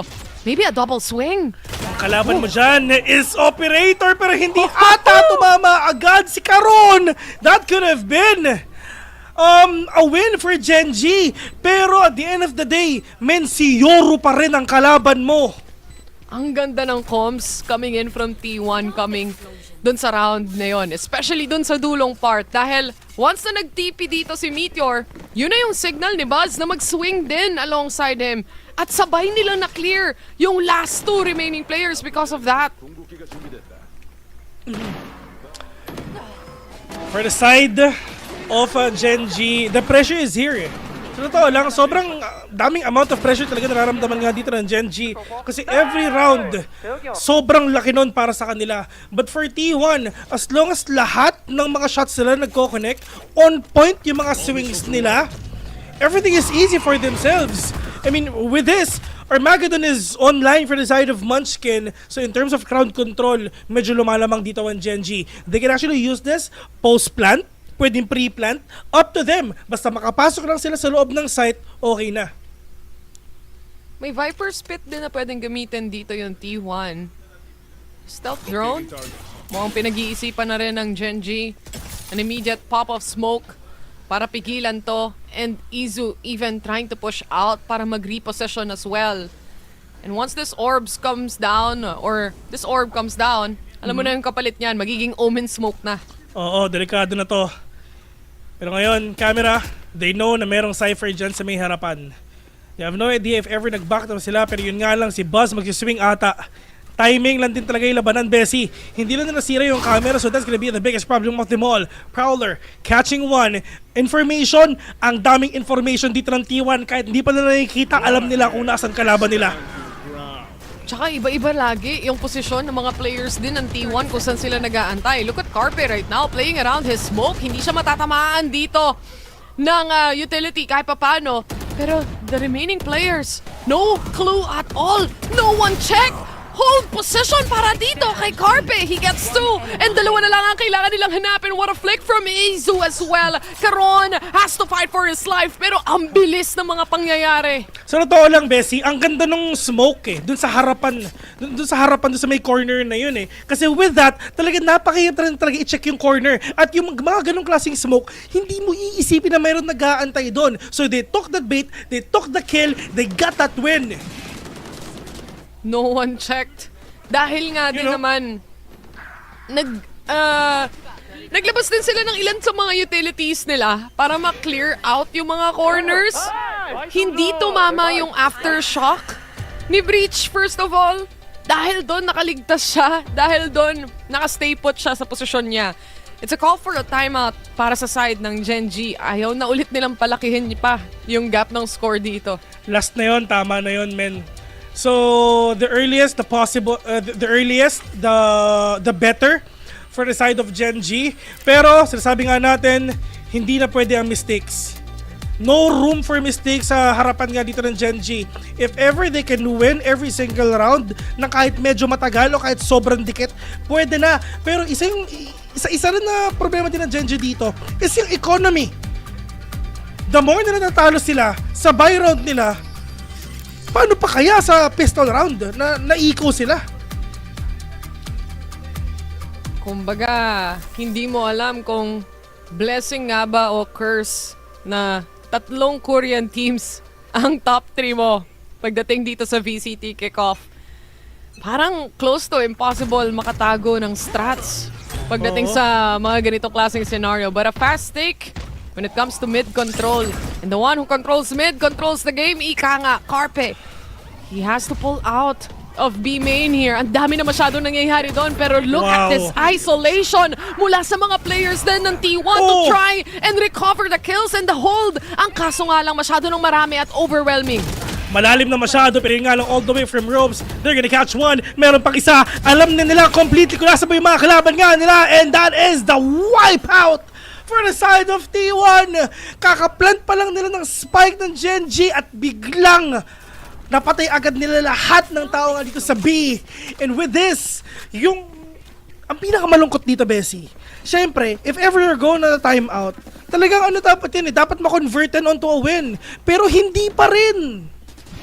Hindi nila na-convert sa win kasi despite the double ini that they have, kahit sa dami ng mga stuns na meron sila, but if T1 actually has a good read, gives the space that they want, why not? Makikita mo naman for T1 side na it's a lot of push and pull kung saan nag-hold sila ng close counters Pero at the same time, kapag pinapaulanan na sila ng utility, kahit pa paano nakakatakas pa rin sila. It's a lot of pressure heading into that fast take. Pero na-alleviate yon nung dalawang nag-hold ng B kahit pa paano. Yeah, I mean, nahulihan pa rin nila. Well, at the end of the day, talaga meron pang page na binato nga si Buzz nga dito. So kahit anong mangyari, talaga ma-out of possession ka. And sa side naman ngayon ni Meteor, at least walang ka problema si Cypher doon na dumaan lang. Pero ngayon, Hunt, wala nakita dito kahit isa. They're not expecting this to happen. Pero oh no, with a Prowler! Alam niya na merong tao dito ngayon sa may ramps. Meteor still has an operator in his hand as well, pero TP away muna. Instead, naglalagay din siya ng TP towards A site for a quicker rotation just in case na mag-A talaga itong mga players ng Gen G. But so far, with how the mini-map looks like and how the position looks like, mukhang B site ata to. Mukhang magko-commit ata sila ng Rolling Thunder. Oh no! Diyos ko po, kamunti ka na. Buti hindi tumama yung isa. Tamang reposition lang pabalik ng A. Pero lahat ng tao sa B, andon. That is the salvo. That is the fault line. The crowd control is just powerful. Kasi nga ng Gen G, angle isolation, Wodang will connect. Pero yun nga, yung sheriff muna yun nandito. Makakapatay nga ng dalawa. 2 versus 3. Lamang pa yung T1 dito ng isa. 10 seconds 10 seconds remaining on the clock. Magkakaroon pa sila ng chance sa i-plant tong spike na to. The 3 remaining players though para sa side ng T1, spotted at compromised na ang mga possession dahil sa neural theft na yan. Yung fake out, kita na rin mula sa side ng Gen G. Other utilities na pwedeng gamitin pa, mukhang si Stax. Meron pa siyang mga Prowler at Recon. Oh no. This is huge for him. Nakita na yung yung kamay. Pero buti kita 2v1. Meron pa siya isang salvo dito Kaya pa ba? This is it. Hindi na ata. 7-3 already. T1 is doing it. Naging complacent siya sa posisyon niya, thinking there's gonna be someone na manggagaling sa right side, pero hindi yun yung case, hindi yun yung scenario. And kung iisipin natin mabuti, Gen Z put a lot pagdating dito sa round na to kahit paano. I mean, it's an eco disadvantage kind of round. Pero nagagawa pa rin nila at least maging 2v2, 2v1. Yung mga scenario na to, value yung hinahanap nila sa mga rounds. Kaso nga lang, puntos is puntos pa din Ang point is a point for the side of Gen G. Pero muna, yung rookie, siya yung tumatop frag dito, Bessie. 9 kills. Pakitang gilas agad. Oo, para may extra kay coach, ay sa owner. May bonus. May bonus, boss. Full contract yung bonus. Oo, hindi ka na probationary. Regular na. 7-3. And again, Rolling Thunder, hindi nila ginamit for that round. So, at least, may Cosmic Divide sila dito, plus a Rolling Thunder. Really big utilities to try and entry the site. Pero si Buzz muna ang una nila makakatapat kung sakali. Kill sabay paint shells, ang hirap tapatan nito. Yun nga, nakita na. May paint shell ka. Malalabanan ata, pero suppress pa mo hindi naman ata. Eto na, let's go mga tropa. May Rolling Thunder pa! And Tesha will get that kill. They have full control of A site. They have, oh my God, Stacks! From the smoke! Catching one! Nightfall, isa lang yung natag dito mga tropa, hindi dalawa pala. Pero yun nga lang, tamang hinati muna yung mundo dito. Paano nila papasukin to? Paranoia, tatama ba sa kanila? Yan ang tanong. The judge play though. Carpe, naghahanap playing around the smokes. Wala siyang makita. Pero yung man, unti-unti na rin nagki-creep up. Tatlong nakaabang when it comes to lane. And even the pre-fire mula kay Yoman tatama din. The third counts actually with 13 seconds remaining on the clock. Stacks from up top. Kanina pa siya nandun. Just go through the smoke. Mga tol, nakapita siya ng isa with a Nightfall. Tinamaan yung dalawa.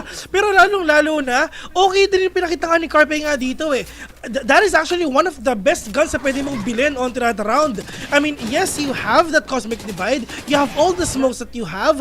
And in terms of that judge, ilan na patay? Best, dalawa rin. Grabe, ang daming naging collateral damage sa harapan ni Yoman dito. na naglalaro lang sa may Cosmic Divide as well. Pero yung position na hinold ni Stax through and through, nag-pay off para sa kanya. Ginagamitan na rin ng Salvo itong posisyon ni Carpe kanina, pero he's way more above dun sa boxes na hinupuan niya eh. Oo. Di siya abot. Pero Bessie yung feed ko tumigil. Pero ngayon, sa Discord, dito lang ako titingin sa kabila. Pero ngayon it's just these players. We're gonna get to see kung paano ba nila talaga to susolusyonan. To the fact na yung mga players nga ng T1 dito, they have everything, lalo na yung Viper Spit. And actually, pull that off pagdating dito sa B kasi wala naman makakasira dyan eh. Actually, isa lang, which is a texture. Pero ang tanong ko talaga, mahanap ba niya kung nasan si Izo dito if ever? Actually, itong Viper Spit na to, medyo kanina pa ata yan eh. And hindi pa rin nila nagagamit. Pero mukhang yung showstopper, gamit na gamit sa kamay ni Texture. Yung pressure pagdating sa B-main. Parang deja vu, Bessie! Kanina na-punish na sila doon, ngayon na-punish na naman sila! Grabe naman, ito si Capri! Man, ibang klase! Diyos ko, that is the same positioning kung saan siya nakatukay kanina. And with this, man, nag-improve na! 3K na! Partida hindi pa ginagamit yung Viper Spit I mean, yes, na-flash siya, pero pagka-hop out dito ni Oman, man, bigla siyang nabura! Grabe. Ay! Talagang iisipin natin doon sa round na yon. Kanina, tinry nilang i-clear yung corner na yon with an aftershock. Yun yung time na nalaro sila ni Carpe nang hindi nila natamaan si Carpe ng aftershock. This time, iniba nila yung meta. Gagamit tayo ng guided salvo para sa left and right para walang close na naglalaro kahit isa. And still, hindi pa rin tinamaan si Carpe. Ang ginawa niya, nagpalit lang siya ng isang movement.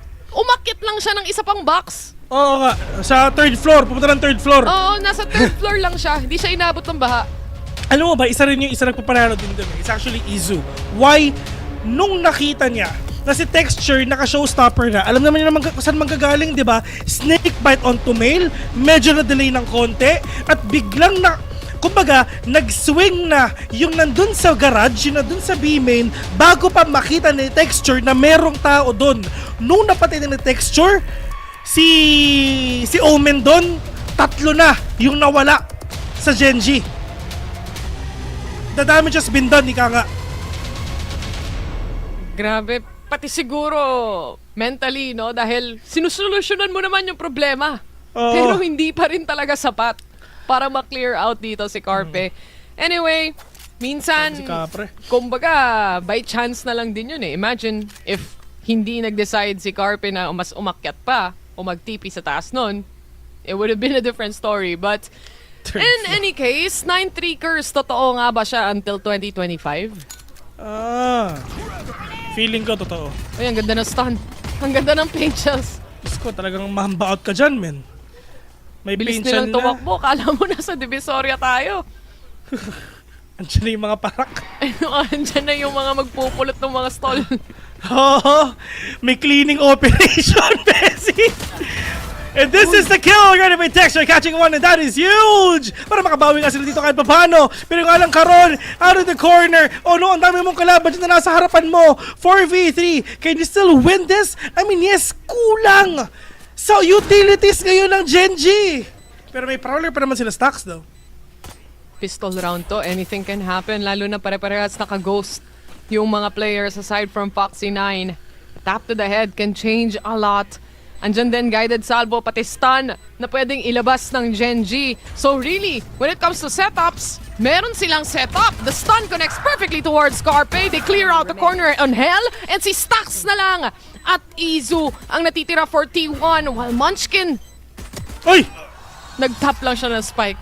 Wala siyang choice doon kundi lumaban. Yun lang. Unti-unti nang nawawala sa kamay ng Genji ang kanilang Masters attendance. Men, isipin mo sa Madrid second sila. Yung Shanghai na champion nila. Siyempre kung ako yun, itutuloy-tuloy ko na yung Masters appearance ko, di ba? Oo. It's a streak. Oo. Ika nga. Grabe. For T1, magandang balita to para sa kanila. Dahil unti na lang. They're just 3 points away basically on gaining that spot towards Masters Bangkok. May baril.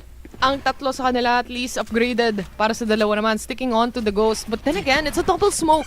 And napakalaking bagay ng mga Viper smokes din dito na pwedeng i-pave ng way ng T1. And si Meteor pumupwesto na pero may malaking angle. Makakatakas pa! Kamunti ka siya doon, Bessie. Yun nga lang, pa yun? Nakatakas pa yun. Ang dami nang nahuli ni Meteor doon, ah. Ang daming tumama sa kanya. May agimat. Boss. Binili sa kaya po, men. Kanina pa yun actually. Kahit sa ISO niya, hindi na mamatay. Meron pang tao dito si Meteor. Nag-iingay lang siya. Just to pave the way para sa mga ibang players nga ng T1 in order for them to go here in A. And that is a push already. Pero lipat muna dito sa kabila. Sama-sama na tayo dito at naririnig to. Nino ni Texture. Alam niya na lahat sila papasok nga dito. You're not checking the corners. Pero dun nga sa may plant box. At least that is a 2K already by him. 5 versus 3 already. Seas will connect onto these players as well. And right now, this rotation all towards B. At si Munchkin lang ang makakalaban nila dyan. Hold that thought. Kasama pa si Foxy9. May isa pa. May gusto pang tumawid. Nakatawid na actually and kailangan na nilang umikot dahil 10 seconds na lang kailangan na ng tulong ng iba pang mga kakampi ni Meteor.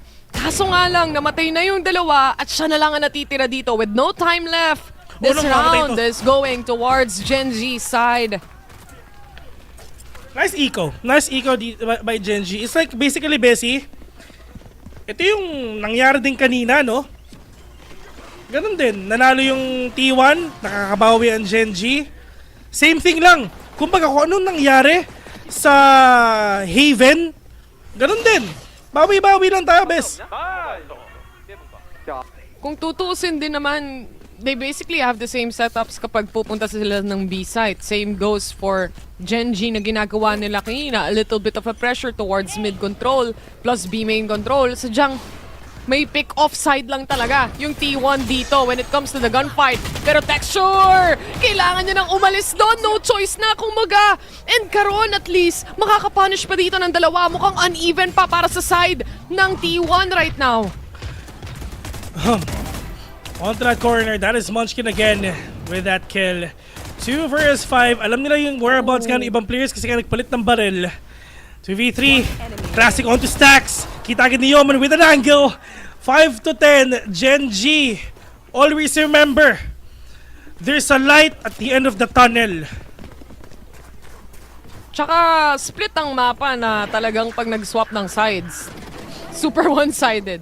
Di ba? It's more of a defensive strat that works out para sa side ng Genji, it seems like, dahil dito sa mga rounds na nakikita natin, natatapatan na nila, especially yung mga pick-offs nila through the smoke. Ang daming beses na nahuhuli ng T1 na namamatay. Same goes din naman sa Genji kanina nung first half. Umiinit na ang Genji dito at yun inaantay nga rin talaga natin. Fault line to these players. Salvo as well. There's a crowd control na talagang sobrang kate. Pero dire-diretso ata all the way from ramps. This is the flash connecting onto one. Haunt as well. That is a decoy. Para nila to siya meron pang pinchal sa harapan mo. Foxy with an angle. Yoman as well. Napakita pa. Lahat ng kumulit nakita ni Michor bigla. 4v2, the last two remaining members of Genji. Ito na ba yung pag-angat ng isa pang puntos mula sa T1 side, gaining one step closer towards that match point. Meteor kumukulit around. Pero nga lang, Carpe at least makakapunish ng isa. It's now down to Karon. And with 4 players remaining for a post plant, ang hirap na retake nito. Save na lang. Buti na lang controller yung natira. Yun nga, hindi na lang siya magpapakabayani. Save na lang ata siya. Save na lang, boss. Actually, meron pa naman siya 4 stars available eh. Pwede pa nga niyang gamitin dito eh. Sige na, gamitin mo na. Psychohin mo lang ba? Wala. Tipid tips daw muna. Kahit may libre. Okay, nagamit na ata yun eh. Yung 4 na yun. So pwede niyang ilabas ulit eh. Parang ewan ko. Ang pag-green ang hindi pa nagagamit eh. Pag-yellow na... take it back. Nababawi eh. Pero it's gonna be a save for Genji. Oh no! Oh no! Look at Meteor! Oh! Oh! Hoy! Ay, nay! Yun o. Ano? Yellow. Kinabahan ka ba doon, Bes? Niya talaga. I think tama ka. Pero kung mapapansin mo, no, Meteor really paving the way here for T1 side. Yung play niya when it comes to at least isolating the fights, getting the angles correctly, TPing out just in time to save himself. Kompleto eh. Andun lahat eh. Plus, Yoro din ng isa sa mga magandang gamitin sa split, Bes. Naalala mo ba yung mga panahon na may lineup ako ng Yoro sa split? Oh, Bes. Pero naalala mo... Naalala mo ba yung panahon na niyaya natin si Nook maglaro? Tapos meron tayo nakatapat na Yorong malupit. After nun, never na ako nag-Yoro ulit. Tama. Kailan yun? Last year yun. Nasa-seminar ako, guys eh. Ano, Bes? Yun. That is the last time na nakita kita mag-Yoro na magkasama tayo. Hindi ko na inulit. Na-seminar ka, no? Oo. Pero ang ganda kasi ng lineups ng Yoro dito. Kung kukunin mo yung backside, merong chance dahil nga dun sa TP plus Flash plus the rest of the teammates. Meron din naman sa papuntang city na, literal. May lineup yun. So, pwede ka rin umikot doon. It's a lot you could do actually pagdating sa isang Yoro dito sa mapa na to. Lalo na kung trip mo talaga manggulo plus you have a double duelist. Basically, galawang Sova. May lineups pero yun nga, this gonna be big! Oh no! Hindi to ina-expect nila! Stacks, pag nabuhay ka dyan, promise! Pero hindi na. Hirap nun, Bes. May salvo na, may chup-chup na, may pain shell pa. Baka mabu. Baka mabu. Nakombohan malala. Again, meron kang katapat na dalawang initiator na puro stun. Meron ka pang isa na puro granada. So, medyo masakit yun. Lalo na kung matatamaan ka ng mga stuns na yan. Texture still in possession here. Nilalaro niya lang din yung mismong smoke, pero sumilip yung dulo ng baril. Nasagot nila agad kahit papano, pero HP is very low already and Texture from above has the angle. Izu, buhay pa. 1v3. Paano nila ito gagawin? This is the turnaround of events. 1v2, winnable to, Bessie, kahit anong gawin mo. Pero yun nga lang, meron tao sa may hell. Meron din tao sa may taas, pero yun nga lang, Munchkin with an angle again. 6-11. Pumupuso ang Genji as long as hindi pa 13 kalaban namin, laban lang. 5 points! Perfect 5 points. 5 perfect points. Grabe, mas mean a lot para kay Carpe na madala sa Masters Bangkok itong T1 kung sakali sila yung manalo. I mean, dapat iba yung player na naglalaro dito right now. But again, Carpe is also a VCT veteran na pwede nating tawagan. He has the experience as well, assistant coach. I mean, what else are you looking for? And ito siguro one step closer towards that Masters Bangkok tournament right now, but wala silang pera para sa round na to. This is it. Tamang stinger lang gagamitin nga ng iba. Pero napakadaming salvo mga tropa. May hunt pa, may viper wall pa, may trip war pa. Paano masisilipin to? Talagang pupusuan din talaga nila yung B. Malay mo, isang frag lang, pwede na. Pero yung nga lang, sino ba? Pero ngayon mga tropa, maganda yung positioning dito. May tao sa may heaven, may tao dito sa may site. Pero this is gonna be really difficult. Pero yung nga lang, buzz muna mga kapitas. Nga lang, isa another one! And this is the opening na hinahanap nga ni Buzz. Prowler is there. 3 versus 3. Showstopper is online para kay Texture. Nightfall also available. Ilalabas na nila yan ngayon. Wala na marinig si Texture dito. Kailangan niya maghanap ng mano-mano pero may nakita siyang isa. And that stacks to fall over. With a Cosmic Divide also available for Genji. Isolating the fight. It's gonna be Meteor. Hindi nga lang tumama yung pangatlong shot. And Genji still alive in this tournament. Ilan din yung nabato nilang utilities doon? I mean, ultimates rather. Texture, I mean, yes, nagamit nila yung Showstopper. Tatlawang up na ultimate dito nga sa Genji Okay lang yan guys. One ultimate at a time. Isa-isa, okay lang yan boss. You have all the crowd control in your hands, in your arsenal. So might as well na talagang dun nyo sirain ang ekonomiya nga dito ng T1. But with this, they have that Viper Spit nga dito kay Izu. And this is actually really scary for him. For them.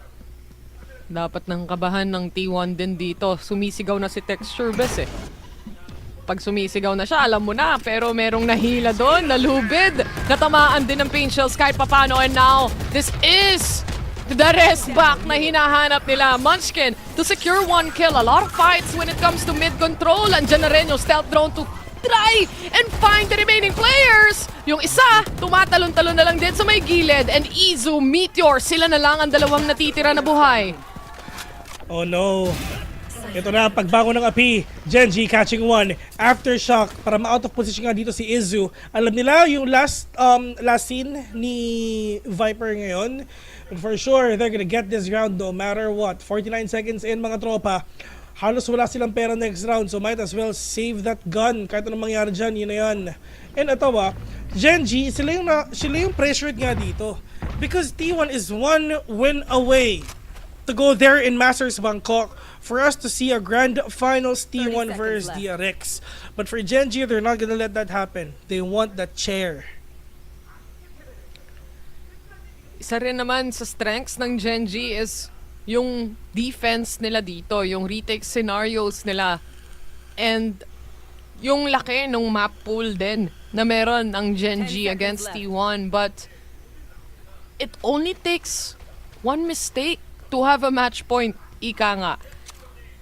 If Genji though solves the problem and talagang magtuloy-tuloy, oh my goodness.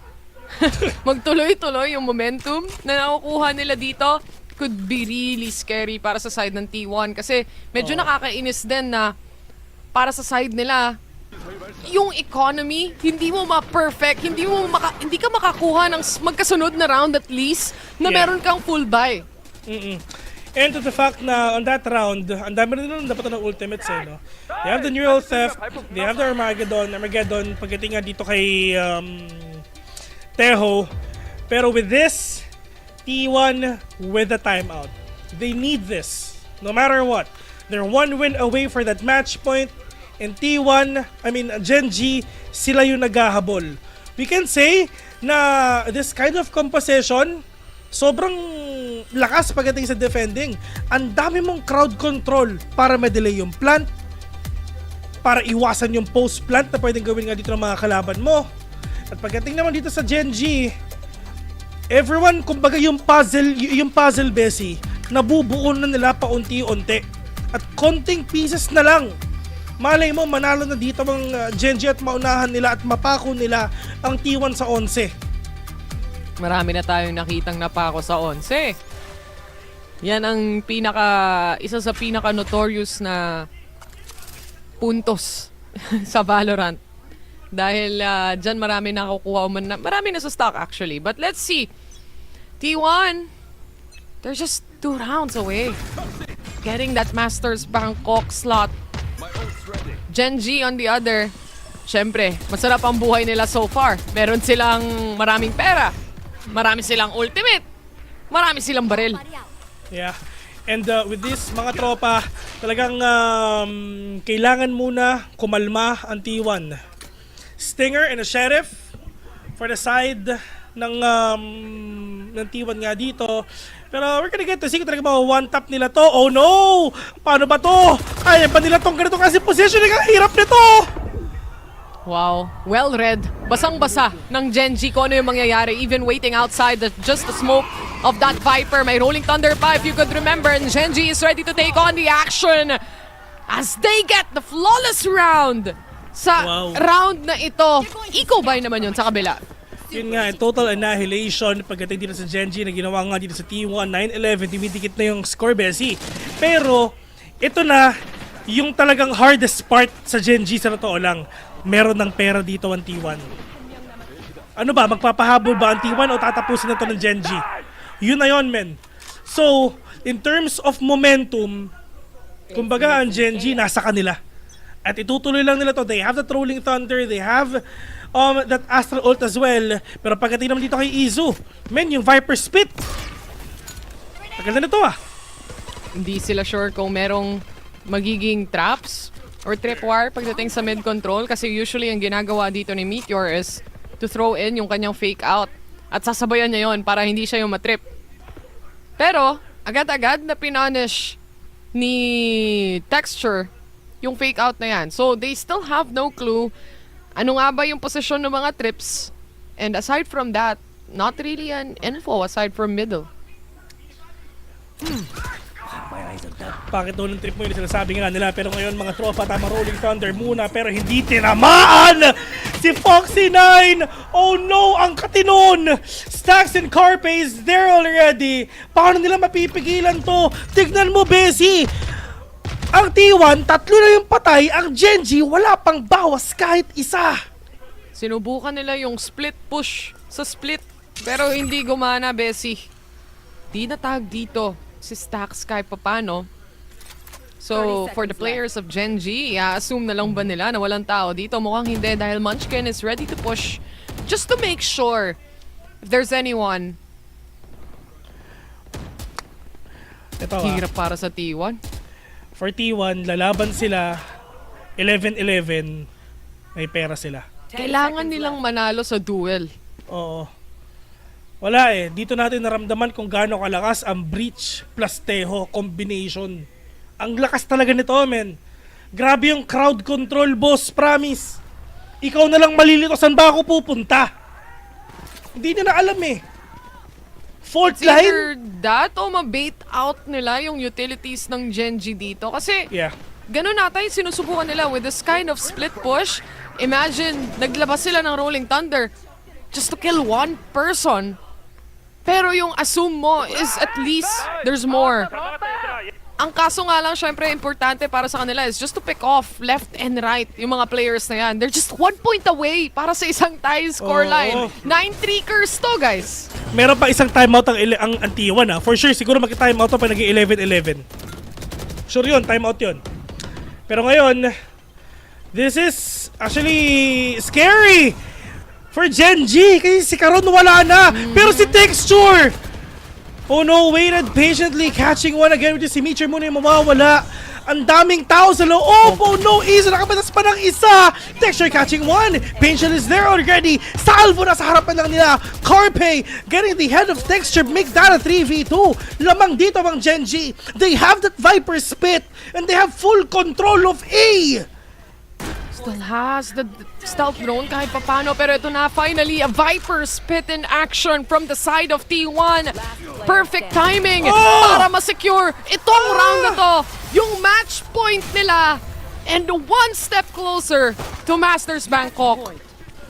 Izu waited for the perfect time na gagamitin niya yung Viper Spit at yun yung perfect time ika nga. Nagsimula to nung namatay si Karon. At kung hindi siguro siya namatay doon, that could have been a different story. Pagdating nga dito sa Genji. Pero ngayon, it's now or never. Tapos na ba o may isa pa? And si Karon lang ang nag-hold ng ramps if I'm not mistaken. Ng heaven control na meron yung Genji dito. Texture was fighting for his life. Sa loob ng site, mabilis ang stun, huli-huli. Maraming players dito pero papalitan yan ng isang paranoia and instead, a double kill on that aftershock. Sa loob ng site, nandun na si Meteor pero hindi niya nakuha yung kill. We're now down to a 3v2. Aksyon sa kanan at sa kaliwa pero Munchkin just waiting patiently kung kailan lalabas yung isa. The double kill from the last 2 remaining players of Genji. Hindi pa tapos. Lamang ang Genji dito, walang pera ang T1. An overtime is actually possible. Pero ito yung pinakamahirap bes ha. For Buzz, you got that showstopper. Ang daming online na ultimate dito pagdating din dito sa Genji. Pero minsan lang natin makita yon, literal na once in a blue moon. That aftershock taking down 2. Yun ang sulit, X. That has to hurt para sa side ng T1 na mapunish ng aftershock yung 2 players nila doon. Genji, ang dami na nilang ult. Palabas pa lang sana yung showstopper. Pero napigilan na agad. Left alone. It's a fake. Yun na yata yung opening at natin nga nila. Pero yun nga si Stacks, Diyos ko, nakastinger lang siya. Pero yung fault line dito, kompleto na. Oh no, napakahirap. Iniisa-isa ni Karon yung mga kalaban niya. May shorty pa. Pinatay na nila. Ladies and gentlemen, we're going to overtime. Wow! Ipit. Ganda ng laban, bes. Ganda ng laban, actually. Overtime! Maririnig mo kahit yung crowd mismo. Siyempre, home court eh. Lahat fans. Lahat Korean Pride, di ba? I mean, look at this skill from Texture. Completely na dismantle kung ano man ang pinaplano sana dito ng T1. Plus, the Armageddon is also in action as well. Gaya ng sabi natin kanina, di ba? Ang daming ultimates na pwedeng ilabas para sa side ng Genji. Grabe yung crowd control. Pero eto, Bes, really wanna talk about din yung resiliency dito ng Genji na kahit anong mangyari, pipilitin natin to, pupusuan natin to. I mean, yes, for attacking, for defending, malakas ang T1. Grabe yung defender side ng dalawang team na to, Bessie. We started this sa 9-3, we ended up sa overtime. Complete resiliency indeed. Climbing step by step para sa side dito ng Genji. Simula nung umakyat na sa 11 points itong T1, doon na nagsimula na mabasa sila ng paulit-ulit dito ng Genji and how everything just works out para sa side nila. A little bit of a mishap here and there dun sa round na kung saan nauna namatay si Caron.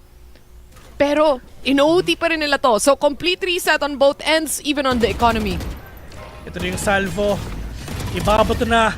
Fault line as well. Buzz catching one. Si Foxy9 pa. In terms of flank, open na. Pwede pa silang umikot dito. Pwede na lang i-flankan ng Genji nga dito. Pero yung alam mo, hindi naman talaga mangyayari. Pagdating dito ngayon sa Heaven, ang dami. 3.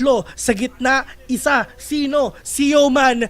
Pero ang naghahantay dyan, si Izu. This is gonna be really difficult to the fact na alam nila kung nasa ba yung mga kalaban nila. Snakebite is there. Vulnerability is actually nasa kanila na.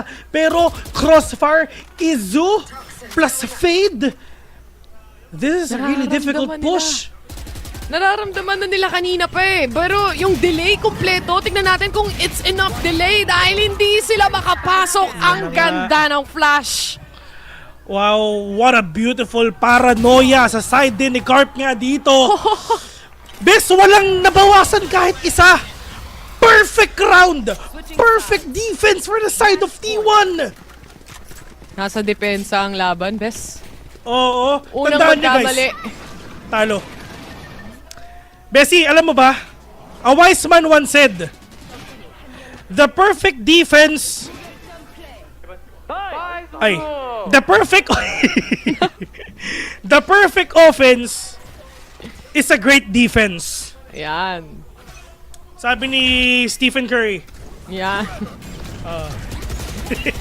Oh my goodness! Nilabanan agad ni Munchkin through that smoke and Buzz completely eliminated. Sumama rin sa hukay si Meteor. So dalawang duelist for the side of T1.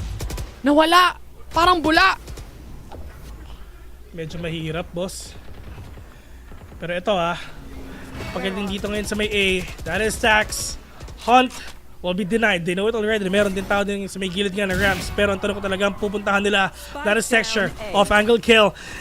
Spike is dropped pero nasa kamay ngayon ni Carby kung kaya pa na niya. Texture with a 3K already. And it's just the same thing that happened. The perfect offense is the perfect defense. And look at Genji. No damage at all. Well, except Foxy9. But now Izu is in a huge trouble. Spike is dropped. Just go literal na sa opposite side ng mapa. 35 seconds at least para mapulot to. Ang dami ng watak-watak sa mapa na nag-aantay na lang na dumaan si Izu. Parang bawat posisyonan mo, bawat daanan mo, meron kang makikitang kalaban. And ayun na, yung pag-ipit ng players dito ng Genji. We go for another reset. T1, sila naman ang didepensa. Paunaan magkamali, guys. Oo. Una magkamali dito, yun na yun. Ang mahirap lang dito, kapag ganito katagal yung laban, especially kung naka-Yoro ka, mauubusan ka na kasi ng posisyon sa TP. Dahil lahat ng positionings na yon, lahat ng lineups na yon, nababasa na rin yun ng kabilang team. And usually, hindi na nila binabasag. Makikita mo naman for Genji side, naabangan na lang din nila kung kailan magtitipi si Meteor dun sa sinesetup niya. So, dito na yung ubusan ng strat, pare-parehas kayong may pera. Sino yung magkakamali? Sino yung makakapag-clutch? Ito kung sinong manalong attacking dito, malaki ang tsansa. lagi na nanalo ang defending, tandaan nyo. If and only if Gen G ang manalo sa attacking, kabahan ng T1. Why? Kasi ang lakas ng defending ng Gen G. Yun ang pinaprevent ngayon ng T1. Ang manalo ang attacking kahit anong mangyari. Hirap eh. Best ilang beses lang nanalo ang T1 sa second half? 3 beses lang. Hirap nun, man. Isolate and exterminate. Attacking sila nun. So, T1, with the timeout, let's see if ever mako-convert ba to a win. Fast take towards tower. Wow. Wala na tayong pakialam ngayon sa Viper snake bite. Oh. Nowadays, dinadaanan na lang natin yan as Texture goes for reposition. And yung mga delaying tactics kagaya ng snakebite na yun, napakalaking bagay. It really pushes or pulls out the enemy lines. Ang kaso nga lang, nakakuha na naman nata ng dink dito si Stax. Same position kung saan nag-show off siya kanina. And Meteor to fall down. Di nila alam na meron na pala ganung kalalim. 3v3. This is difficult. Aside ng Gen G. In terms of utilities, Munchkin is right there in the corner. Yeoman, 1 orb away for that Rolling Thunder. Kailangan niya makapatay dito para mas mataas yung chance nilang manalo. Aftershock is there. That is a swing by Munchkin at delikado ang T1. Lamang na lamang ang Gen G in terms of head count. But now Izu with a shorty! Good read by Izu. And now dahil sa smoke, may space sila at least makapasok, maka-entry sa loob ng site. Yo man, spotted out, 23 HP and Texture. May patience pa siya, kailangan niya lang laruin yung oras. And this might be a round secured para sa side ng Gen G. Izu just waiting patiently, kaya na siya lalabas. It's already too late, kailangan niya nang i-half yung spike. Yun yung sinasabi natin, Bessie. Kung sinong manalo sa attacking, yun na yun. And for Gen G, kailangan lang nilang mas pa-i-fortify pa ang defending nila. Or, we're going to game number 5. Nangangamoy game number 5. May unting pag-asa after nung shots mula kay Izu using that shorty. Wow. But then again, it's just Texture playing around the time perfectly. And ang magandang parte doon, may paint shells pa siyang available. This is the first time na lumamang ang Gen G ever sa game na to. First time. So, if kaya ng Gen G to, ituloy-tuloy na nila. And kung napapansin nyo agad ng skins nila, the mods that store. Di namin nakakalimutan yan, guys. Puntahan nyo yan. Libre pumunta, may bayad pag bumili. Yan ang tagline namin. But I mean, it's already a good thing para sa side ng T1. Yung timing ng wall na yon para kay Stax biglang nawala.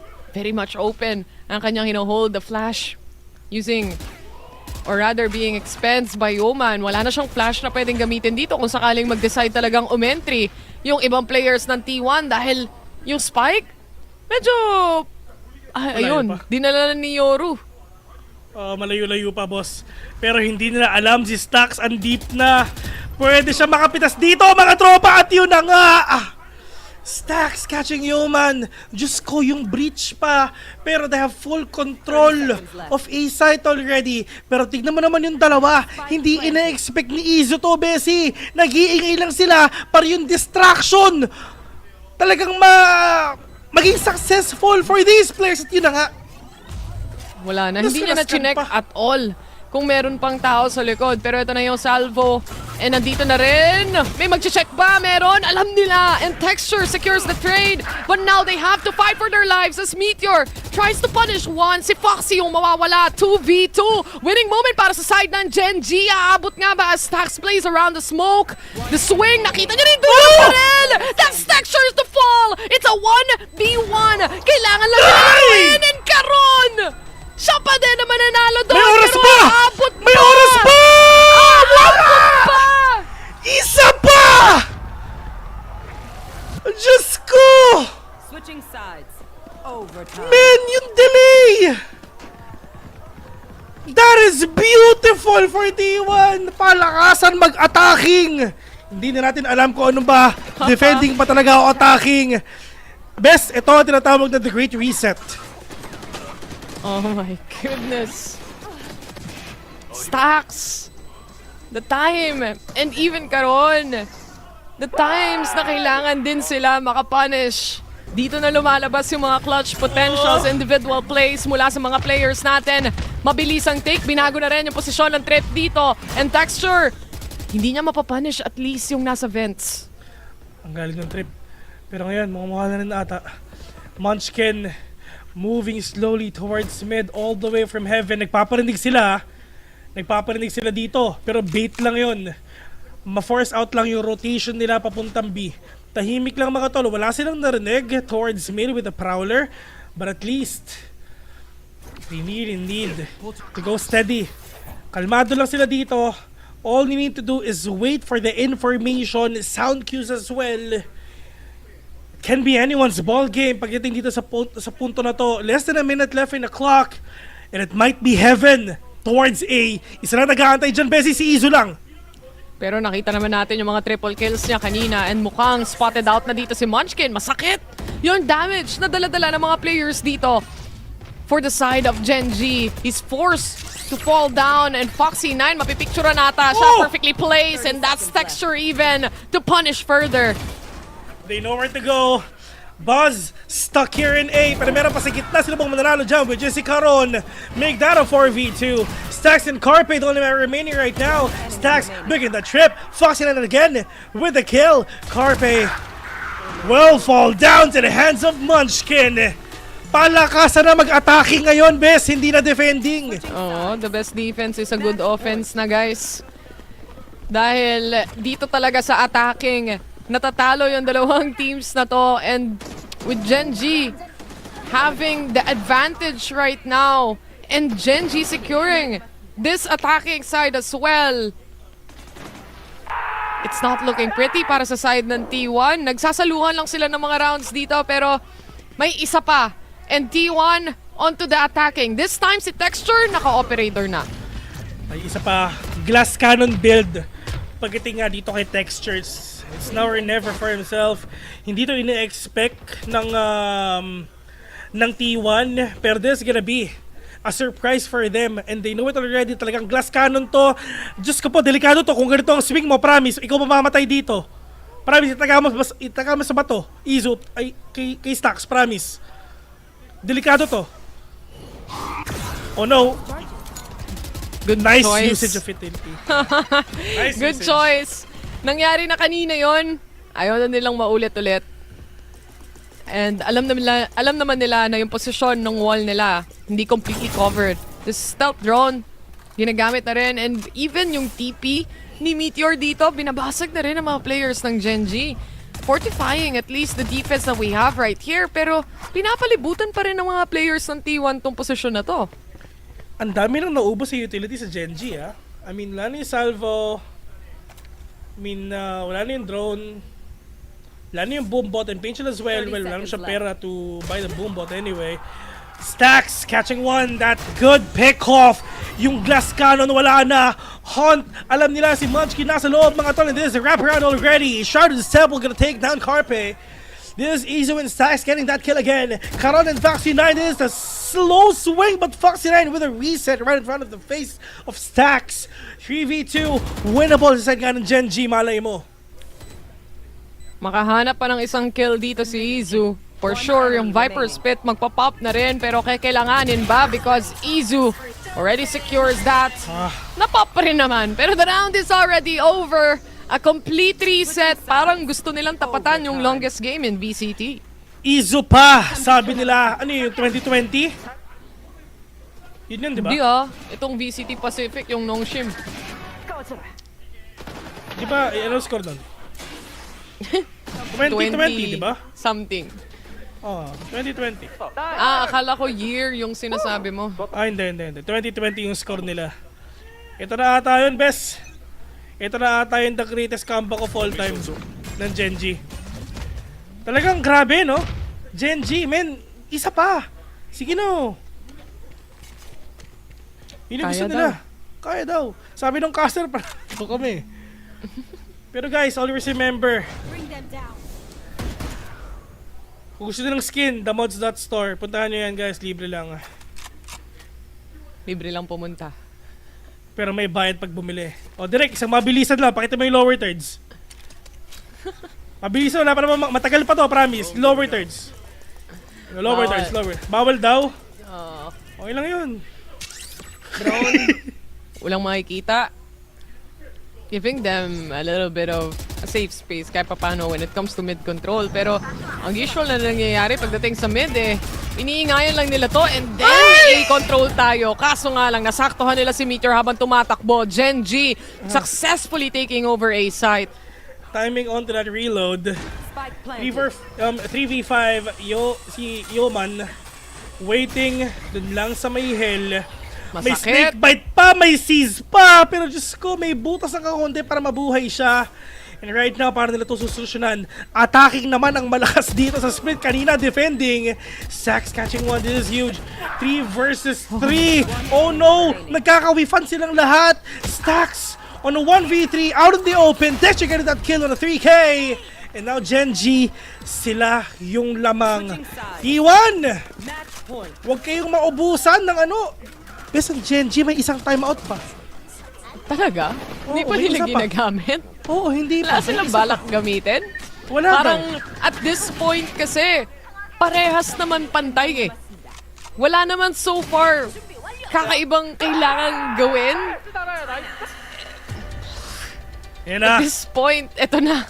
The chance to use your timeout na kayo pa yung nakakalamang. Malaking bagay to. But it's also a quick timeout for T1 as well to think what they're gonna do para dito sa next set nila. Defense naman this time. Namiss ko mag-cast. Namiss namin mag-cast, guys. Salamat sa lahat na sumuporta at nanonood. This has been your timeout. Kala mo yung end na yun. Magkikita kita tayo sa susunod. Di pa, men. Abot pa to hanggang 2. Tomorrow! Aabot hanggang 1! Alam mo yung 1? Ano yung 1? Tusawa. Oo. Aabot ng 4! Ever. Yan. Ay. Alam mo yung pinag-uusapan nila? Ano? Tara, bili tayo sa themods.store. Balita ko, meron daw discounted VP doon, Teka lang, guys. ayusin muna natin tong timeout natin. Hindi. Ano hindi? Bibili muna daw sila. Uy, fast entry mula sa depensa. Pero wala silang mahuhuli dito. Parang gusto lang nila maka-hit and run kahit papano. Walang nakita yung drone ha. Baka mag-push si Munchkin. Hindi niya expect nandito si Stacks. Wow. Yan yung mga moment na kailangan mo nalang titigan kung ano yung mangyayari. Gusto ko nalang manood. Guys, pwede bang gawin natin watch party to? Nanonood naman kayo ng VALORANT, di ba? Watch party Pagalingan na magpanggap na fake. Uy! Good reset. Really great reset. Oh no, Foxy 9, makakaputis ka ba dito? Hindi na. Mamba out na. Safe play, kumbaga. Para na not gonna catch anyone. Aray ko, nabawasan pa. May tripwire pa. Bahala na. Ika na yan, boss. Hindi na makakatakbo yan. Walk na lang yan. Kikripok na lang siya, papasok ng site. Meteor! Mahuhuli niya pa yun? And ito na yung showstopper. Atras! Takbo habang may lupa! Pinagpakita! And si Buzz yung mawawala. Saving Meteor at least for the time being. And because of that, makakadalawa siya. Carpe versus Texture! Tapos ang laban, game number 5 ang pupuntahan. And this is the best. This is the best time for you to get that win on an overtime. Isang ace, mga tol. We're going to game number 5. Sulit na sulit ang themods today. Ang saya-saya. Namiss namin mag-cast ng VALORANT, so totoong masaya kami. Grabe. Alam nyo ba, guys? Naaalis kami mamaya ng alas 5 ng umaga. Kasi meron kaming call time ng alas 7. Wow! In 13, in 11 hours. In 11 hours, pabiyahin na ang Damods pa Cavite. Ibang klase. Pero ngayon, Bessie at least, on to this game, this is actually really great to see na ganito yung mga games na nakikita natin sa totoo lang, Bes. Grabe, no? High octane. Kung sakaling mapanalo ng Gen G, yung magiging next game natin, para sa mga kakanood lang, baka kalahati ng match lang yung napanood nyo, reverse sweep to, incoming, kung sakali man na manalo ang Gen G dito sa series na to. We're down to the last map here. And ang sa dami nang nangyari sa tagal ng laban na to, Bes. Nakalimutan ko na nga yung mga outplay moments ni Carpe dun sa may B-main eh. Kala ko kanina pa yun. Kanina pa nga talaga. Oo. May nag-chat sa akin, Bessie. Ano sabi? Sabi ni Dominic Cruz, si Camille daw tawang-tawa kasi hindi na ako nagkasadulo, sumigaw na lang ako. Totoo naman. This is VCT Pacific. Pero this is gonna be 5 games in total. Perfect para sa isang semi-finals match. Perfect para para malaman ang isa sa mapupunta sa Masters Bangkok natin. Just ups the tempo, ups the price para sa mga players natin dito. Especially na yung momentum completely nasa Gen G side ngayon. Grabe, no? 29 kills for Izu. 28 kay Stax. 35 kay Texture. Bes, ito kanina si Texture na nag-rage siya. I mean, yes, medyo hindi siya ganun ka-impactful. Pero, simula sa Haven, doon na nagsimula din yung kalakasan ng Texture dito. It takes time for them to pump it up. Pero ngayon, the great reset is here. Walang pumili ng mapa na to. Bahala na si Abatman kung ano pwede mangyari. Pero ngayon, best of 1 na to. Gandang reset para sa parehas na teams right now and finishing off to a 17-15. Dito mo rin masusubukan talaga yung resiliency ng lahat ng teams, ng parehas na teams, kung kaya nilang dumating at umabot sa game number 5. Pero dito notorious yung Gen G sa 5 games. Yung kaya mong habaan ng habaan hanggang syempre in a kind of an S-tier scenario, nandyan din yung fatigue mula sa mga players. Playing high-octane matches back-to-back, malaking bagay din yun para sa kanila. Nakakapagod yun, men. Pero ito, naalala ko to, yung isang flawless round nga dito nga ng T1, it's just everyone. Kita-kita mo, walang bawas kahit isa, napanalo nila yung mga rounds na yun, pero Texture with a great comeback. Ito yung hinahanap natin eh. Kasi Texture makakabawi nga na dito pero when. Pero dito nga rin para talaga sa split, which is one of the best maps ng isang race. Pero syempre, hindi naman yun na to magagawa kung wala yung mga superior crowd control na meron sila. Bessie, ang dami nilang crowd control dito. Lalong-lalo na si Breach, saka sila Teho, Astra, alam mo yun, parang sobrang hirap makapasok ng site or makapag-post plat o kahit ano. Kung meron kang Teho and Breach, pero really impactful, syempre Texture being Texture. And aside from that, yung mga times din na naka-showstopper si Buzz at siya yung nagpapunish dun sa mga entry na yon, even getting a kill on the operator while the showstopper is ongoing. So, yun yung mga moments or mga key moments as well para kay Texture dito coming into this matchup. And we all know, aware naman tayo, kilalang kilala na rin natin dito si Texture. But heading to game number 5, ang hopeful thinking ko lang dito ay sana wala or may fuel pa ang T1 papunta dito sa game number 5 natin. Kasi for Gen G, they're definitely on fire. We started off as a 9-3 dun sa first half nga natin, pero sobrang kinuha ng Gen G agad eh. Pero yun nga mga tropa, syempre, kunin nyo na to, 2025 VCT Season Capsule. Basta na yan, andan dyan yung mga 4 na region nga natin. If ever nag-iisip kayo kung saan pwedeng bumili, Bessie, ikaw na to. Sa themods.store, pwede kayong bumili. So, bisitahin nyo na yun. Libre lang bumisita, may bayad bumili. Pero ito na nga, aside from bili, Masters Bangkok paparating na, no? So February 20 to March 2 yan. And iscan nyo na yung QR na nandito sa inyong mga screen kung gusto nyong pumunta, trip nyo mag-book ng flight. Sheesh! Kita-kits tayo dyan. Kita-kits tayo dyan. Kita-kits tayo dyan, boss. Ito na yung pinakamadaling Masters if ever you're living in Southeast Asia. Totoo. Ito na yung pinakamadali, men, kung kasi pumunta na kayo.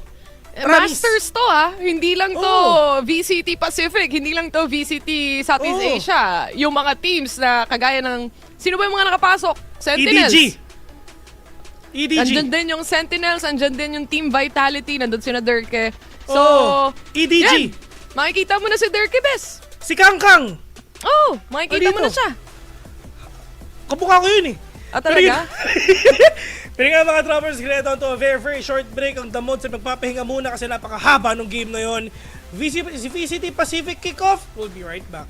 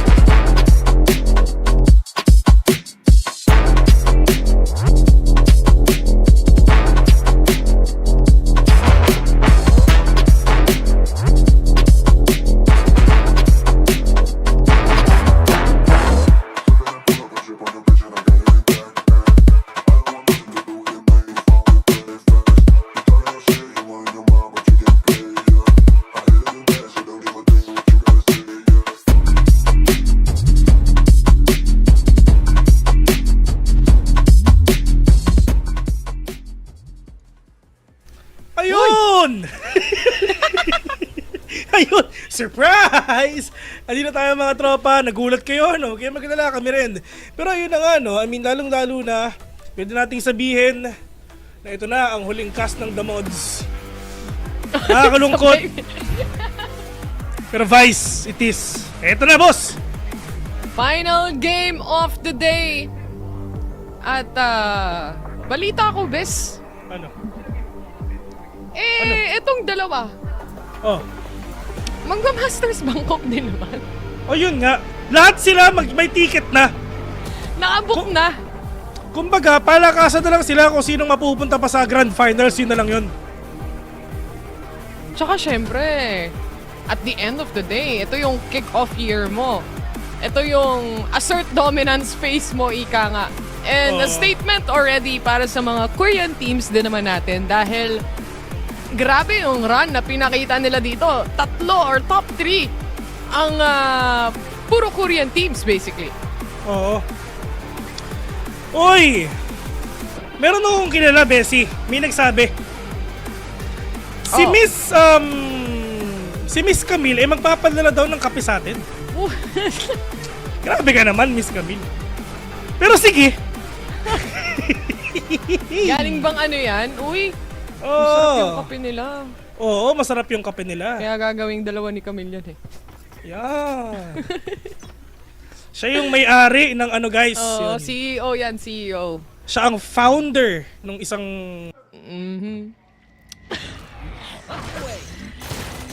Pero ito na. Bind is gonna be our last map. We start off on the pistol in T1.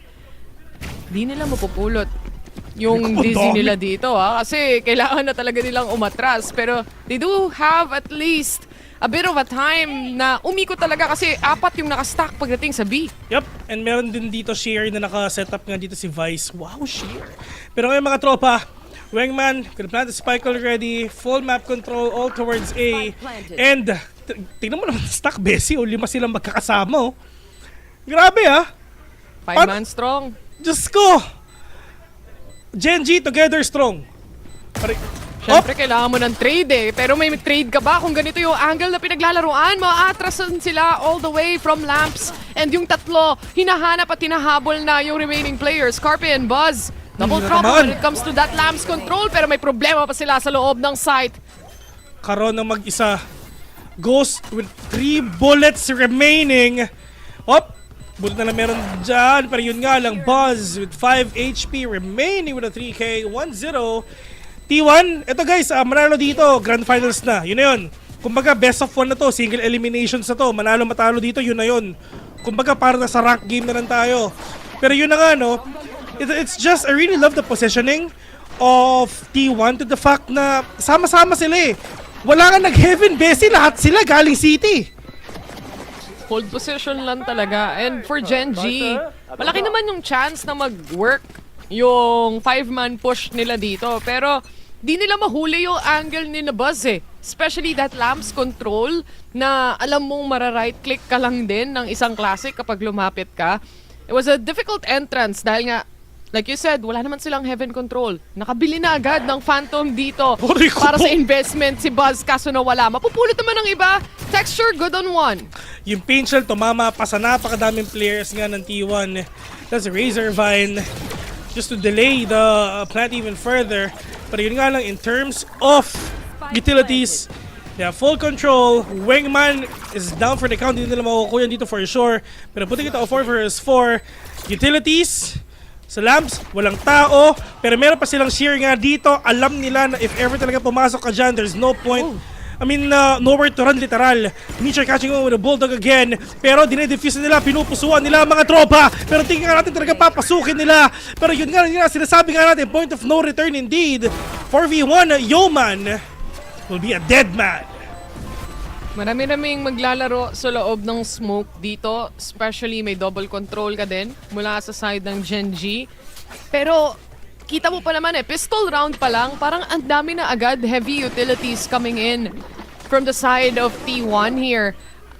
kahit subukan mong dumaan, kahit subukan mong lumaban, naka-ready na agad yung Razor Vine. It's even a double Razor Vine just to make sure na walang lalabas bigla pagdating sa shower control nila. May shear sila for flank, so hindi rin agad-agad matawiran ni Carpe dito unless, or rather, ng isa sa Gen Z players, ni Caron. And syempre, hindi rin nila alam kung saan ba nakalagay din yung Arc Rose nga ni Meteor nga dito for that recon and flash. But at least Meteor will catch one! Foxy Nine out of the open! They're not expecting that to happen! Pero yung Wingman, mamamatay ba? Oo, namatay nga. Pero dyan naman si Izu, si Kuya, para i-plant yung spike mismo. Pulutin niya muna ang kanyang mga alaga. Pero I think Dizzy, hindi niya na mapupulot to for the meantime, nawala na yung timing niya. It's still a 5v2 though. Close to impossible dahil for Gen G, I think gagawin na ulit nila yung save nila. Oo. Alam niyo naman ang mga Korean teams, yan yung mga may hilig mag-triple man save, 4-man save. Oo. Alam niyo ba guys, isang beses pa lang ako nakakita ng 5-man save. Sino pa gumawa ulit nun? Nakalimutan na natin pero Southeast Asia yun, men. Grabe, 5-man save. Isang beses lang yun, boss. Hindi na naulit ulit. Ewan ko lang kung naulit sa iba, pero isang beses lang namin nakita ng damage yun eh. 3-0. Wow. Uy! Patay pa. May humahabol pang kills. Sa isang segundo na yon, 3 pa yung namatay. I mean, for this 3-0 mula sa T1, magandang pangitain para sa kanila, Bes, ha? Kasi alam naman natin, it's a difficult entry points, lalo na pagdating dito sa bind, lalo na kung magaling yung depensa. But so far, Genji has been trying to find resolution kung ano nga ba yung nangyayari for the past 3 rounds dahil medyo nai-intimidate din sila dun sa utility play ng side ng T1 dito. Makikita mo pa ulit-ulit din silang napa-flash din ng Dizzy. Andyan pa yung, syempre, andun pa yung Arc Rose. Yeah. There's just a lot of util play, not just for the post plant, but for the entry itself. Yeah. Pero ito, no, I mean, sa totoo lang, we're actually really happy na i-cast din talaga itong lower bracket finals kasi isa to sa talagang inaabangan ng marami. VCT Korea. Kumbaga, ito yung top 3 teams sa buong Pacific. Korean teams pa rin. Kumbaga, masaya lahat ng nanonood sa stadium. Oo. Kasi kung taga dun ka. Oo, it feels so good to be Korean today. Manalo matalo, bansa nyo malakas. Antayin nyo ang global at ang at ang TS. Kasi kick-off lang naman to eh. Ayaw nila nun, may gusto nila champions. At least pasok tayo sa top 4 ng happiest place in the world. Kami yun. Top 1 na sana kung nakapasok ang TS dito. Sayang kasi yung basihan eh. Lungkot tuloy ang buong Pilipinas. Diyos ko po, dalawa ng teleporter. Carpe catching one, pero meron pang isa. Alam nila, stuck na yan, boss. Iwanan nyo na yan. Pero Foxy 9, mapipilitan siya. It's either you stay Flash and Daisy completely o ubusin yung oras na meron dito para sa side ng T1. Pero for sure, inaabangan na nila. Hirap na to. Bukas pa to lalabas, guys. Oo, 2. Tomorrow. Tagal pa to, boss. Kaya munch kay Dizzy. Ito inaabangan lang nila. Alam nila na mayroong tao dito mga tropa. Pag lumabas to, yung wingman mukhang gagamitin na nga nila. Pero this is Izu planting the spike. Alam nila at least last scene sa teleporter, yun na yun. Okay na yun, men. Di na alam kung lumabas na ba o hindi. Pero Carpe, maganda yung positioning nga niya. Dalawa ang nag-aantay sa kanya. This is actually bad for Foxy 9. Pero at least magandang distraction to para sa Gen G. Kaso wala na yung distraction na yan. Alam nila na wala namang pera ang Gen G dito sa round na to. And now T1, they're on a hunt. Nasa na ba ang lahat ng players ng Gen G? Dahil ready na sila mag-execute with a 4-0. Malinis na mga rounds coming in from T1. Masakit to. 4 kamote, Bessie. Alam mo yung ito na nga yung buy round mo officially. Tapos available pa yung Steel Garden, yung ult. Oo. ng Vice. So, wala. Classic. Pistol muna. Classic na lang talaga malala. Swerte mo kung naka-sheriff ka. I guess shorties would work pagdating sa mapa na to. Oo. Well, let's see. Nag-invest sila sa isang operator even. So, Buzz, available na yung showstopper niya as well. And like I said, Steel Garden, mukhang ilalabas na rin. Walang mga barelang mga kalaban. And that's the showstopper connecting towards Foxy 9. Munchkin, only good for 1. Tatlo sa mga players ng Genji ngayon, sinusubukang mag-hyper-rotate. And this rotation already pinapakita ka dito ng Genji. Si Texture, hindi mo na nakita agad yung value ng operator nga niya! Oh no! Nag-whiffan sila! Pero hindi, at least sapatayin na yung pumatay sa kanya. Prowler is there. All towards showers. Alam niya na meron pang tao dyan. Nightfall will connect onto 1. Meteor hopping out. And this is Stacks! Even though Nightfall nang tumama nga sa kanya, he even managed to take down 2. At Bessie, alam mo ba? Pag si Meteor nag-ulti, alam mo yung tawag? Anong tawag? Meteor Garden. Oo nga no, kasi Steel Garden. Tama. Perfect! Oo. Grabe yung mga rounds ng T1. Parang biglang ang hirap nilang tapatan. Pero ganito din yung scenario dun sa simula ng split map natin kanina. So, what's important for them is really not to drop the ball at this point. Dahil hindi makasagot so far ang Genji. You see a hero buy from the side of Texture here. Pati yung operator setup nila kanina, wala na. Texture though, hindi siya na-stun dito ng Thrasher. Pero Texture, positioning himself towards Showers instead. Masyadong madami. It's overwhelming para sa kanya. Instead, mawawala sila isa-isa. Izu and Stacks. May napakadaming utilities noon. Promise, pati yung observer natin, hindi na lang kung sino titignan. 3v2, Karon getting tag. That is a one-tap talaga tumatama nga rin. Pero nga lang, Munchkin muna, all alone here in B. And with this, kaya pa ba niya na kunin to? One tap, kung tatama. Pero look at Izu. No damage at all, kahit isa. Meron pa silang knife dito na meron nga si Stacks, pero yun nga lang, siya muna ang alay. Siya magpapakita, and now Stacks peeking at the perfect corner kung saan siya lalabas. Bessie, ano yung score sa is? Kamote. Diyos ko! 6-0! 6-0! Napaka-unlikely to see Genji na ganito. Hindi sila makahanap ng sagot. Walang momentum kahit sa economy. They try to play behind smokes.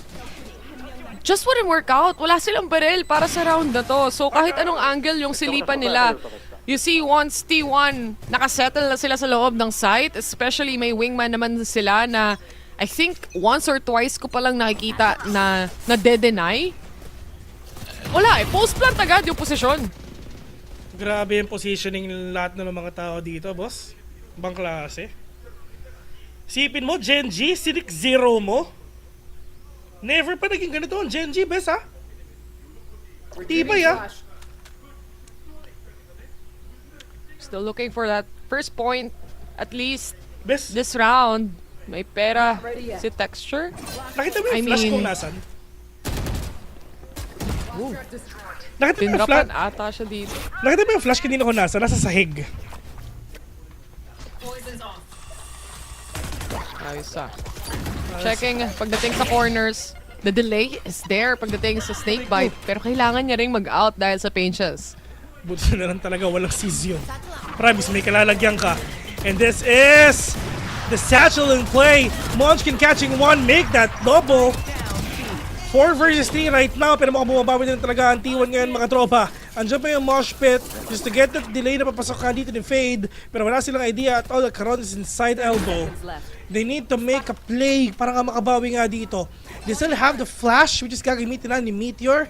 Pero yun nga lang, in terms naman pagdating nga dito sa Genji, may Hunt pa, may Molly pa, may Dizzy pa. Dizzy, walang nahanap nga dito. Pero yun nga lang, solve ng talent, meron pang isa.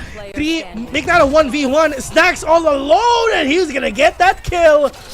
Shit, kamote mga tol! Anong nangyayari sa geng-geng? Hindi ko na alam. Sunod-sunod na rounds, hindi sila makasagot and Stacks. Ito yung on fire na Stacks mula sa split.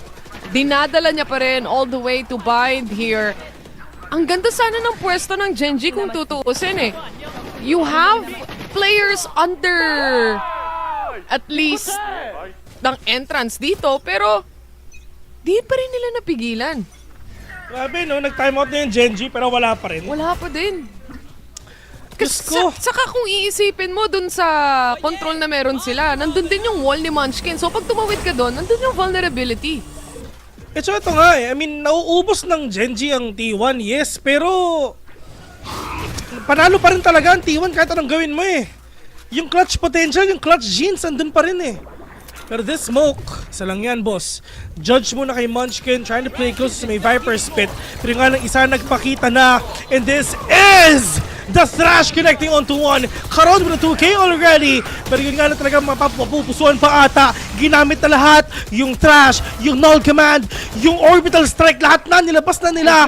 Make that a 2v2. Guardian and Judge yung gamit nga nila. Texture catching one. Make that a 1v1. At medyo malayo pa si Munchkin mga tropa. Yung Spike planted na. Munchkin hanggang ngayon Judge lang yung gamit niya.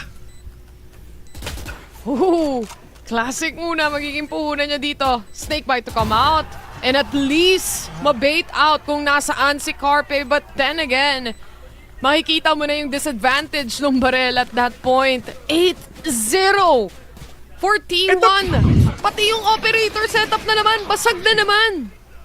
Ito, Besa, yun ang sinasabi nga natin kanina. Natatalo naman ng Genji ang T1 eh. Pero hindi nila nako-close out yung round na panalo sila. Laging 1v1. It's always a 1v1 scenario. Pero wala na. At with this is the last timeout of Genji. Wow. Kahit anong mangyari, wala na silang timeout dito sa half na to. Pagdating sa dulo, wala na. Oo, double timeout on the first half. So, wala nang timeouts para sa susunod pa. Oo, wala na. Ito na yon kung ano yung pinaplano nila. The rest, kailangan nilang gawin on the fly. But Genji, scratching their heads at this point. What's wrong, Ika nga? Kasi kung tutuusin, tama naman yung expectations nila kung saan lalabas yung mga kalaban. Pero T1 is actually willing to push forward. That's the problem. Kahit may setup sila pang delay, may setup sila ng isang Viper wall, meron silang at least dizzy, it just doesn't stop T1 from pushing in. And dito sila nalulugi, dito sila nauubos. Hirap na to, boss. I have a feeling na pupusuan nila to. Comeback to, man. Grabe, hope 4-8. Pero nahuli kahit isa. Meteor, mamba out muna. Pero ito, doon sa timeout na to, if ever, ito best if ever matalo ang Genji dito, tapos na tong laro to. Promise, pag natalo ang Genji dito. Broken by pa sila next time kung matalo sila. Pero nga, that is a flash. Connecting onto one, medyo humaharap na sila. They're not letting T1 get that space. Oh! Timing! Ay! Timing! Hello! Andyan yung dizzy though. Ito yung hindi nila ina-expect. Alam nilang may dadaan. Pero each and every time, may makakatapat silang utility. Na timingan, boss. Matinding timing yun.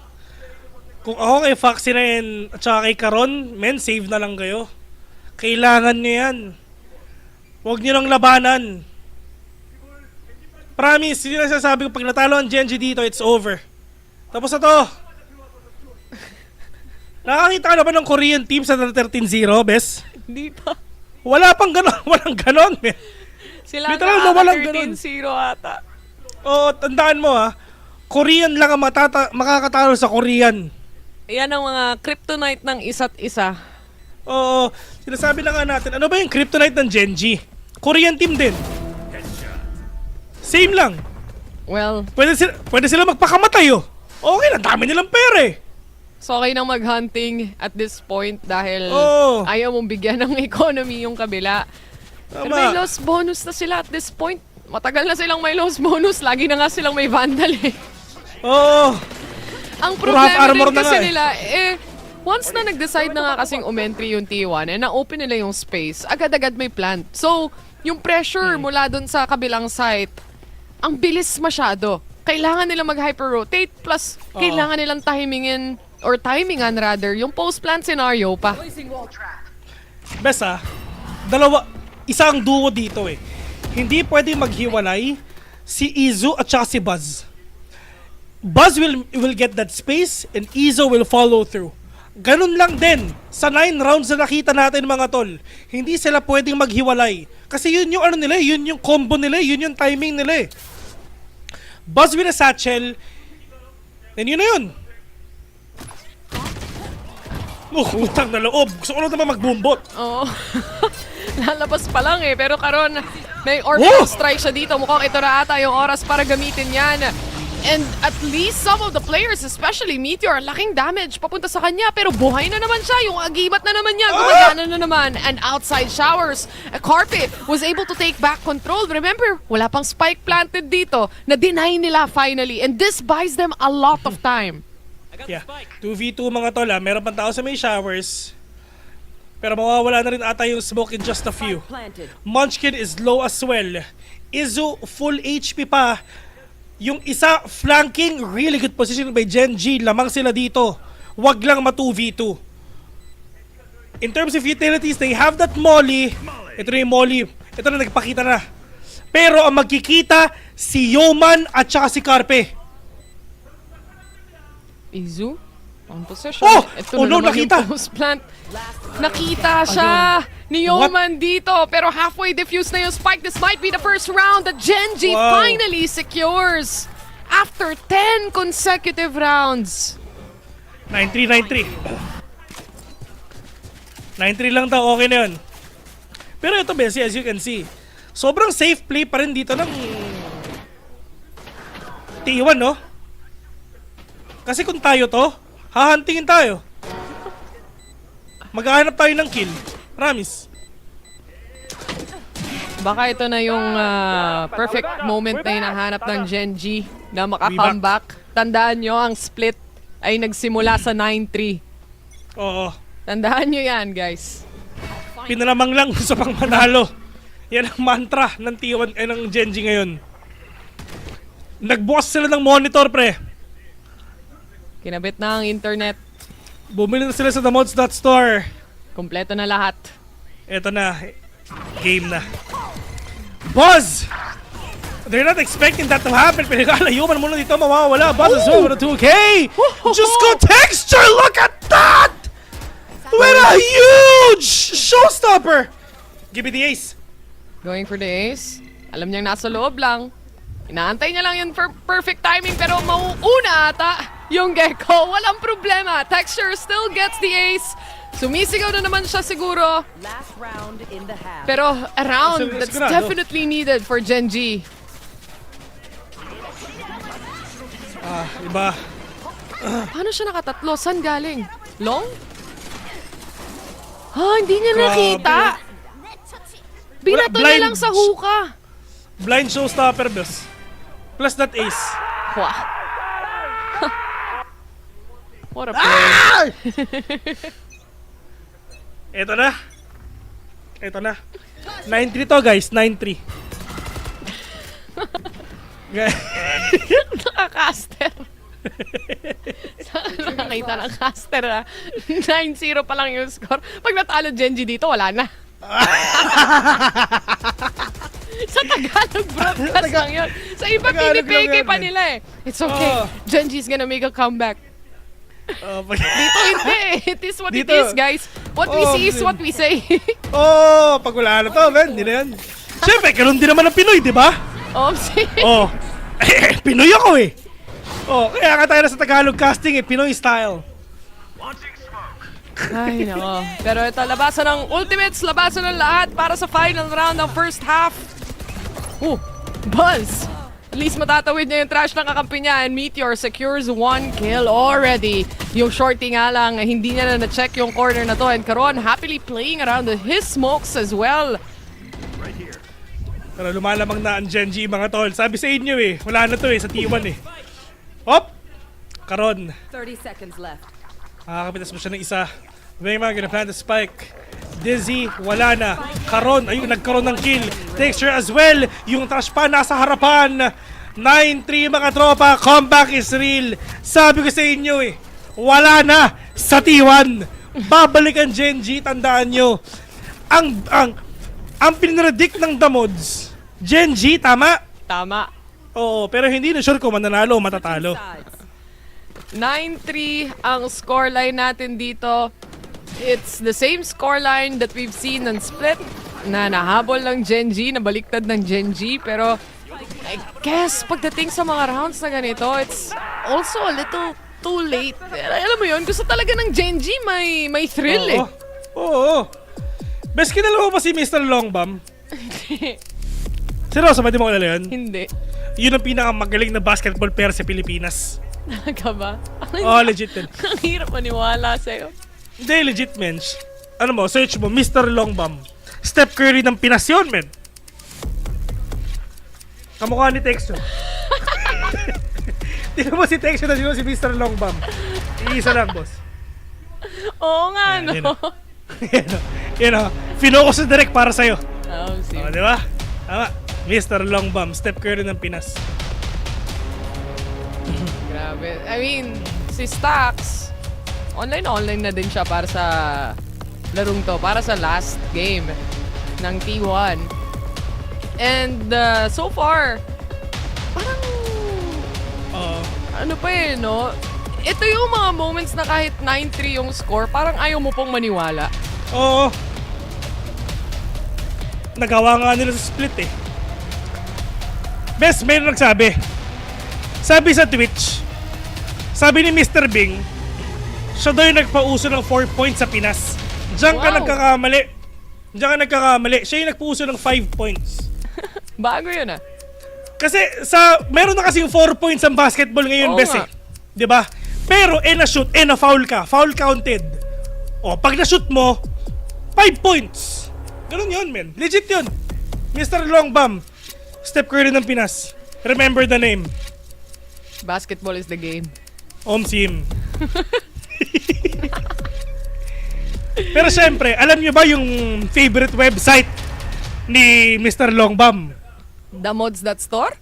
Oo, yun, men. Yun lang yun.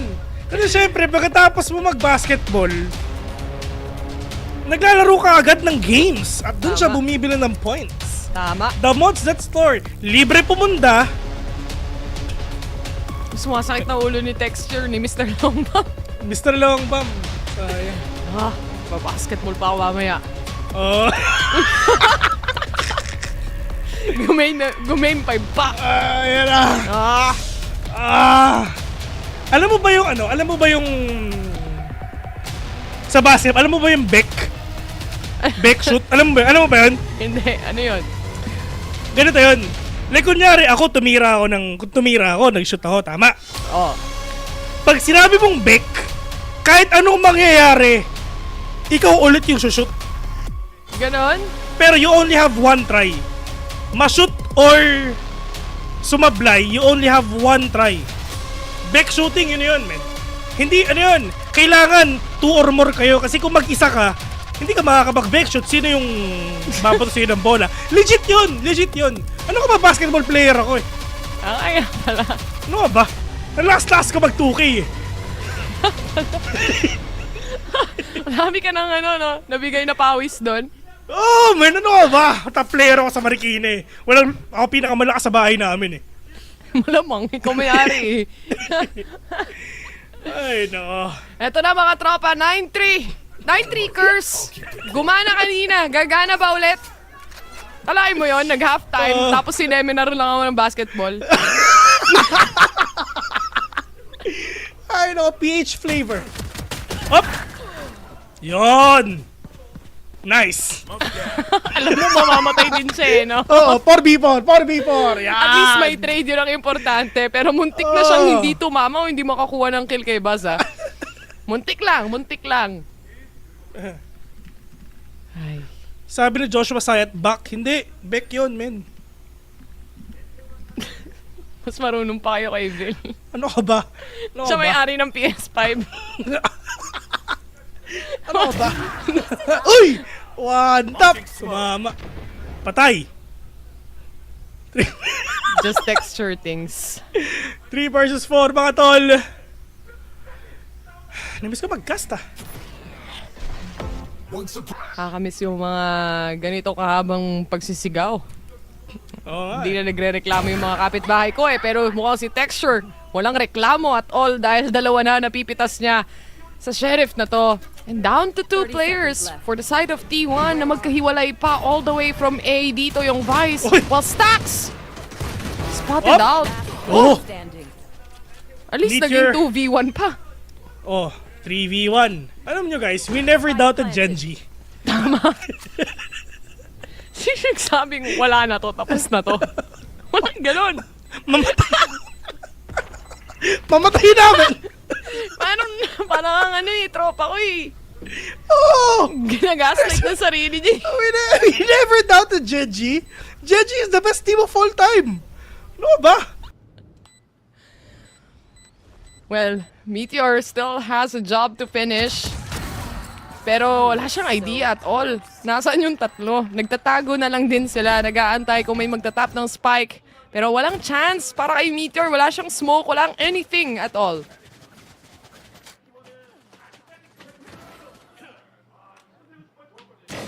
Grabe. Clean shots lang para kay Texture. Walang problema. I mean, it connects. Lalo na sa mga ganong klaseng slow peak mula sa ibang mga players dito. Kumbaga, ang ambag mo ay pagtitiis, pero malaki ang makukubra. Ayan. Hello, welcome back. Ito na, si Kuya Bila yung babalik. What's Okay. up, mga tropa? Mga kabeks. Welcome back. And welcome back. Pero again, for Genji, may kalamangan pagdating sa economy. So, may baril sila coming into this round, but they can't be really too careful. Lalo na shorty, classics, close range shots. Malaking possibility sa ganitong klaseng mapa. Up. They're gonna try to contest itong A site. Shoutouts nga pala sa aking fiancé. TAM! Patay si Micho. Shoutout. Tapos may reaction ka sa nun. Boss, andito. Up! Boss with a shorty as well. Foxy Knight catching one. Easy with Carpe. Kasama na sila mga tropa. Si Wingman tumatrabaho na. Ang tatay niya galit na. Babawi na daw sila. And ito yung kaninang problema ng Genji, di ba? Set na yung post plant, ready si Wingman, hindi kailangan umikot ng, or at least magstay put ng isang player. Dahil Wingman's there to do the job basically. And Izu Carpe, plano na lang nila dito sumama sa hukay. Oo, sama-sama na lang tayo dito, boss. Sipin mo, narinig ni May. Siya sa fiancé ko. Patay! Oh, eto na, si Munchkin na! Yun! Yun! Grabe naman talaga ang reaction by Munchkin, ibang klase! We never doubted Genji! Sim. Oo. Not even the slightest. Oo, ano ka ba? Yung sinabi kong wala na to sa T1.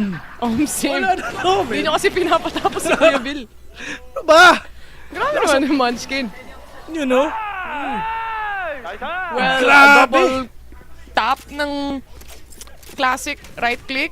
Posibleng patay na siya doon, pero hindi yun yung nangyari. Mas mabilis siya Eco-fragger. Lakas! Pero ngayon, oras na para makabawi mga tropa. Tignan natin kung talaga mag-6-9 na. Nice! Grabe no? 9-3. Little bit of rounds. Balik ka na ulit sa 4 na puntos lang ang kailangang habulin ng Genji dito. And they're doing pretty good. Especially winning the pistol. Yun yung importanteng parte nun Oo. Pero, bossing talagang sobrang nakakatakot dun sa side na ng T1 kasi pag tinuloy-tuloy ito ng Genji, sa totoo lang, bes, hindi pa nakakascore ng T1 kahit isa sa second half. Tsaka mas masakit para sa kanila kasi kanina pa sila one step closer sa Grand Finals. Oo. mula split, 1 puntos na lang kailangan nila. Kahit anong mangyari, lilipad sila sabay-sabay sa Thailand. So pwede rin maging VCT Korea ang Thailand, mga boss. Magpapapicture tayo. Sim. Kala mo naman talaga pupunta, no? Oo nga eh. Kaya bumili kayo sa Damod Store para meron kami pamasahe, guys. Tama yan. Yun lang ang dahilanan, yun lang ang paraan. Pero for Buzz, hold possession when it comes to showers. 2 na silang naka-hold dito. And Texture, hinahabol pa sila pero walang ipit. Walang pressure na nanggagaling outside showers right at this moment. Hindi rin o nabitawan din dito yung spike. Hindi pa mapulot ni Foxy. Pero 14 seconds na lang ang natitira. Oh, nice pass. 10 seconds left. Nice pass. Sabi sa inyo eh, basketball to Basketball to, men. Pero yung we're gonna get to see kung kaya pa ba mga tropa. Foxy Knight talagang, Diyos ko, kinakabahan siya. Men, may oras pa. 2 versus 3 already. Yung Dizzy na wala na. Si Munchkin na sa Gedli. Foxy na mag-isa para sabi ni Stax, ama ka na! Umahabot pa. Masyado silang pressured sa oras. And even dun sa execute na gusto nilang gawin. Kasi yung 2 na nasa loob ng showers, hindi nila ma-punish kahit from outside and within the site. Sinubukan nila but it just wouldn't work out in their end.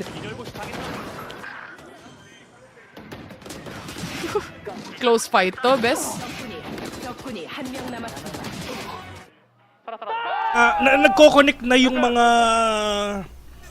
crossfire na pinapakita rin dito ng T1. I mean, even though a while ago, dun sa split pa lang, ang sakit ng depensa ng T1.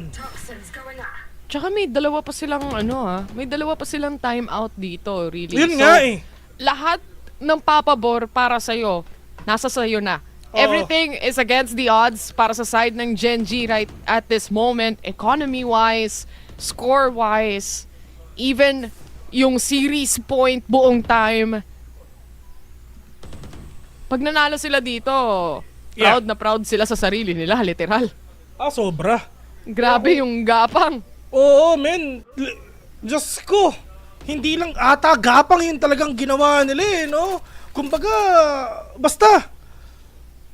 Kumbaga, itong championship na to kung sila magcha-champion, built it brick by brick by Worth Gen it. G right here. Yung wall, hindi nila makikita kung ilan yung makakatawid, pero yung Dizzy, masya-shutdown din naman dito kahit papano. And again, the space is there already for the side of Gen G. Hino-hold lang nila yung mga posisyon nila para may mas mataas na angle. And finally, na-clear out din nila dito yung showers.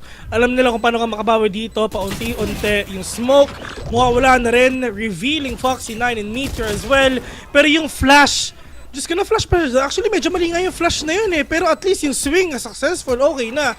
3v2 already, C's not gonna connect onto that KO though. Pero yun nga lang, eto na, pinupusuan na, dinidifuse na. Sabi na, yo, may tama na. Karon muna makakaisa. 10-6 already, Gen G. Slowly but surely, bumabawi na. And ito na nga, di ba? A wise girl group once said, laban-laban o bawi-bawi. Tama. At mukhang laban ang pinili dito ng Gen G. This post plant is already secured.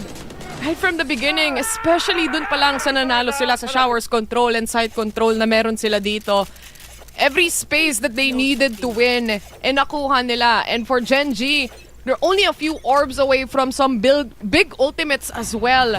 Isa, or rather, 2 na lang for Munchkin. Isa na lang para kay Yoman dito. And Texture, Grabe. humahabol din. Grabe si Mr. Longbam. Galit na. Pag yan talagang bumomba talaga, GG na. Texture catching one again, pero yung with 2K already. Suppress pa yung 3. Pero ang problema, walang pera ang T1 dito. Tamang sheriff lang ang meron nga sila. Pero pagka-swing nila, Diyos ko, 2 agad na nakita niya. Munchkin all the way from mid. He's gonna take down 1. Izu, the only man remaining. 5 versus 1. Izu with a classic on hand. At least si Mr. Longbang patay na. Pero yung pagdating nga dito, Diyos ko, libreng phantom para sa kanya. Is he gonna save? That's the question. Dahil mukhang lamps ang iikutan niya dito. Baka naghahanap pa siya ng at least exit frags mula sa players ng Gen G right now. But it seems like it's gonna be a save for the meantime for T1 and Gen G. Round secured na naman to para sa kanila. 10-7 without using their trash, without using the nightfall. Paldo, ika nga. Pati si Texture, isang orb na lang siya. Meron na rin siyang showstopper. This is what exactly happened sa split bes. 9-3.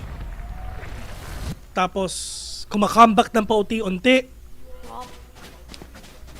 Grabe yung Genji, no? I mean, hanggat hindi pa 13 yung kalaban, puso lang. Kaya nga dito ako eh.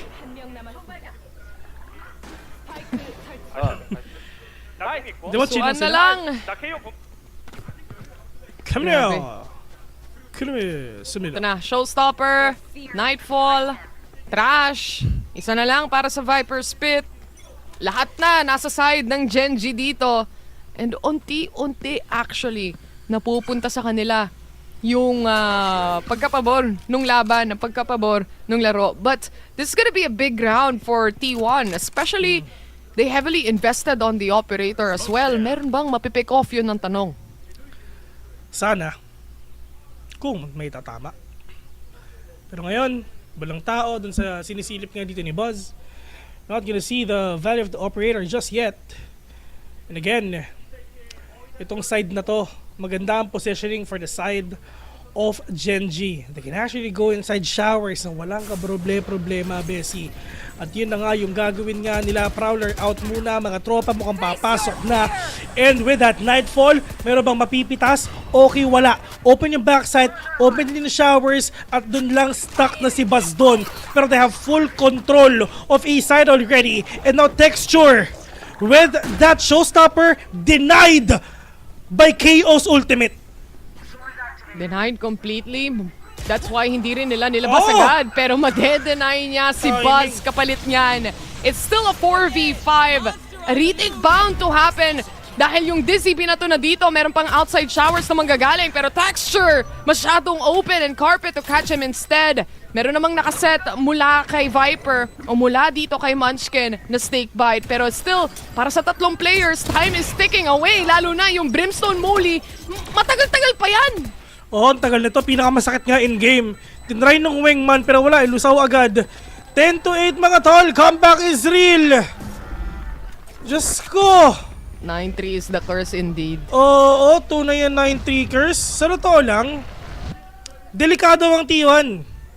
Pinalamang lang, literal gusto pang manalo. Reverse sweep to if ever, bes. Napako talaga sila sa double digit na score dito. I mean, na-cancel out o suppress nila ang showstopper. Hindi nagamit yung Trash because of it as well, but that just means it gets to be saved for the next upcoming round.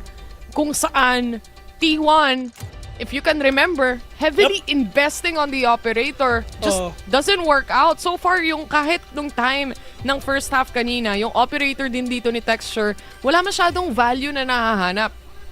Pero, timeout muna. Unang timeout ng T1, magagamit na nga nila. Ito si Stax, gigil na naman. Problemado na. Ito. Basta pre. Naayos niya lang yung banks niya.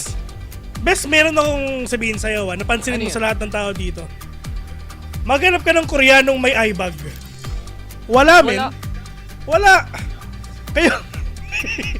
Kayo guys, promise. Maghanap kayo ng Koreanong may eye bag. Walang ganun. Iba yung jeans ng Korean, wala silang eye bag. Sana all, no? Sana all indeed. Si Taylor may eye bag eh. Dami. Ako rin eh. 10-8, 2 puntos na lang. Makakabawi na yung Genji dito. Lamang na lamang pa sila pagdating sa economy as well. At least, this half, I mean, bye para sa side ng T1. Carpe, kaka-phantom siya dito. Siya yung walang pera para sa susunod na round. See? It is what it is for Genji. Pero for T1 talagang medyo kinakabahan na rin sila. Bes eh, no? Lalo na pa naging 10-10 to. Pero yun nga lang, They need to push each other out all towards sa labas. Diyos ko, nagkaroon na salisigang! Hindi alam niya pa si Munchkin nasa loob, si Texture nasa loob na. Foxy9 catching 2 already. Wala silang idea na meron ng tao sa elbow. At yun ang sinasabi nga natin, matinding salisigang to. 3 versus 3. They have the ultimate nga ni Meteor. Diyos ko, napusuan! Wow.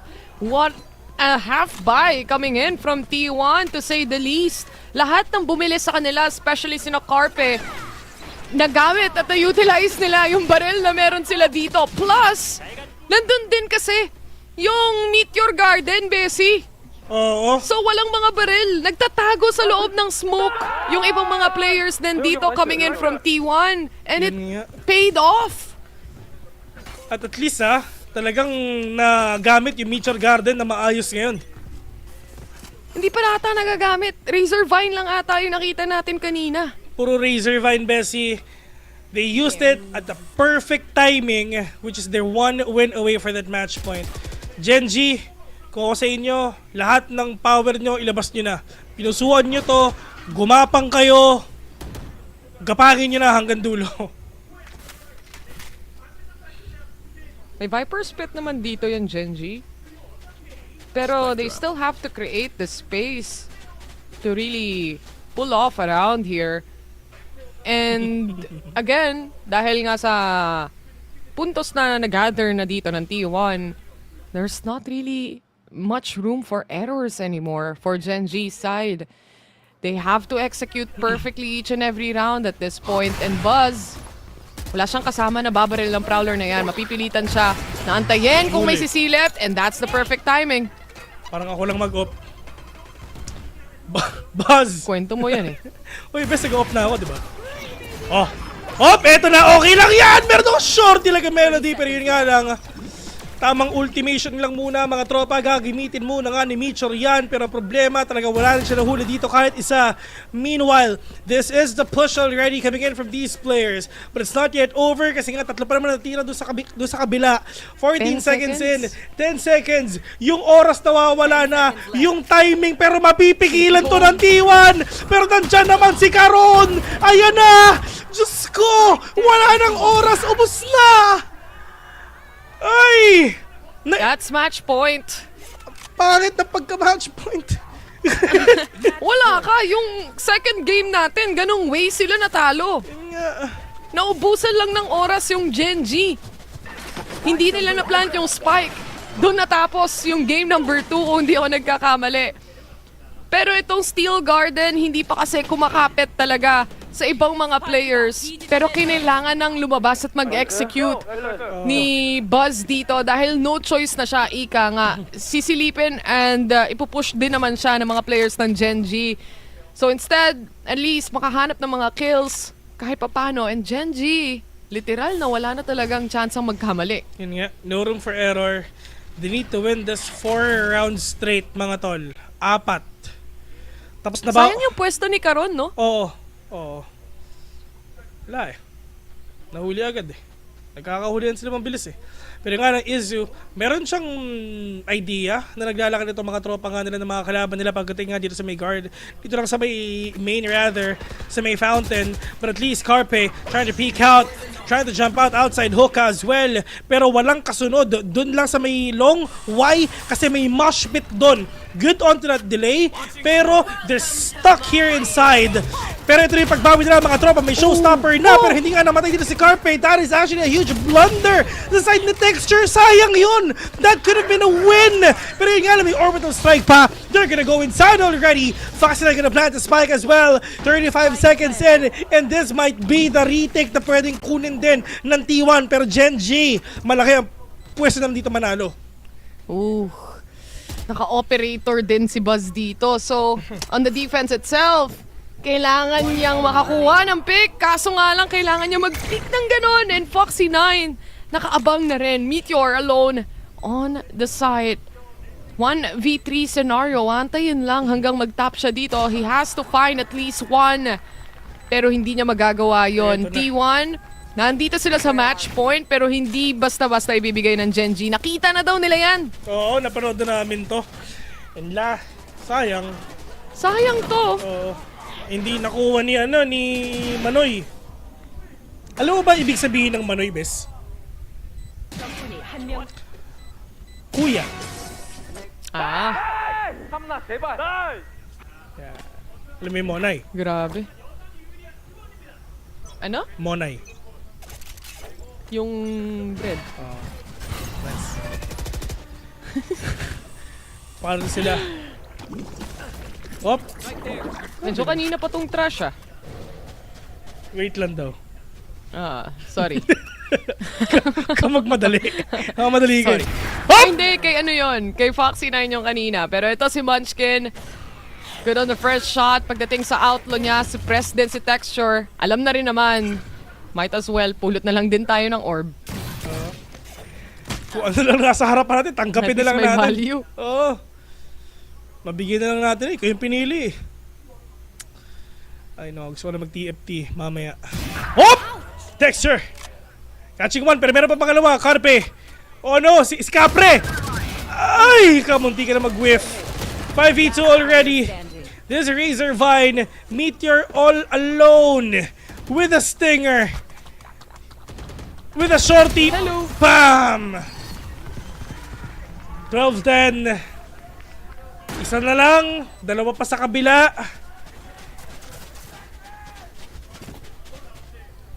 Mainit. Well, yung T1 naghahanap ng redeeming match against DRX. So, malay natin, di ba? Oh. I mean, kung di ako nagkakamali, T1 ang Okay.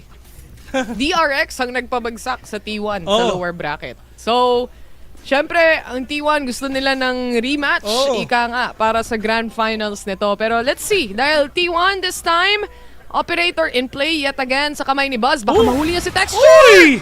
Nahuli nga bigla mga tropa, delikado to. At ngayon, entirety ng round si Texture, tahimik muna siya.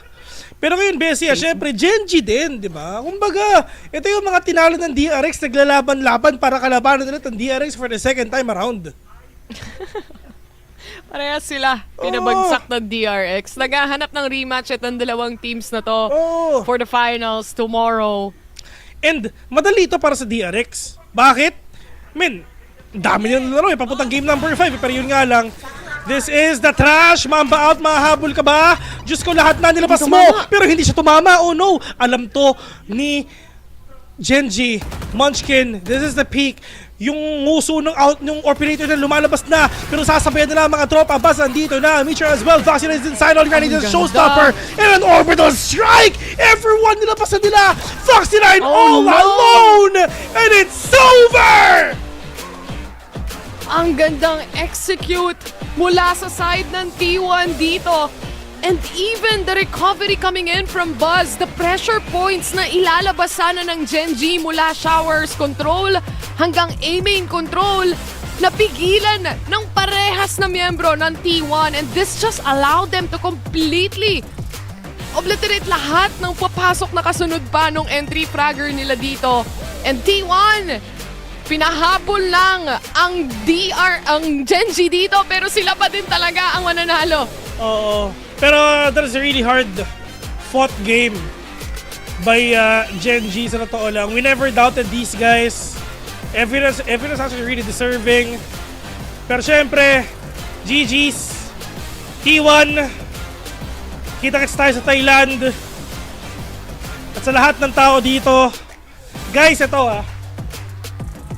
if ever gusto nyo pumunta doon, Thailand, na pinakamadaling Masters if ever you're a Filipino. So pumunta na kayo doon, guys. Kung wala kayong ticket, bumili na kayo. Oras na para pumunta. Quick bow down mula sa mga players natin dito. T1 being welcome to Masters Bangkok, and aside from that, being welcome sa grand finals nila bukas against DRX. Another rematch para dito sa dalawang Korean teams na natitira pa sa ating bracket. Pero I just wanna say that Genji, again, they keep proving to themselves na isang roster muli ang binuo nila dito. Coming in from the core players na meron tayo from the previous year, may konting pagbabago. We've seen them fight for their life, make a comeback happen. Pero T1, you can never deny they performed so well para sa araw na to. This is actually a devastating round. Lalong-lalo na dito nga sa Gen G, no? Kasi syempre, tinuman natin, ano ba yung mga pinapakita nga ng Gen G? Lalong-lalo na last year, they've won Pacific, nag-champion sila sa Masters Shanghai, everyone. Pero panoorin muna natin si Ate Bella. We'll have a group interview. 안녕하세요. 와, 제가 숨죽이면서 보느라 정말 목이 거의 쉴 뻔했습니다. T1 선수들 인터뷰 만나보겠습니다. 박수 부탁드리겠습니다.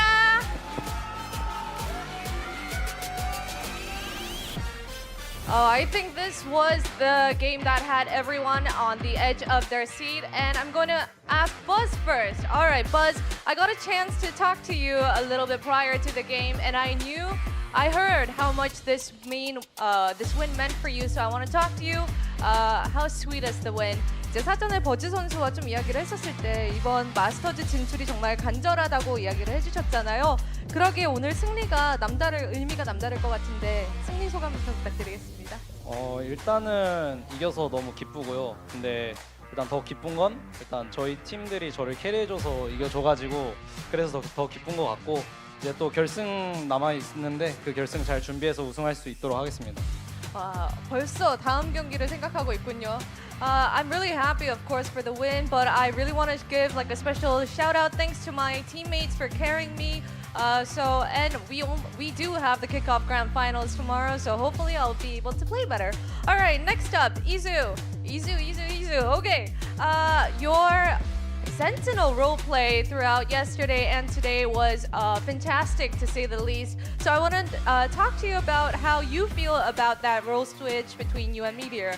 이제 이주 선수 감시자로서의 이렇게 역할을 어제 오늘 볼 수 있었는데 정말 와 대단했습니다. 일단 역할 변경에 대해서도 좀 어떻게 생각하고 있는지 물어보고 싶어요.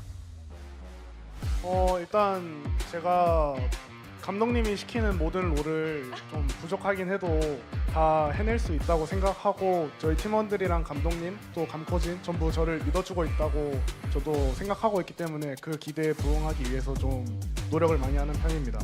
I think that it was the coaching staff and my teammates having that faith in me that I'll be able to pull my weight as the Sentinel, and I'm really just glad that I was able to, not even exceed, just go up to their expectations. All right, who is next? Carpe. Hello. We were able to see you next to Autumn.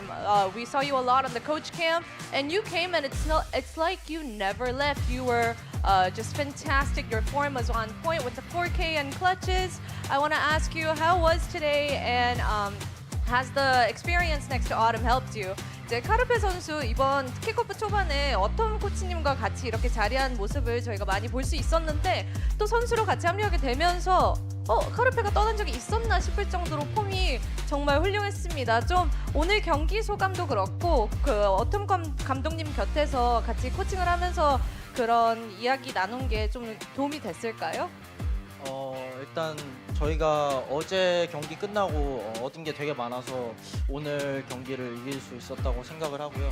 그리고 제가 감독님이랑 같이 옆에서 지켜보면서 게임 얘기를 엄청 많이 나눴었는데 그런 것들이 도움이 너무 많이 됐고 그리고 중간에 저를 믿고 저를 이제 플레이하게 믿어준 저희 팀원들이랑 회사 전부에게 너무나 감사합니다.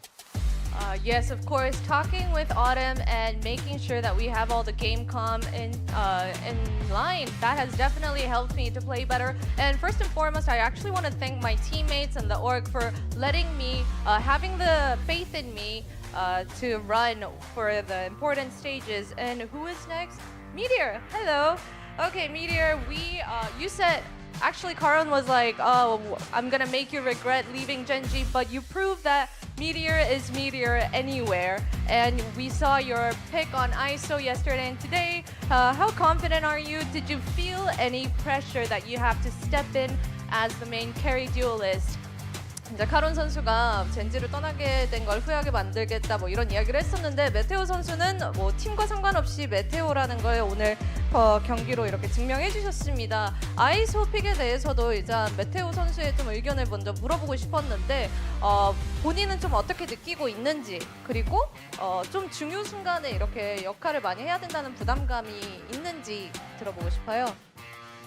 사실 역할을 많이 해서 좀 부담스럽긴 한데 감독님이 시키니까 하는 것 같고 아이소 너무 재밌어서 세계대회 가서도 아이소를 하게 된다면 좀 더 좋은 모습으로 할 것 같습니다. 살짝 미리 언지를 주시는 건가요? 메테오의 아이소 방콕에서도 좀 더 볼 수 있다? 아무래도 it is definitely a lot of pressure, but you know you got to do what the coach says, and it's really fun. I enjoy it, so I'm excited to perform as ISO in Bangkok as well. All right, Sylvan, you were there for your team on the winning streak, and I want to see how does this progress impact you? Does it motivate you as a player, and can we expect to see more Sylvan in Masters Bangkok?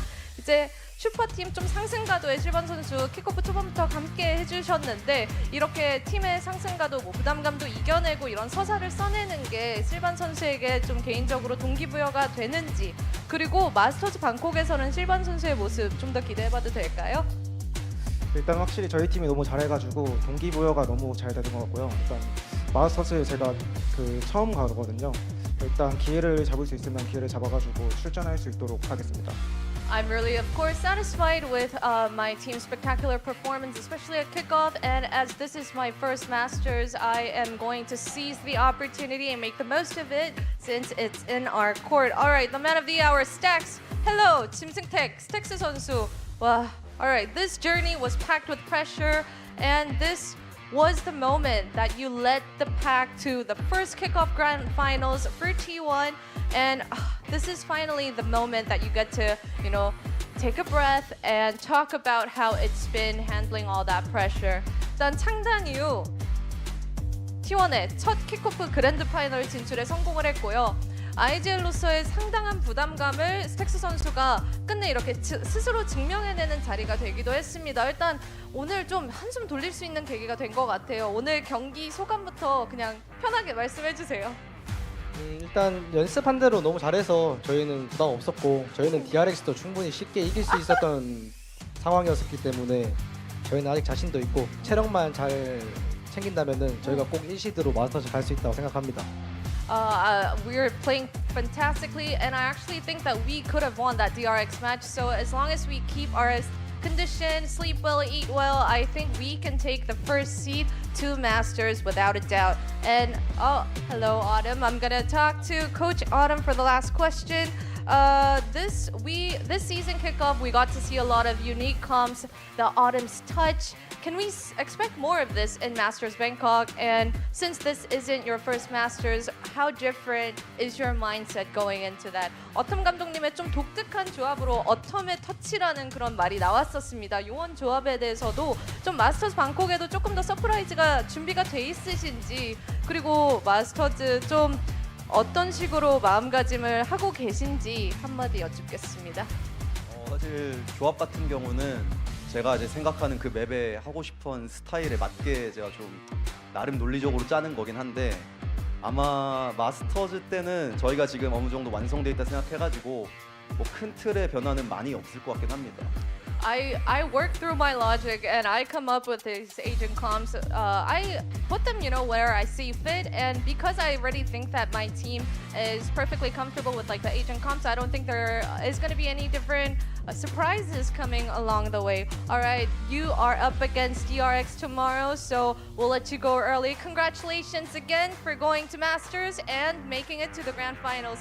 Hyun, 너무 축하드립니다. 네. And now we're gonna have the drawing ceremony coming up, so don't go anywhere.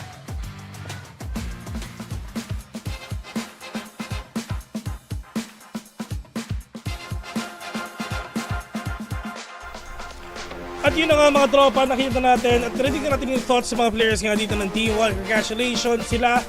Yung dalawang lilipad papunta dito syempre sa Thailand. Once again, we have DRX and T1 na meron din Grand Finals bukas, Bessie. Oo nga eh. May Grand Finals pa silang lalabanan bukas. Hindi pa tapos yung araw nila. Pero for Gen G, mukhang tapos na muna for this time around. And also, at the same time, they have Carpe bringing them to Masters Bangkok as well. Come to think of it, sub-player lang siya para sa games na nakita natin from the previous days as well. So malaking bagay ito, malaking confidence ika nga sa roster. And with this, talagang nakita na rin natin kung paano rin talaga binawi dito ng T1. I mean, ang dami nilang best naglaro eh. Talagang yung familiarity, alam mo na, kilalang na rin nila kung paano maglaro ng isa't isa. So might as well, once again, we started off as a 9-0 scoreline, naging 9-3, down to a really super close game pagdating dito sa T1. Pero syempre, hard-fought games, well-read sa lahat na nakita nga natin dito. Pero at the end of the day, being the MVP, si Carpe. Well, look at the kills. 18 kay Carpe, 17 kay Stack, 16 kay Buzz. Everyone, talagang sobrang nag-perform sila dito. Equally distributed in kills nila, Bessie. I mean, outside the chaos na nangyayari mula dun sa mga initiators and duelists, i-expect mo na yung controller, yung at least makakasalo ng mga natitirang kills dito. And Carpet just did exactly that. And because of it, T1, sila ang pangalawang team na lilipad papuntang Masters Bangkok as well. At for Gen G naman, it's VCT Pacific Kickoff. Kumbaga, ito yung panimula ng taon para sa lahat ng mga teams natin. It's also a fairly revamped roster that we are looking at. You have Yoman na talagang nagpapakitang gilas na rin. So I'm excited to see more of him coming into the next set of games na makikita natin sa Pacific. And sa totoo lang, talaga sobrang nakakatakot rin talaga kung sino rin talaga pwede manalo nga dito sa T1 and DRX. Well, ang DRX, wala eh, hayahay nilang buhay nila eh. Pinapanood lang nila itong dalawang teams magbakbakan eh. And with that, sobrang dami rin nilang na panood na pwede natin sabihin na strong points, weak points na pwede nga nilang gamitin sa laban nila bukas. It's gonna be best of 5. Sino ba ang magiging champion dito sa kick-off natin ngayon? Pero sa totoo lang, Gen G, that could have been a different thing. If ever siguro nagka-score tayo sa umpisa, they tried na makabawi nga dito. And sobrang sayang na hindi nga sila nanalo, pero it's just Carpe again with a Brimstone. 18 kills, 15 deaths, 10 assists. Pero I just want to say, lahat ng mga players dito ng T1, sila ang MVP. Isang team ang nag-aabang at nanonood ng buong series na to. At DRX yun na nag-aantay sa upper bracket natin. Like we mentioned, Carpe here as our MVP. And we'd like to see more of him coming in sa finals kung siya rin yung maglalaro as the first 5 sa bukas actually. Bukas na yon. So abangan nyo rin yon guys para sa mga nanonood pa ngayon. At saka may ano pa sila eh. May live draw pa na sinasabi. Oo. Para nga malaman natin kung ano ba yung... Sa next season. Hindi, sa Masters. Sa Masters. Kung ano nga ba yung mga teams, yung brackets. Oo. Pero Pacific ata eh. Pacific, no? Malalaman nyo mamaya. Kasi pero I think for Pacific yun. Pacific. Kasi may inaantay pa tayo ibang mga EMEA teams as well. Na sino pa yung mga next set ng mga teams natin dyan. Pero yun na nga no guys. Syempre nakita na nga natin yung last team na makakasama dito ng DRX papuntang Masters Bangkok. 2 Korean teams ang magre-represent para sa Pacific. Oo nga, and with this, talagang sobrang, sabihin ko na to, sobrang na-miss kayo guys. Sobrang na-miss namin ng The Mods ang VCT, everything. On behalf of other casters, syempre si Ray, tsaka si HG and Asura as well, may kinito sila tomorrow. Pero syempre, if ever kung gusto nyong mas lumakas pa ang tutok nyo, bilhin nyo na to. Yung bundle ng VCT Pacific o yung VCT season capsule natin na may kasamang karambit, may 4 na player cards ng regions natin. May 4 na gun buddies as well. And syempre, kung maghahanap na rin kayo ng puntos ng VP, ng VALORANT points, saan ba ako maghahanap, Bes? Pumunta ka na sa themods.store. Libre punta, may bayad ang bili. Tama. Yun lang yun, guys. At syempre, para sa ating mga event viewers at gustong pumunta nga sa Masters Bangkok, kanina nyo pa naririnig yung invitation namin. Ito na yung QR code para maka-purchase kayo ng mga tickets nyo. So, hindi kasama yung flight dyan, yung sa event venue pa lang ito, guys. Baka iniisip nyo kasama na yung lahat, no? All expense, hindi. Pero, All in. ayan, kung gusto nyo pumunta doon ng live, makita lahat ng mga players at teams na naka-qualify from EMEA, NA, hanggang Pacific, andun silang lahat. Andun sa letter yung pinakamalapit na Masters nga sa atin mga tol. And syempre, if ever gusto nyo kami i-follow, and malay nyo, meron pa tayong susunod, di ba? Talagang you will never know. Pwede nyo kami i-follow sa Instagram, Facebook, YouTube, and Twitch as well. Maraming salamat sa lahat ng nanood, sa lahat ng channels. Thank you sa lahat na nakisigaw, nakisaya, or anything. Best, do you have any last words? Ang last words ko lang ay syempre good luck sa mga casters natin bukas dahil it's gonna be a very tight and very, very on fire type of grand finals na makikita natin tomorrow. Pero para sa ngayon, maraming salamat sa pagsama sa The Mods. Guys, sana nag-enjoy kayong lahat. Mamba out muna kami. Thank you so much and see you tomorrow on to the grand finals. May hahabol ka pa? Pero mamaya-maya na tayo, Bessie. Alam mo naman yun. Kasi syempre, na-miss na nga natin sila eh. Boses. Oo. I mean, na-miss nga natin sila, di ba? I mean, best wag mo munang tapusin kasi pag tinapos mo, hindi natin sila makikita. Pero ito I mean, at least pagdating nga dito, napakadami nga natin nakita ulit ng mga bagong tropa, ng mga lumang tropa na nandito. Pero ayun na nga, no? Pero ito, Bessie, bago muna magsimula yung grand finals, ano muna ang prediction mo? Sino gusto mo manalo? T1 na. T1 Total, ginapang na rin naman na nila tong lower bracket. Natalo nila ang Genji. Why not go all in? T1 na tayo sumuporta. Ikaw ba? DRX ako. DRX ka? Kasi syempre, ang DRX medyo, pwede natin sabihin na hindi sila ganun talaga kasolid, di ba? I mean, lalong-lalo na nagkaroon tayo ng mga players na umalis. Sila Stack, sila Buzz, alam mo yun, parang nag-reset ng matindi ang DRX nga dito. Dumating tayo sa punto na halos hindi sila makapasok sa Champions at kung saan pa. Well, pagdating nga dito ngayon sa mga tournaments na nakikita nga natin, it's just them na trying to make a huge comeback for themselves in order for them to win. Pero on to this game, ladies and gentlemen, maraming salamat sa lahat na nanood dito. Bessie, maraming salamat din. Kita-kits tayo in 6 hours. Pero ayun, this has been VCT Pacific Kickoff. Kita-kits bukas for the grand final, si Asteroid at si HG on. So maraming salamat sa lahat ng nakinood, nakisaya, at lahat ng pumunta. Thank you very much for the last time. This has been VCT Pacific Kickoff. Kami nga pala ang The Mods. See you in Thailand. Bye-bye. 추첨식을 위해서 글로벌 호스트 빅토리아와 벨라 저희 함께 자리하고 있습니다. Alright, well, what's a draw show without the most important person here from Riot Competitive Operations? We have Seogwon Lee. 오늘 아주 중요한 게스트 라이엇 게임즈의 경기 운영 담당 이서관님과 함께 자리했습니다. 안녕하세요. Now, in a little over a month, we're going to be back in this venue to welcome back our teams. They will be duking it out for championship points and for their spot in Masters Toronto. So today, we're going to be finding out what those brackets are. 네, 약 한 달 뒤 퍼시픽 팀들의 챔피언십 포인트와 마스터즈 토론토 진출을 위한 여정이 시작될 예정입니다. 오늘 그 시작을 알리는 좀 조추첨식을 진행해보자고 하는데요. 그럼 빅토리아. Take it away. Thank you. Now, before anything else, there are official rules, and we have to go over the rules. So I'm going to go through them now. Of course. So, the Stage 1 regular season is going to follow a single round-robin format within groups. The 12 teams will be divided into 2 groups through a draw, Alpha and Omega, with each group consisting of 6 teams. And based on kickoff results, which we now know, the 12 teams will be assigned to 5 different seeding pools. 네, 추첨을 좀 진행하기 전에 미리 좀 설명을 해드리자고 합니다. 스테이지 1 정규 시즌은 그룹 내 싱글 라운드 로빈 포맷으로 진행이 됩니다. 2개의 그룹 알파와 오메가로 나뉘게 될 예정이고요. 현재 킥오프 순위 12팀이 5개의 시드풀로 나뉘어진 상태입니다. Now let's start with Pool 1.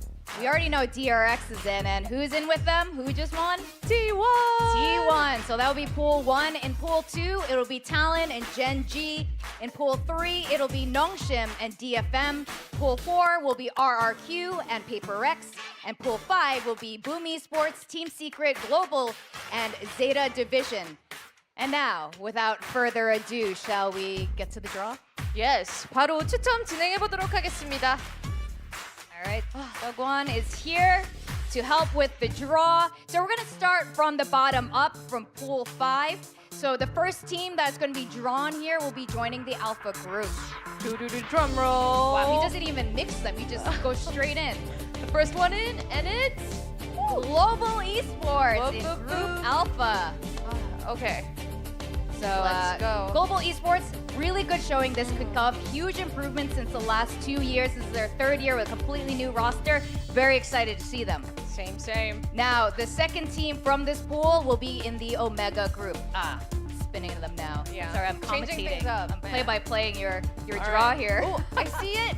And it's Zeta Division, one of their Japanese teams here, will be in the Omega group. Zeta Division, unfortunately, I feel like we didn't get to see enough of them, so I'm really excited to see them in stage 1. Yeah, for Global Esports, Zeta, I feel like they have a lot of time to kind of warm up and show their best at stage 1. Yeah, exactly. Now for the third team from Pool 5, it will be joining the Alpha group along with Global Esports, so it's going to be Secret or Boom. Boom, boom, boom. Oh, boom, boom, boom. All right. Hey, all right, Boom, joining the Alpha group. Okay. This is also a team that has joined us very recently and has had an incredible showing here. And of course, the fourth team, the last one, has to be none other than Team Secret. Yeah, I was gonna pretend like we were surprised. Like, what? Team Secret? The last one in that box. So it'll be Team Secret there, joining Zeta Division's group. Seokwan is kind of busy doing everything He by is. himself. We're just having a great time while he's doing all the hard work. Right. And in case you guys didn't realize, this is our Matt Vito guy, so it's good to have him here with us. Now we're gonna go into Pool 4, that's 7th to 8th place here, and the first team that will be drawn will be going to the Alpha group. That's either gonna be Paper X or RRQ. The fire powers of Pacific. A lot of our favorite Indonesians are on these two teams. Paper X joining Alpha group. Alpha. With Paper Boom X. and Global Esports. I'm quite excited to see Global Esports actually compete against Paper X here. Actually, both of these teams, we haven't seen this combo, this mix-up yet. Another surprise. Yes. I don't Another know surprise, do you know? I don't know. Who's joining the Omega group? Yeah, Seokwan, take it away, please. The suspense is killing me. I know. And it's RRQ! RRQ. So Paper X and RRQ will not be competing against each other, at least in the beginning, anyway. I'm sure a lot of fans are happy to find out To know, yeah. You don't want all the Indonesians on one side. That's not what we want here. Okay, we'll be moving on to Pool 3. That's 5th to 6th place. The first team will be joining Alpha. It's going to be Nongshim or DFM. And I know you guys kind of want to see Nongshim and Alpha going against Paper X. Oh, but it's DFM. We're not going to see it just yet. DFM will be joining Group Alpha. I am so excited for their walkouts already. I want more. Yeah, I don't know how many animal plushies and blow-ups animal dinosaurs that they have. They're gonna, looks like they can use it again here. Now, the second team, of course, will be joining the Omega group is, and that leaves our favorite Something ramen. spicy. Yes. The Nongshim kind. Nongshim Red Force will be joining the Omega group. Nongshim, again, our Ascension finalists, joining us here in Pacific, having a really great run, our 4th Korean team here, and if they had made it to the Final 4, I don't think any of us would have been surprised, so I'm very much looking forward to this. Yeah, as a Nongshim lover, I want more. Yes. More of the Red Force. We should be able to eat ramen in the stadium. Right? We're gonna talk to Riot about this. Please. Now, for pool number 2, we've got Genji and Talon. The first team drawn will be joining the Alpha group. These are our 3rd to 4th place teams. And it's none other than Genji. Genji. Wait, can we shoot it again? 3, 2, 1. Genji. All right, Genji. Second time was better. Yes, much better. We didn't rehearse this at all. All right, the second team drawn will be joining Omega, and yes, spoiler alert, it would be Talon. Talon? Are you sure? I think so. Yeah, Talon. It'll be Talon joining Group Omega there. So this will be a nice little change up. I don't think we've seen Talon face off most of these teams there in Group Omega this kickoff. And now, Pool 1. Last but not least, I'm very exciting. T1 making it to their very first grand finals today in this pool with DRX. The first team drawn will be joining the Alpha group. Who is it? I'm so excited. DRX. Oh, the Dragons. So they'll be joining Gen G one more time.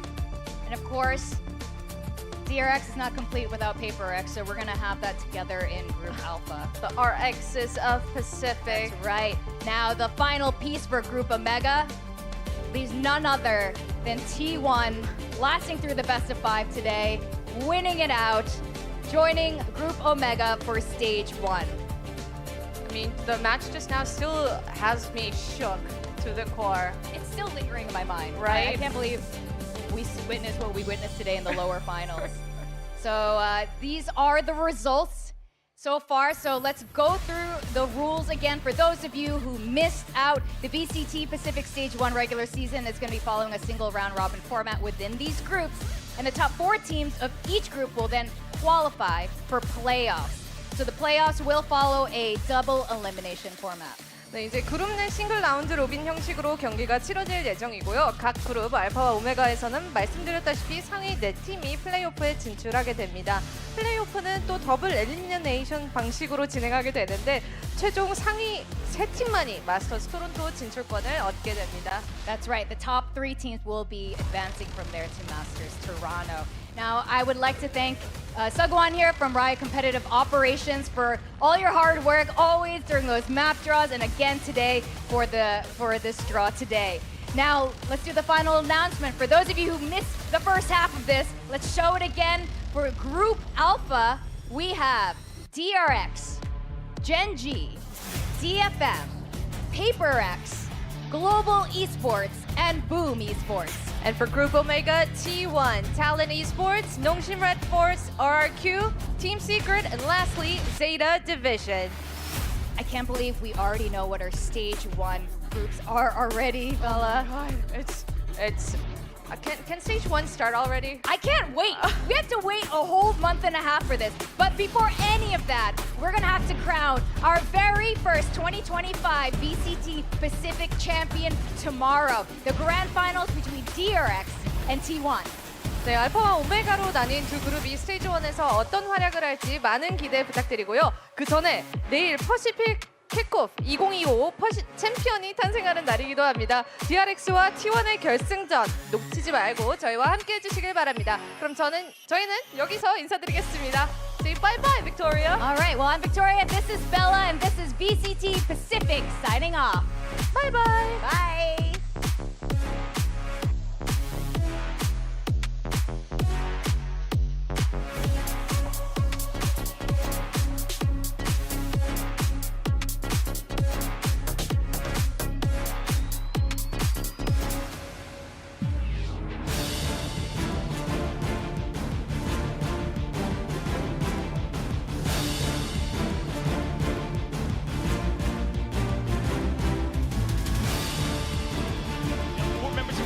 Fanning out, but they don't check the bunker, and Stacks will hold on.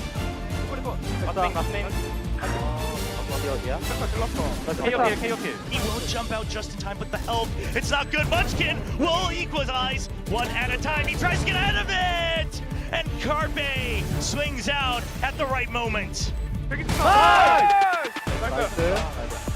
Maybe that's why he couldn't quite land the flick on towards Carpe. Another full set of utility from Texture and Time, but it's going to be the kill contact right in the middle of the battlefield. Everyone falling all around them. Texture peeks out and takes the shield down. Door is being pulled open. Foxy 9 tries to get ahead. Now with 3 members and a trap wire in the way. Meteor answers right back, really not letting a single opportunity escape. They're seeing what type of utility is going to be used. Izu, he's gonna swing out! It's Izu reading through the old point scenario and Stacks! Texture, you're stuck on the site! Relay bolt online! You'll stabilize overdrive! You need to land it. for trade. Munchkin right before the ping. He finds him. They try to fan out, working around the edges of the pit. It goes down. Carpe now on for 3. Now it's a 2v1 and they spot him right through. They spray him, force him out. Munchkin stabilizing back in, keeping Texture alive for just a second longer.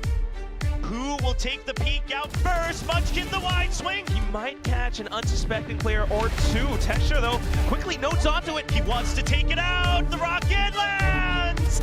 Buzz down. Meteor with the trade. One more Boxing Eye solo. He tries to go for the repeat, but it's a 4K for Texture.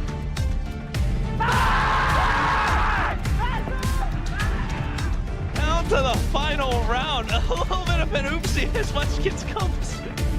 One of the most dangerous ways to execute onto the site, but we'll see if it works. The Dizzy, there it is! A quick 180 with the showstopper, and Buzz is, oh, what in the world? The peek out, Boxing Eye, he gets spotted, and Denji Texture! Call him the man of the ace! In the site, counter Thrash, Thrash for Thrash, both people detained, but Charon lands his shots. He's still got the Guardian online, he's still on the site. T1, they finally clear the site. 1v2 on the site, pushes him out. Munchkin closes the gap. But what a good reposition! T1 enter their first ever Grand Finals of VCT Pacific.